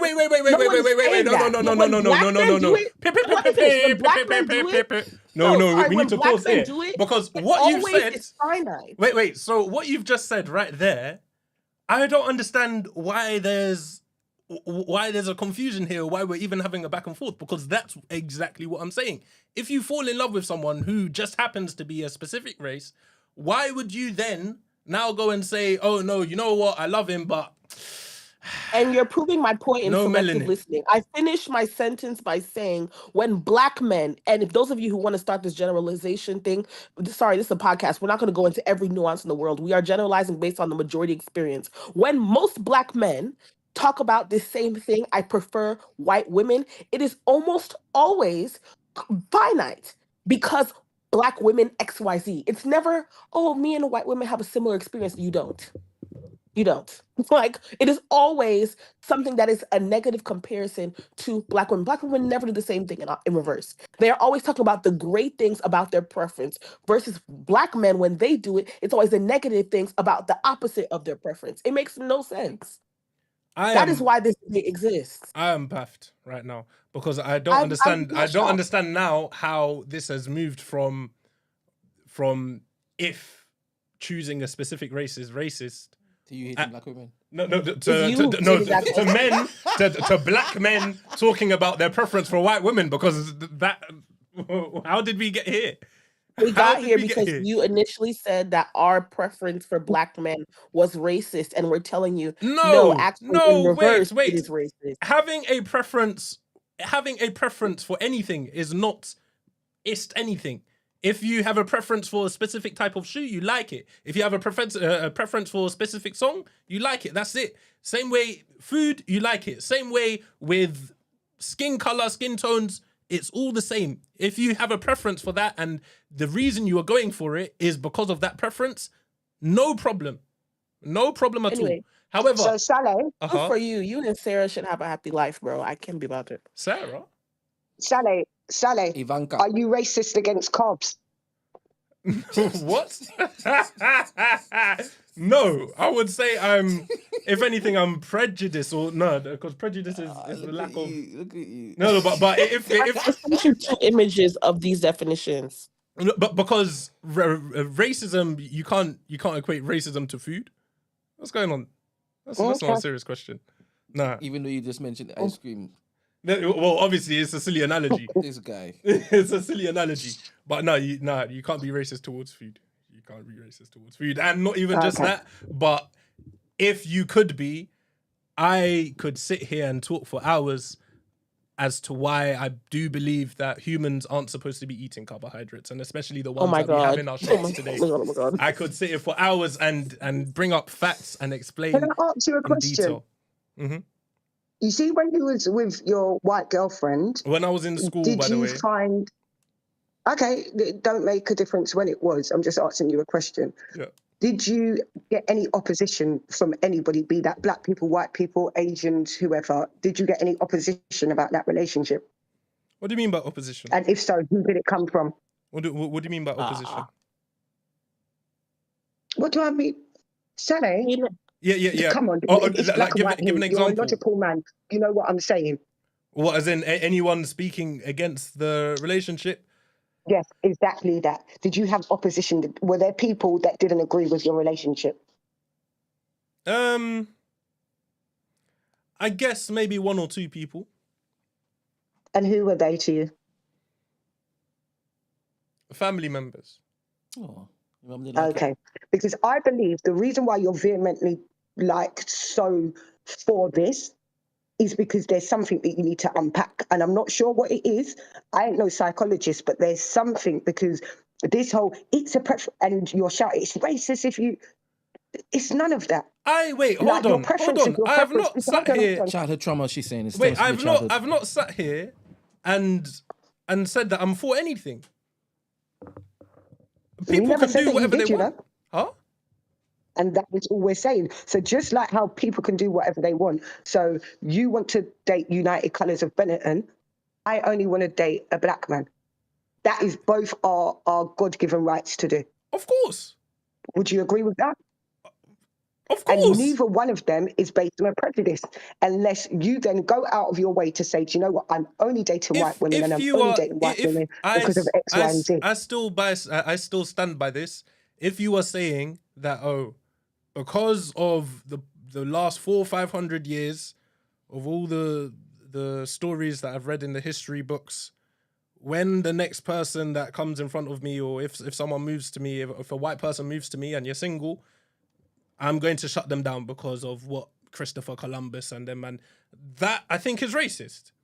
It's all about what is motivating you behind that action. If it is now, you know what, he came, he spoke to me, but I weren't really feeling him. That's a different thing. That's not racist. But so if I'm not attracted to no one, hold on. Mm-hmm. If I'm not attracted to any other race but my own, again, am I racist? No. If you are genuinely not attracted to them, and this is why I think you changed your no, wait, no, because that's exactly. I started for that same thing. No, but that's exactly what I just said. To the homosexual example, I talked about attraction. I told you that I'm only attracted to black women, and then you were like, "Nah, that's racist." Nah. This is how it started. This is what woke up Christine in the first place. Nah, I think if you, I don't mind that you change your mind. I don't mind. Let's say you change your mind. No, if you say you only like, and then even with that as well, there are a lot of people on this planet as well. But if you really Do we believe, also have this vim towards Asians that only date Asians? Because it's very rare to see, for instance, a Chinese person dating outside of their culture, or Indian person dating outside of their culture. It's not about people dating within their culture. That is perfectly fine. Yeah, within your right to date within your culture. Oh, so now it's fine. So now it's fine for me to just date black people. Because it's about the. And I never said it wasn't fine. Everything is fine. Everyone can do whatever they want to do. However, if your motivation to do that is because of Christopher Columbus, then that is racist. You know why this is not shocking that you have this take? Speaking of this 400 years that you were talking about, Ebony, you have to think about the history of racism, beauty standards, segregation, etc. When segregation, quote unquote, ended, right? And people now began to integrate. Who benefited? Not in terms of benefits, like in terms of, let's talk just in the realm of dating, right? When it became growingly more acceptable for interracial couples to become a thing. Black men's, not want to say exposure, but Black men's options expanded while Black women suffered because the beauty standards were still based on white women who now Black men had access to. So it's not shocking when we want people who look like us because that is all we had at one point, and that are the beauty standards that men are looking at, both Black and white, continue to look at. Whereas Black men now have access to both ends of the spectrum, and Black women are still fighting for a chance to be considered even anywhere on the beauty scale. So it's not shocking that that's their stance. Like I'm not shocked by that. I just don't understand what you don't understand about our preference. Like, no, wait. Good morning, Bathroom Diaries. You can respond to that. Hi, the real Bathroom Diaries. Welcome. I'll say something after you reply back to Stacey if you want to reply back. Thank you. Well, I was just saying, or trying to reiterate my point, that it's about the motivation behind the reason as to how you've ended up at this preference, or if it is a preference. Because by saying that Black over everything, if a white man was to approach me, I'm going to completely shut it down, regardless of if I like him or blah, blah, blah. I just personally think, and not just that, but the definition of the word. If that's not her attraction. Sorry? Hold on, guys. Can I say something, please? Yep. So I just been in the comments and I'm tired. I'm tired. Okay. Saleh, yeah. I think what we're lacking, I guess, because we want to understand more, is that it feels like you're not understanding, or you're choosing not to understand, or you're just not outwardly saying how you really, really feel. It feels like you're kind of going in circles respectfully. So I'm gonna rather than do like the ice cream reference or something, I'm just gonna ask you this question just to kind of help me understand what's going on. I'm trying to help dig you out of that hole. But okay, so basically, yeah. So you've got Native Americans, right? Yeah. They're not Black, they ain't white, they're Native Americans. Now, you know that due to history, a majority of their people have been extinct due to Mr. Christopher Columbus, okay? Yeah. So if one of them or their family members were like, you know what, we prefer, even though they might be attracted to other races, but we want to keep our bloodline really pure by specifically dating our own people, and even if a white person or a Black person or Asian person was like, oh, you're attractive, I want to date you, and they're like, no, because they know their history and they want to keep their bloodline pure, because you know what, there's hardly any of them. How can you, or not even how can you understand that and not call them racist because they want to keep their bloodline pure? I think, well, in fact, for very good reason. Really simple. It's either yes or no. For really good reason, history has put very negative connotations around the word racism. What? You can't be that up. Wait, okay. Did we just hear the words that I said? Please describe racism positively. I said for a very good reason. Are we? Don't just listen to the trigger words. Listen to everything that I say. For very good reason, the history has put very negative connotations on the word racist, or we could call it prejudice. I am not saying it is a good thing. I am not saying it is a bad thing. I am saying no. Wait. I am. Wait. There is a stance. There is a stance. The stance exists. Strong stance. Yes, be it a strong stance, weak stance, whatever. The stance exists. Now, I am not saying it is a good stance. I'm not saying it is a bad stance. The only thing I am saying is, if we look at the definition of racism in the dictionary and we apply it to these situations, the because dictionary definition... Because you want to be... Hold on a minute. Because you want to be on definitions so much, yeah? Racist white folk have got Aboriginal people down as subhuman. Do we really want to start dancing with definitions here? Because according to racist white folks, them people there aren't even a human. Yet those are the indigenous people of that land. So let's not always go by definition. Wait. I beg you, please, let's pause. Like, I'm talking about a dictionary definition. You are talking about the opinion of one people on another people. That is, they do not. There is nowhere. Wait. Let me finish this first. There is nowhere. Like, if you can show to me where they've got, I don't know, the Ku Klux Klan dictionary, and they've written that Aboriginal people are less than, then what that would show, the only thing that would show is that according to the Ku Klux Klan, we need to look at the provenance. According to the Ku Klux Klan, they believe this. So in the Ku Klux Klan dictionary, they define a subhuman as an Aboriginal person. They define. I am not saying it is good. I'm not saying it is correct. I'm not saying it is bad. I am just looking at the definition and calling it what it is. Can we look at the definition again? Because I'm reading the definition, and you can't possibly be dead ass. Of racism. Can I please read it for you? Of racism. Okay. Yes, racism. A noun.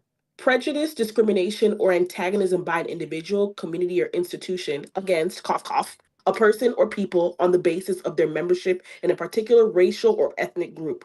Please quickly point out the positive. Wait, it's prejudice. Prejudice or discrimination? Discrimination or antagonism by an individual, community, or institution. So prejudice. Finish definition. At least let me finish the whole sentence. Prejudice, discrimination, or antagonism by an individual, community, or institution against a person or people on the basis of their membership in a particular racial or ethnic group, typically one that is a minority or marginalized.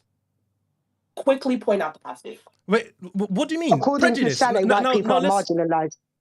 Sorry? According to you, marginalized. Wait. Let's focus on definition. Wait. Because you've already said the connotation has been dramatized. Let's focus on the denotation. I've been saying denotation versus connotation is something that we need to start learning in this space. Let's focus on the denotation. Please point out the positive in this definition. I did not. Wait. I don't understand why you're asking me to point out a positive. You just said, let's focus on the definition of racism. Yes. Right? Yes. And you said that racism is connotated negatively. Yes. I'm saying in response, it's not only is it connotated, it is denoted. The actual definition of the word is negative. It's not a matter of opinion. Well, it's a matter of definition. He said it's had bad PR. He said it's had bad marketing over the years. This is right, but I'm saying just at some point because that's what you just said. No. But then that's basically the same thing because okay, for example, that's what I'm telling you, you can't argue. You're saying your argument is predicated on connotation. I'm saying connotation comes from the definition. For example, when Stormzy started sending, are you feeling attacked right now? Do you feel like a victim? No. I just want to let everybody know you don't feel like a victim right now. No, I'm gonna stand on what I'm saying. All right, okay. Yeah. You don't want me to lock this conversation off? No. All right, cool. Just putting it out there. Let's let it run. Cool. When Stormzy started sending black people to what's it called, to Oxford and Cambridge. Yes. Technically, that's racist. No. But I'm not. No. Wait. No. But what I want people to understand is. Wait. Let me finish, please. Let me finish. Technically, if we are looking at the dictionary definition of the word, technically it would class as racism. I'm not saying I don't like it. I'm not saying anything. I am just calling it what it is according to the definitions of the language that we've been given. That's racism. Okay. Sorry, no, fun and jokes aside, yeah, because that actually just touched a nerve with me. And Saleh, I want you to tell me if you're being genuinely serious about what you're saying right now. Because now I think you're standing on what you're saying to be controversial. I can't believe that you believe this. I genuinely can't believe that you believe it. Because if you don't understand why no. Wait, I don't understand what's going on. Wait, I beg you, please let's get the prejudice. I had to let you finish. I had to let you finish, yeah? Uh-huh. So I want you to tell me why you do not understand that scholarship even had to be created. I need you to, before you even go into the prejudice, explain to me why you don't see the reason why that needed to be created. Now, this is why I am saying that people are allowing their emotions to get in front of them, and you're not listening to the words I am saying. You're really not listening to what I'm saying. I literally followed what I said by, I am not saying it is good, I'm not saying it is bad. I have not actually mentioned my thoughts about that scheme at all. You have no idea what I think about that scheme. I think it was amazing. I think it's amazing, and I think we need more people doing things like that. So you are not listening to the words I'm saying, because I'm not talking about what I think and what I feel. I am saying, like, if we were in a court of law and we're looking at what that is, what do we have the definition of prejudice up? Could we get it? But we're not in the court of law. This is an opinion-based kind of no, but it's an opinion-based thing. But for opinions, like if we were doing maths, we'll have equations, and with equations we can find answers. Now, with conversations, when we're speaking in English, we use the English language to define terms. Now, you have prejudice, preconceived opinion that is not based on reason or actual experience. Preconceived opinion that is not based on reason or actual experience. Okay, so I guess preconceived. It's not based on actual experience. It's not based on actual experience. It's not based on actual experience, is it? The what's it called? So Saleh. So what's not based on actual experience? Are you talking to me? Yeah. No, what's not based on actual experience? The what's it called? The scholarship program. Or was it? Of course it is. I mean, they're seeing that there's a need for it, so he's now created it. They were actively not admitting them. It's not that they were actively not. Well, I guess. You see, without being inside these rooms, although we know. Oh, is that what you did? We know a lot of. All right. Although we know what goes on in these rooms, I feel like at the same time, a lot of the times we choose to just run with the fact that we know what's going on. Yeah. We choose to run with the fact. Or run with the thought process. Because Saleh, so shall we start talking about institutionalized racism within the education system? We can. Shall we talk about the barriers? It's okay. we can talk about. Sorry. Shall we talk about the barriers that have been put in place against Black people? We can talk about all these things, and once again, with nothing I have said, I have not said that these things don't exist. I am saying that if a white man was to move to you and he approached you and he was attractive, you were feeling him and all these kind of things. The white people bit. Let's skip the dating bit. Let's be inside this room right now and let's talk about you saying that Stormzy creating a scholarship that Black people can attend Oxbridge is racist. I need you to unpack that for every ounce of your fiber right now. If we are looking at the definition of racism, It is marginalized. no. group of people. It said it can be. Wow. Can be. Saleh. No. Wait. Did it not say You're it can forcing be? everybody to Like, who are be you fighting very, for? very forensic with the definition. But No, when but, it no, is but that we they're need to be saying, forensic about everything that we look at in life. let me not distract distract you from the question you're referring to. Go on, respond to the question. Yeah, no, it can be, but at the end of the day, racism is treating somebody a specific way, specifically because of the color of their skin.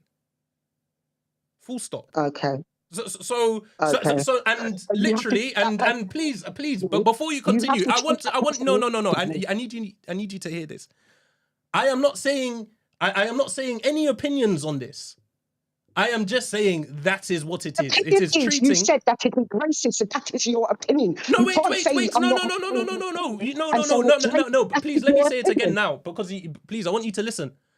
I am not saying that it is. I'm not giving any opinion. I am saying according to the dictionary, what is written for the definition of, or in the dictionary of racism, that is racist. I am not saying that is good. I am not saying that is bad. I'm not telling you what I think about it. I'm just saying according to the dictionary, that is the definition. I might be going mad.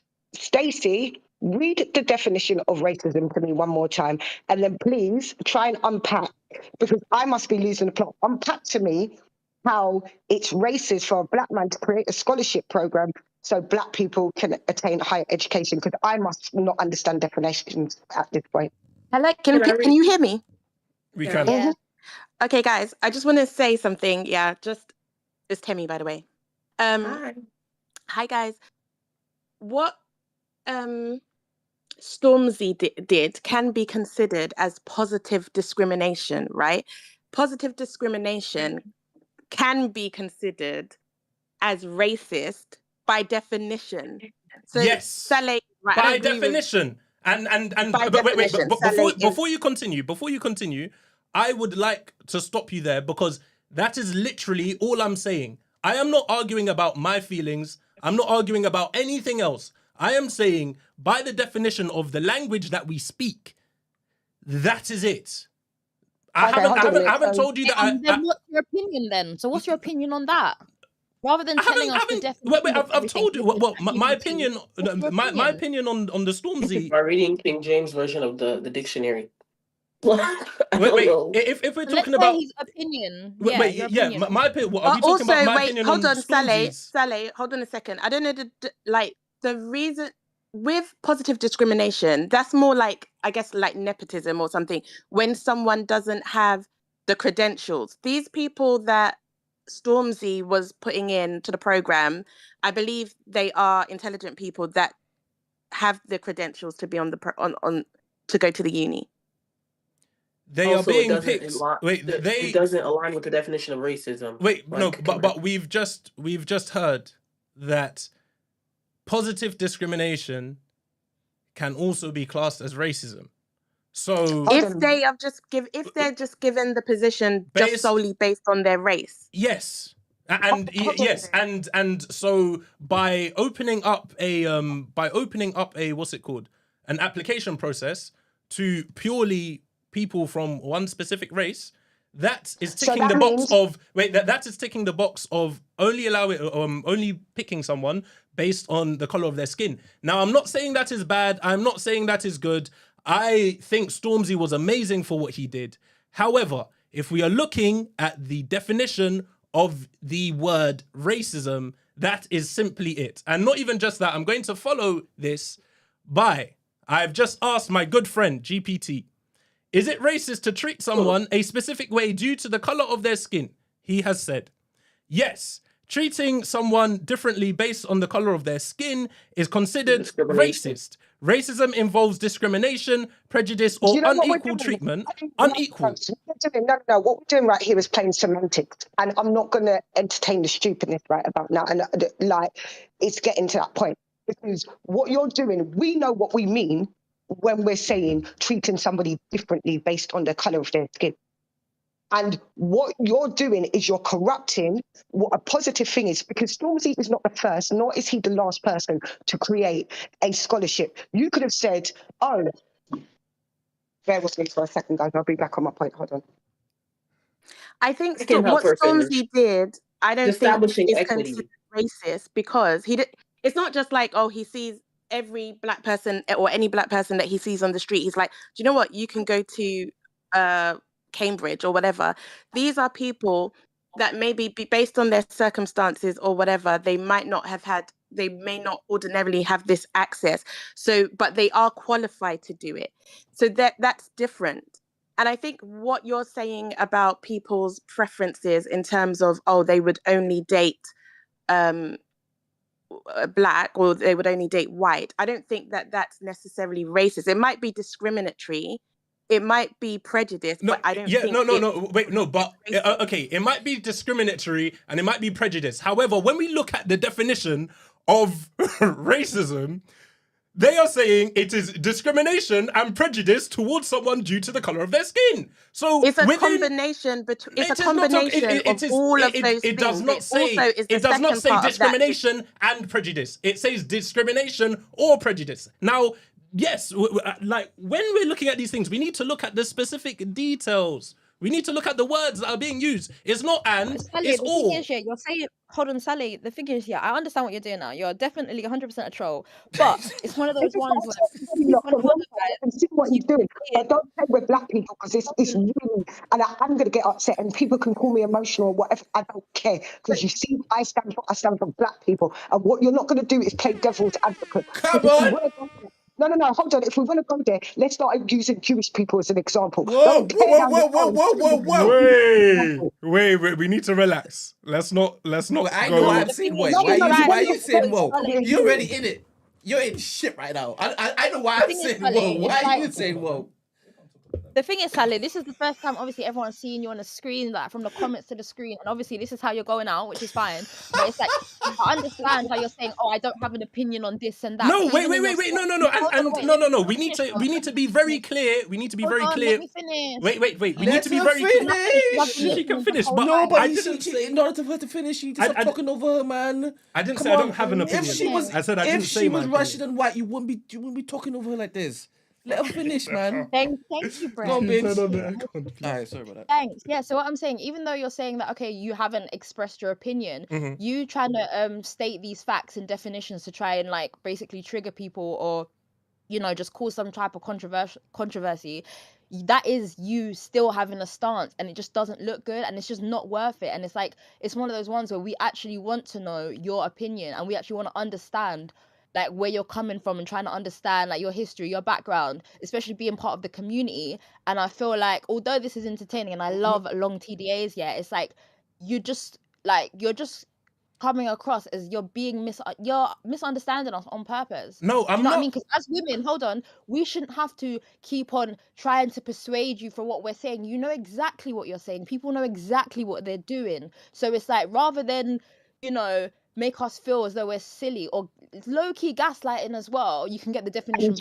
Thank you, bathroom diaries. That's the word that I was looking for.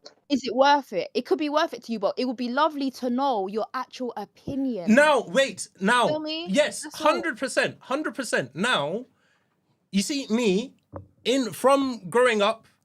When in school they taught us that when you're answering a question, answer the question they've asked you. Now, no one asked me, what do you think about this? Or what do you think about that? The question is this racist? If we're answering the question... I asked you about the Native Americans and you completely ignored that and you said there's positive and negative racism. When I asked you about the Native Americans and your opinion on that, you did not answer my question. I don't think I even got to answer that question and I can't fully remember the question because I remember starting to try and answer it, but then we got sidetracked. So, and I started that by saying... Yes, I remember starting it by saying that there's positives and negatives, and I'm not saying that it's... Well, in fact, what was the question again? But please ask the specific question. Okay, so the question was, because everyone like was talking about the ice cream reference or whatever, I said, when it comes to Native Americans, we all know that a lot of their bloodline has been killed out by Christopher Columbus and the whole slave trade, whatever. Yeah. Yeah, so basically my question was, if one of their daughters or sons would prefer to date their own race and keep their bloodline pure just for the sake of, you know, they don't really have, there's not much of them. If a white person, Asian, black person approached them and were attracted, whatever, but they specifically didn't want to date them because they wanted to keep their bloodline pure, could you not understand that? Could you understand that? Of course, that's what we're of course I understand. Of course I Then how can understand. you And not if there's, understand the black if there's, example? wait. No, I think you guys are misunderstanding me because I am not, and this is the reason. Like, and I would say the same thing about like hypocrites as well. Personally, I'm a hypocrite with a lot of things sometimes. Okay. And that's just the way things are sometimes.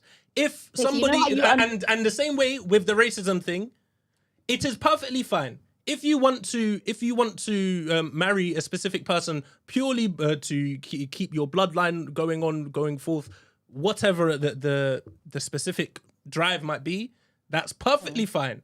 However, if someone was to come and bring a dictionary and look at and in fact, and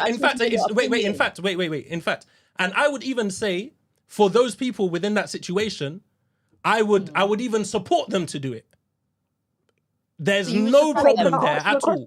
Wait, but let me finish first. There's no problem there at all. I think that's amazing. More power to them.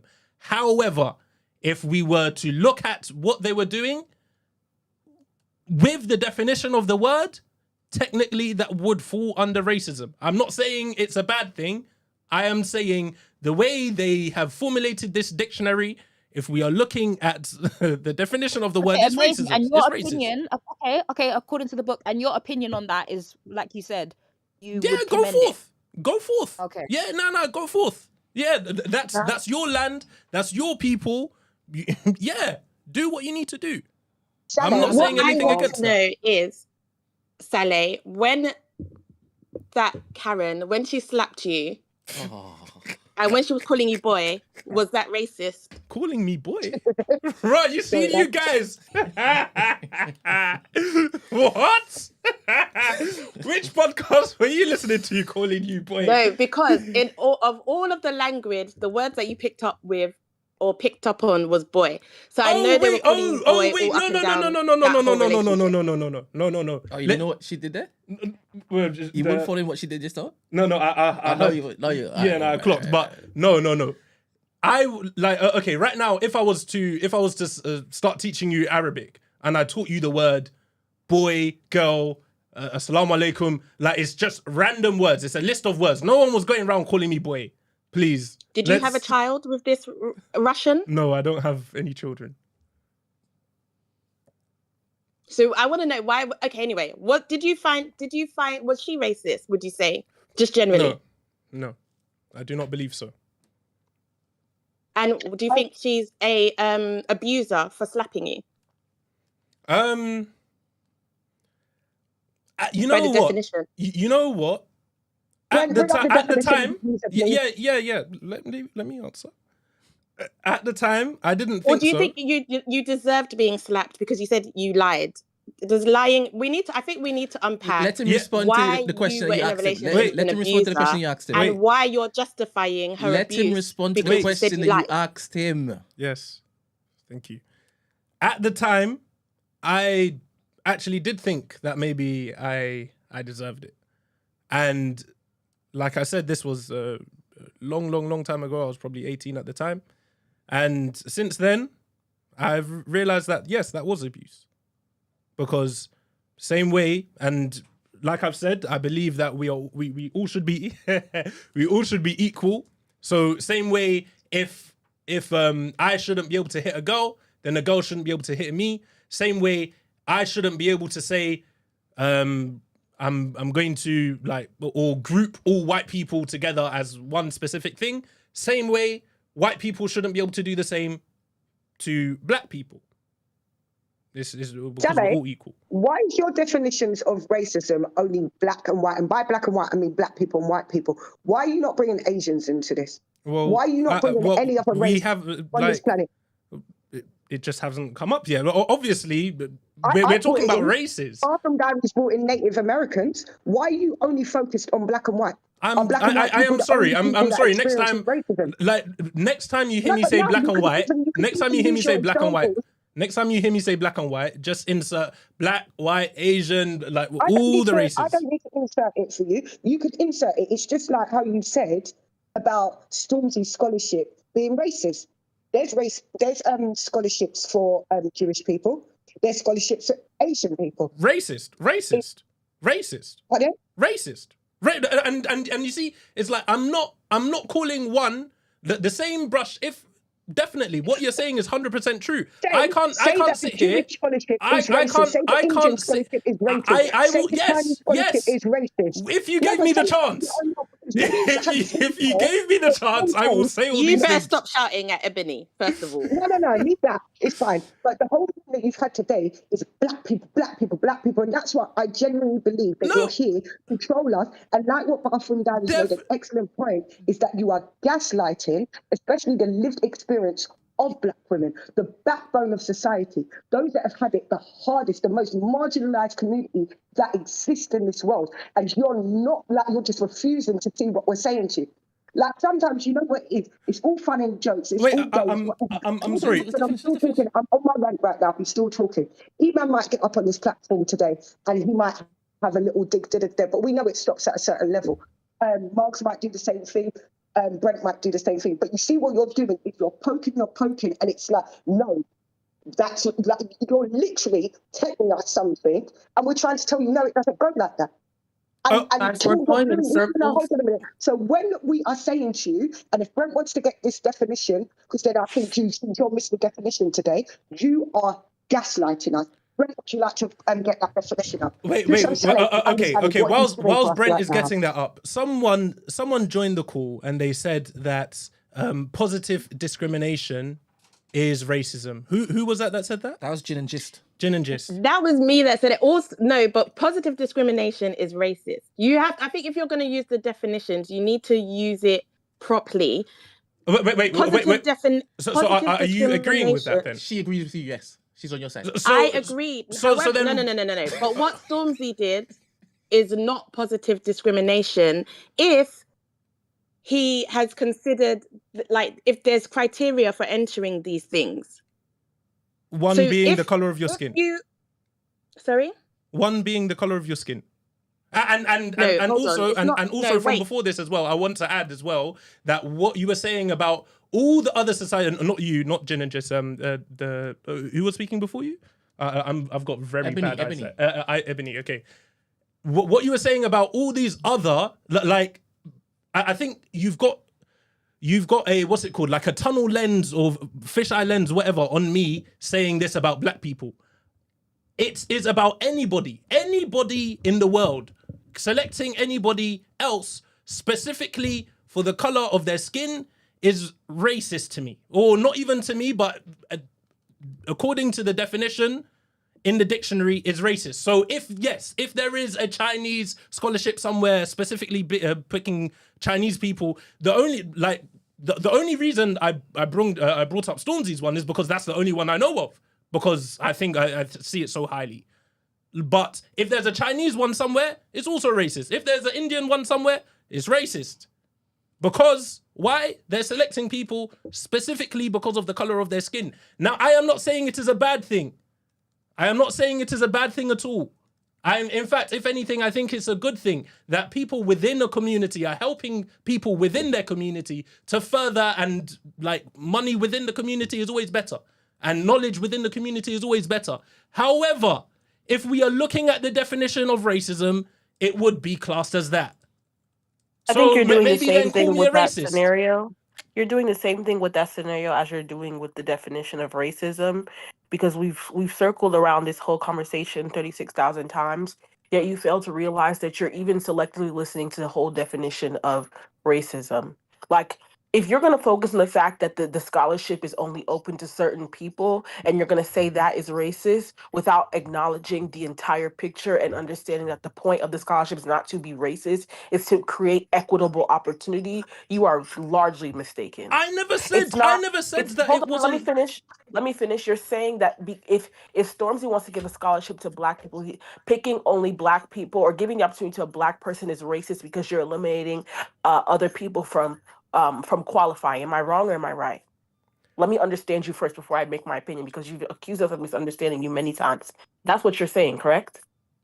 What, that it's racist because he's only picking people from a specific specific race? Correct. That's what you're saying, right? That's the dictionary definition. That's not my question. My question is, you are saying that what he is doing is racist because he's opening the pool of applicants to only people who are of a certain race. That is what you're saying, correct? According to the dictionary Answer definition. The question. That's not what I'm asking you. You just said you were taught in school to answer the question. I'm asking a very clear question. Yes. The question is, if he's only opening the pool of applicants for a certain demographic of people, you are saying that is racist, correct? Yes. The dictionary definition hold on. supports that. That is racist.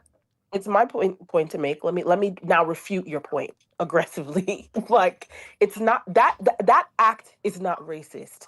What he is doing is not saying, I'm going to just pick a Black name from a hat and that is what I'm going to put there. No, the conversation in that program, and this was a while ago, so I don't remember exactly what it was, but my understanding is equity. I'm not saying that I'm just going to pick any Black person. I understand that in the grander scheme of how job selection works in this industry, a lot of Black people do not have an equitable chance because of things like nepotism, because of things like racism in the workplace, not the concept that you constructed for the sake of this conversation. So in an effort to establish equity, I'm going to pick a qualified Black person to establish equity in these professional spaces. And that is amazing. If you choose to flip that and conflate it as racism, that is your own misjudgment. But that is not the same as the definition that we've been trying to get you to understand this whole time. Please allow me to read it in its totality. The definition of racism, and I want you to listen to this fully, from beginning to the period.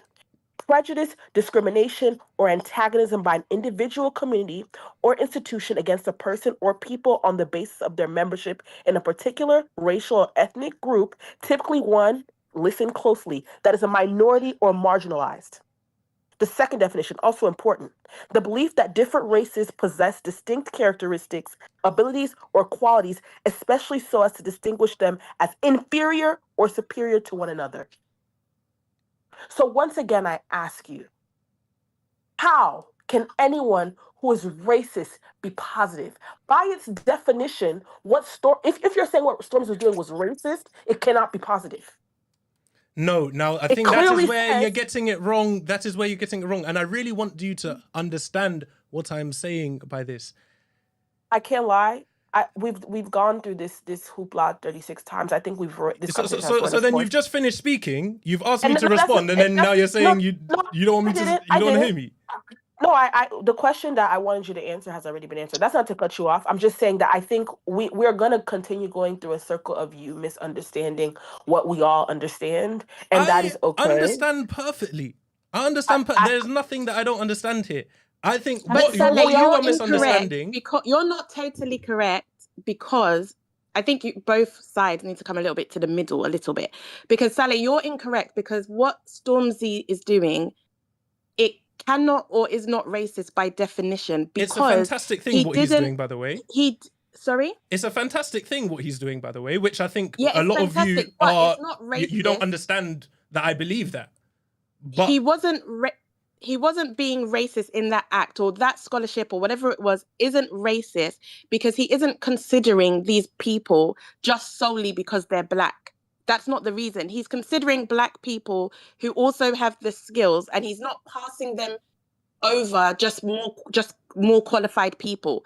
He, like Stacey has just said, it is about the equity, and he's found a group of people who wouldn't ordinarily be given the opportunities, and it just so happens that they are Black in this country with employment in terms of employment law, we are not allowed to positively discriminate. That's actually illegal. And the reason why it is illegal is because it's considered racist. So that is correct. However, there isn't anybody that's just going out there onto the road and being like, oh, I'm hiring all these people just because they're black to an organization or to a program. No one's doing that. Hold on a minute, because Jin, I know what your background was. I don't want to put your business on blast or whatever. Yeah. But there are times, even based on law, that, and it's put down that it's an exemption to the law. So, for instance, if it was a support home for abused women, for instance, they might choose that they only want a staff and support of women. There are certain projects that run that they only want people from an Asian background. They don't want people from this or that or that or this. That's nothing to do with discrimination. That is based on the fact that those are the people that are right for the job. So they can, when they're putting out their application, they can encourage and say, oh, we're looking for, there's loopholes of how they can say it.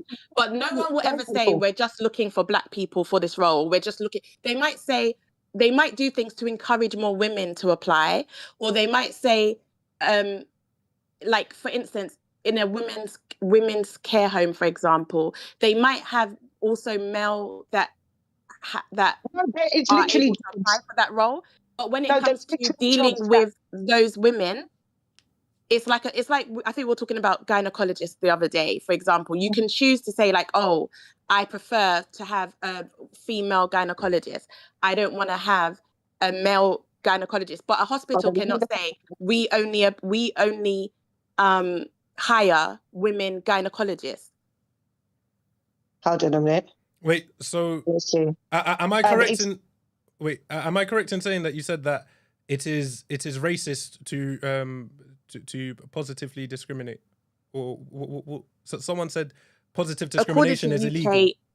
UK law, positive discrimination is considered racist. Okay, that's what I'm saying to you. But under, you can exemplify certain job roles and stuff.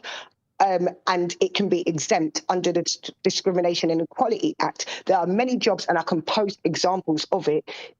These are legitimate jobs that are out there, because, like I said, because of what the specialized skill set is needed, or like I said, so if you're dealing with a shelter with abused women, for instance, and because it's going to take a lot to unpack, that they don't have any male staff working there, none at all. Okay, in the application, I don't know. It could be I've not seen it, but in the application process, will they say women only to apply? There's a bit that at the end that you say that you will see jobs that say they are not subject under the Discrimination and Equality Act.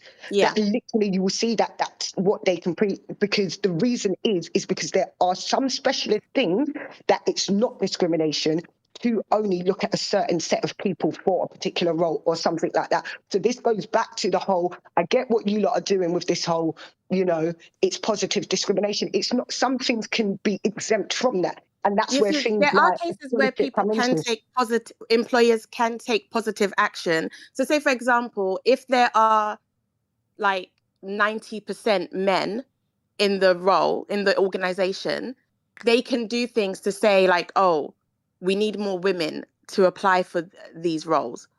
So they might go out, they might put job ads in places where they know it's going to attract more women. They might have a women's, they might have a, what's it called? Like a introduction or whatever they call it day, where it's like women are encouraged to come in, all of these. And there are roles where there needs to be like women will be better suited. Or if, say, for example, if it's a role for a firefighter, they will say, oh, we need fit people. We need people who are agile, for example.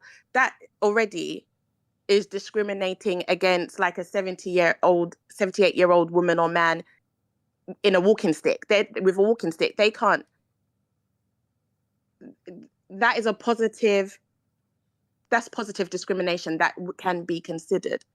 But when you're thinking about saying things solely on just like, I'm only going to give a particular person a role based off of their race or something like that, even though you might look at that and think that that's positive discrimination because it's needed. Maybe you go into an organization and there's only white people there, and you're just and then an employer only wants to interview and give people roles purely based on the fact that they're black, then that type of positive discrimination is what's illegal in this country. That's all I'm saying. And I understand that. I think you guys are not understanding what I'm saying.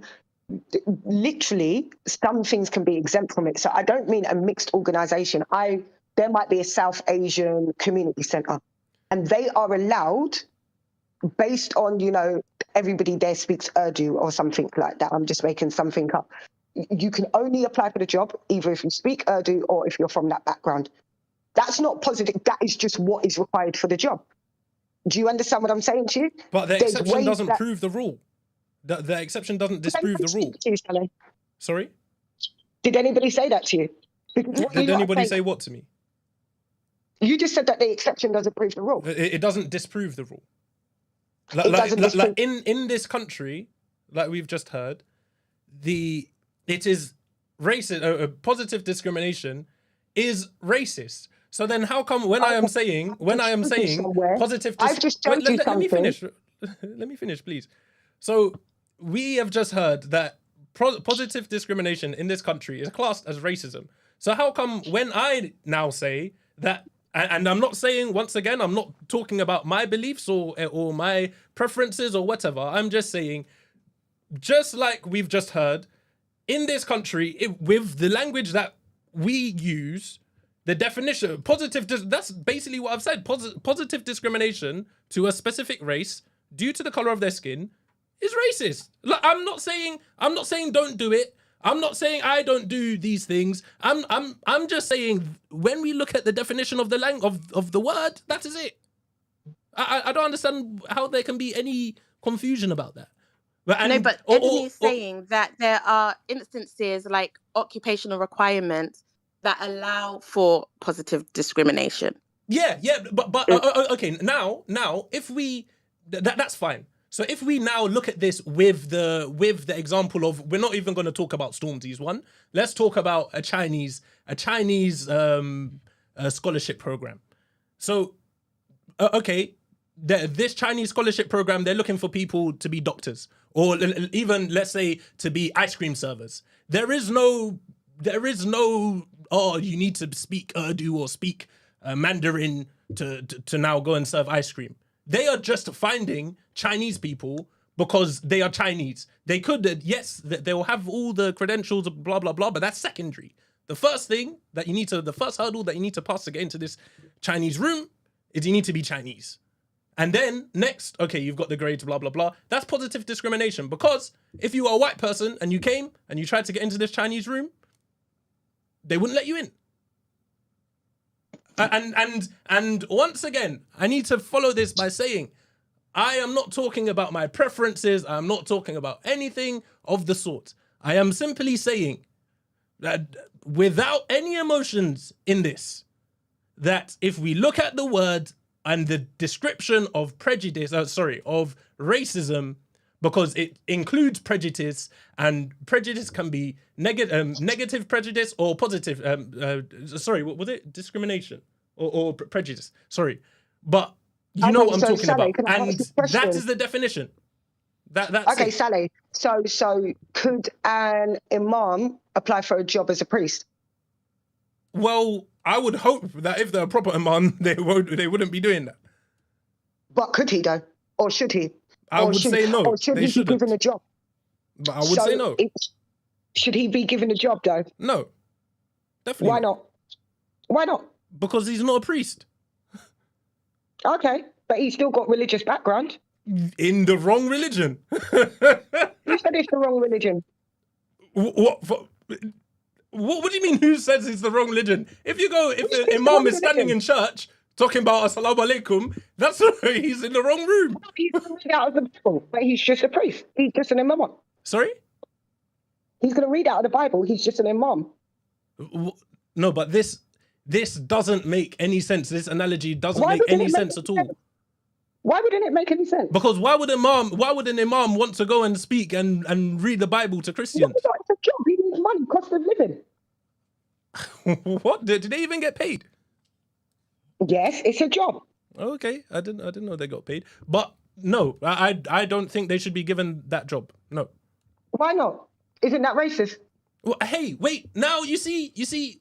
I want us to I'm wait. your question. Yes, it might be racist. It might be racist. But what you need to understand is I am saying the word of racism. I am not saying that I support or so with that specific scenario, I would support that decision. No, don't give him that job. Let's be racist and keep him out of it. Why? Because he is a Muslim. We're not going to now go and start bringing Muslim people in to start leading Christians. And like, that just doesn't make sense. He wouldn't want to do that job. The people in the church wouldn't want him there. And it might be racist, but that would be the best decision. Like, it might be classed on paper as racist with the definitions that we've been given with the words that we use. However, that's the best decision to make. Like, you guys are really thinking that, oh, when I'm saying this word racist, it's like, no, he's being racist. No, that's not what I'm saying. No, it's because you're using a definition of racist, and you're using only a part of what it means to be racist to generalize what is actually just a preference. Sorry? You have used what started off as people just having a preference. Uh-huh.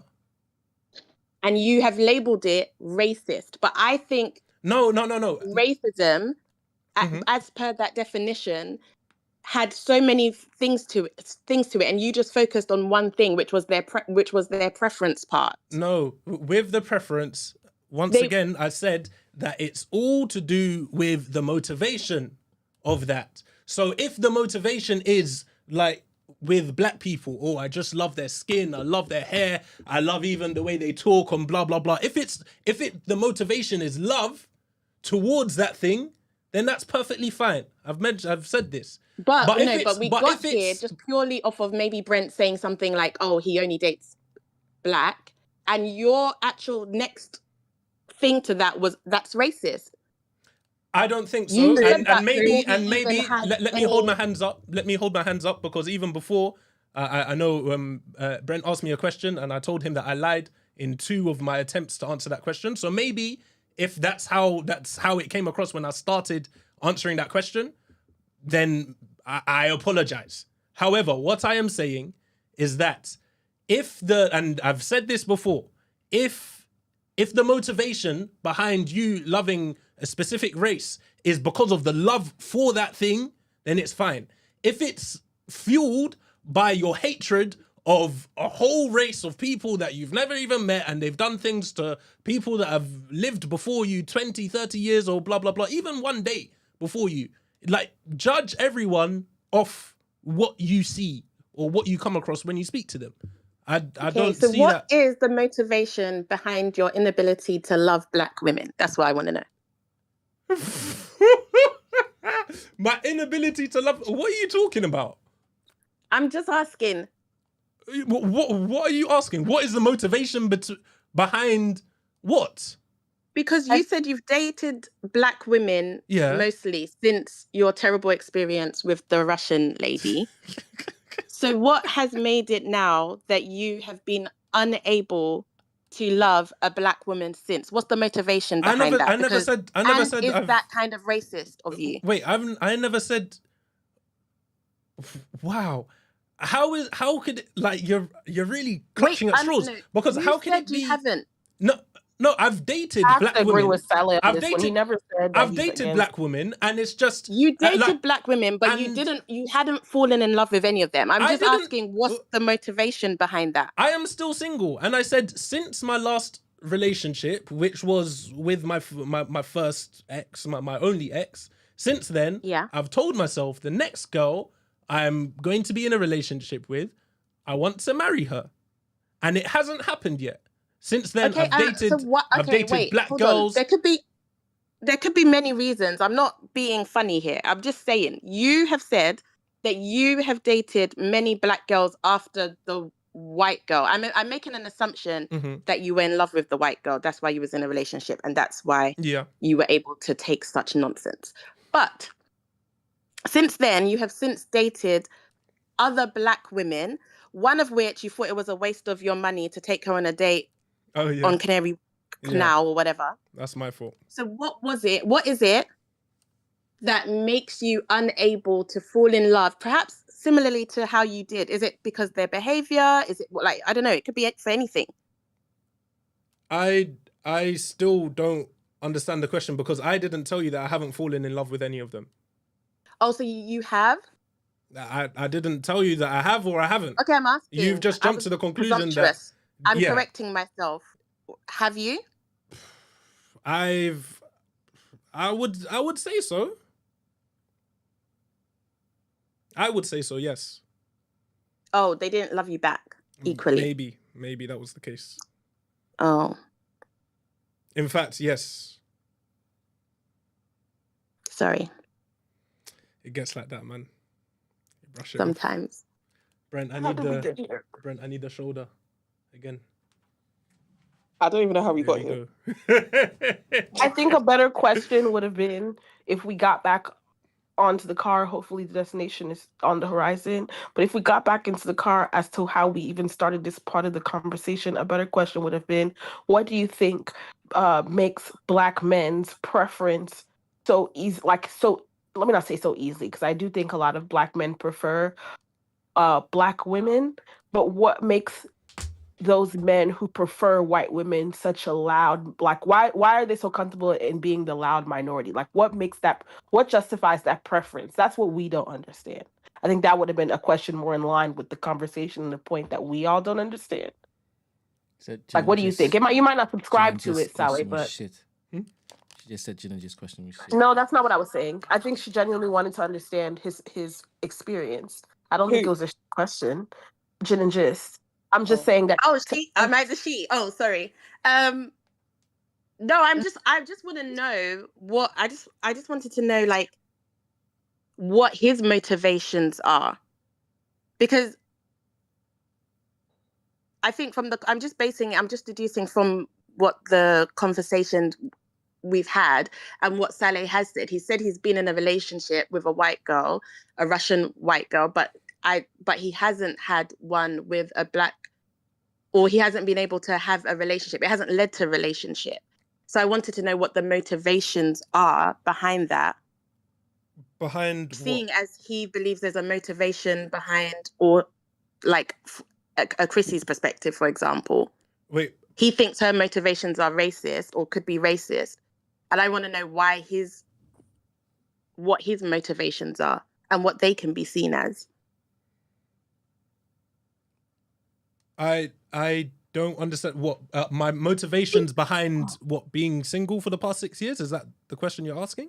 You know, maybe I can help a bit. I don't know, but obviously this is not facts, but it comes across that you just prefer white women, and that obviously you've dated out your race, but if you had a preference, you like white women, innit? And you haven't really said it. That's how it's coming across. I can't lie. He didn't say that.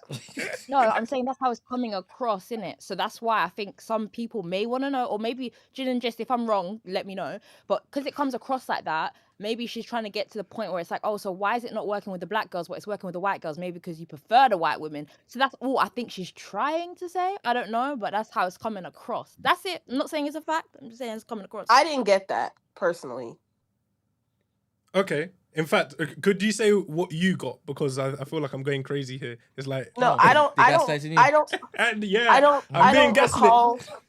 I don't recall you saying that. I think you were making a point that is what we spent the past 2 hours arguing in you talking about yourself.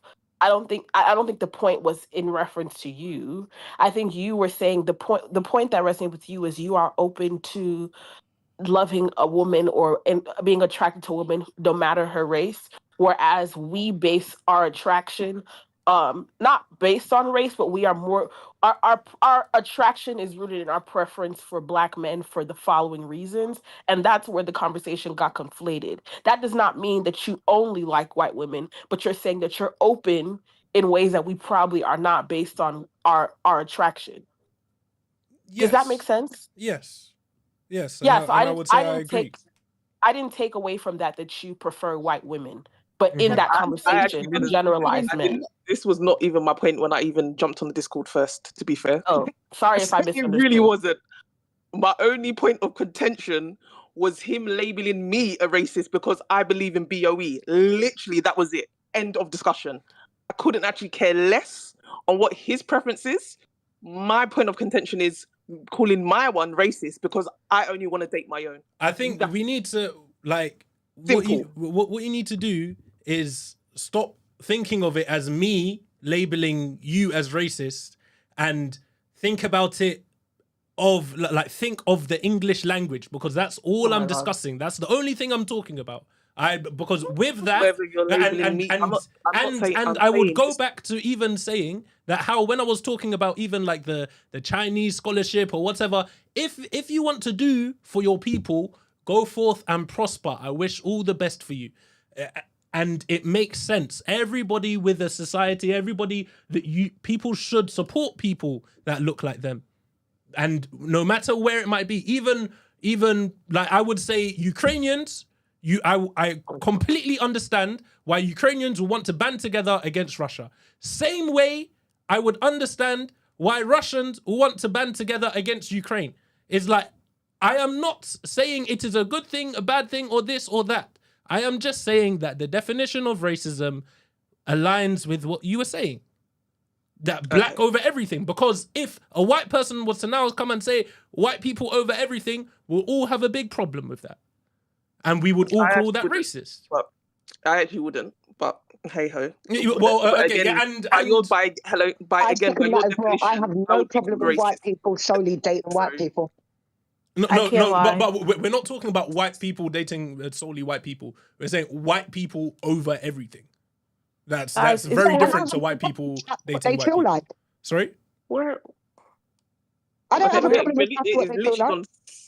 Circular at this point. Literally, that's I'm like, where did the conversation go? Like, and how can we pivot to the exit? Like, where did we lose the plot, and can we return to it and close it? I have no idea because I know. So basically, Please, thank you everybody for contributing to this fantastic conversation. Saleh actually came on today to introduce something, right? So if it is that you can wrap up this conversation by talking to the community, telling them why you're in here today, and what to look forward to from yourself going forward. Okay. So I hope it's been made clear that that's not. I hope it's just been made clear. Just focus on the reason as to why it is that you're on us in the first place. But yes, so I'm here today. As I said, my name is Saleh. I'm a motivational speaker, and I like to, in fact, my aim is to unlock people's potential. I believe that everybody has the ability to do everything and anything that they set their mind to once and only once they have actually decided that, yes, this is actually what they want to do. So for people like this, with plans, I am here to give motivation to the nation. Yes. I'm going to be your local motivational speaker. And if you've got anything at all that you want to achieve, I think that I've been part of this community for a very long time. I support the show. I support black people. And I am here to ensure that we all achieve our goals and get to where we need to be in life.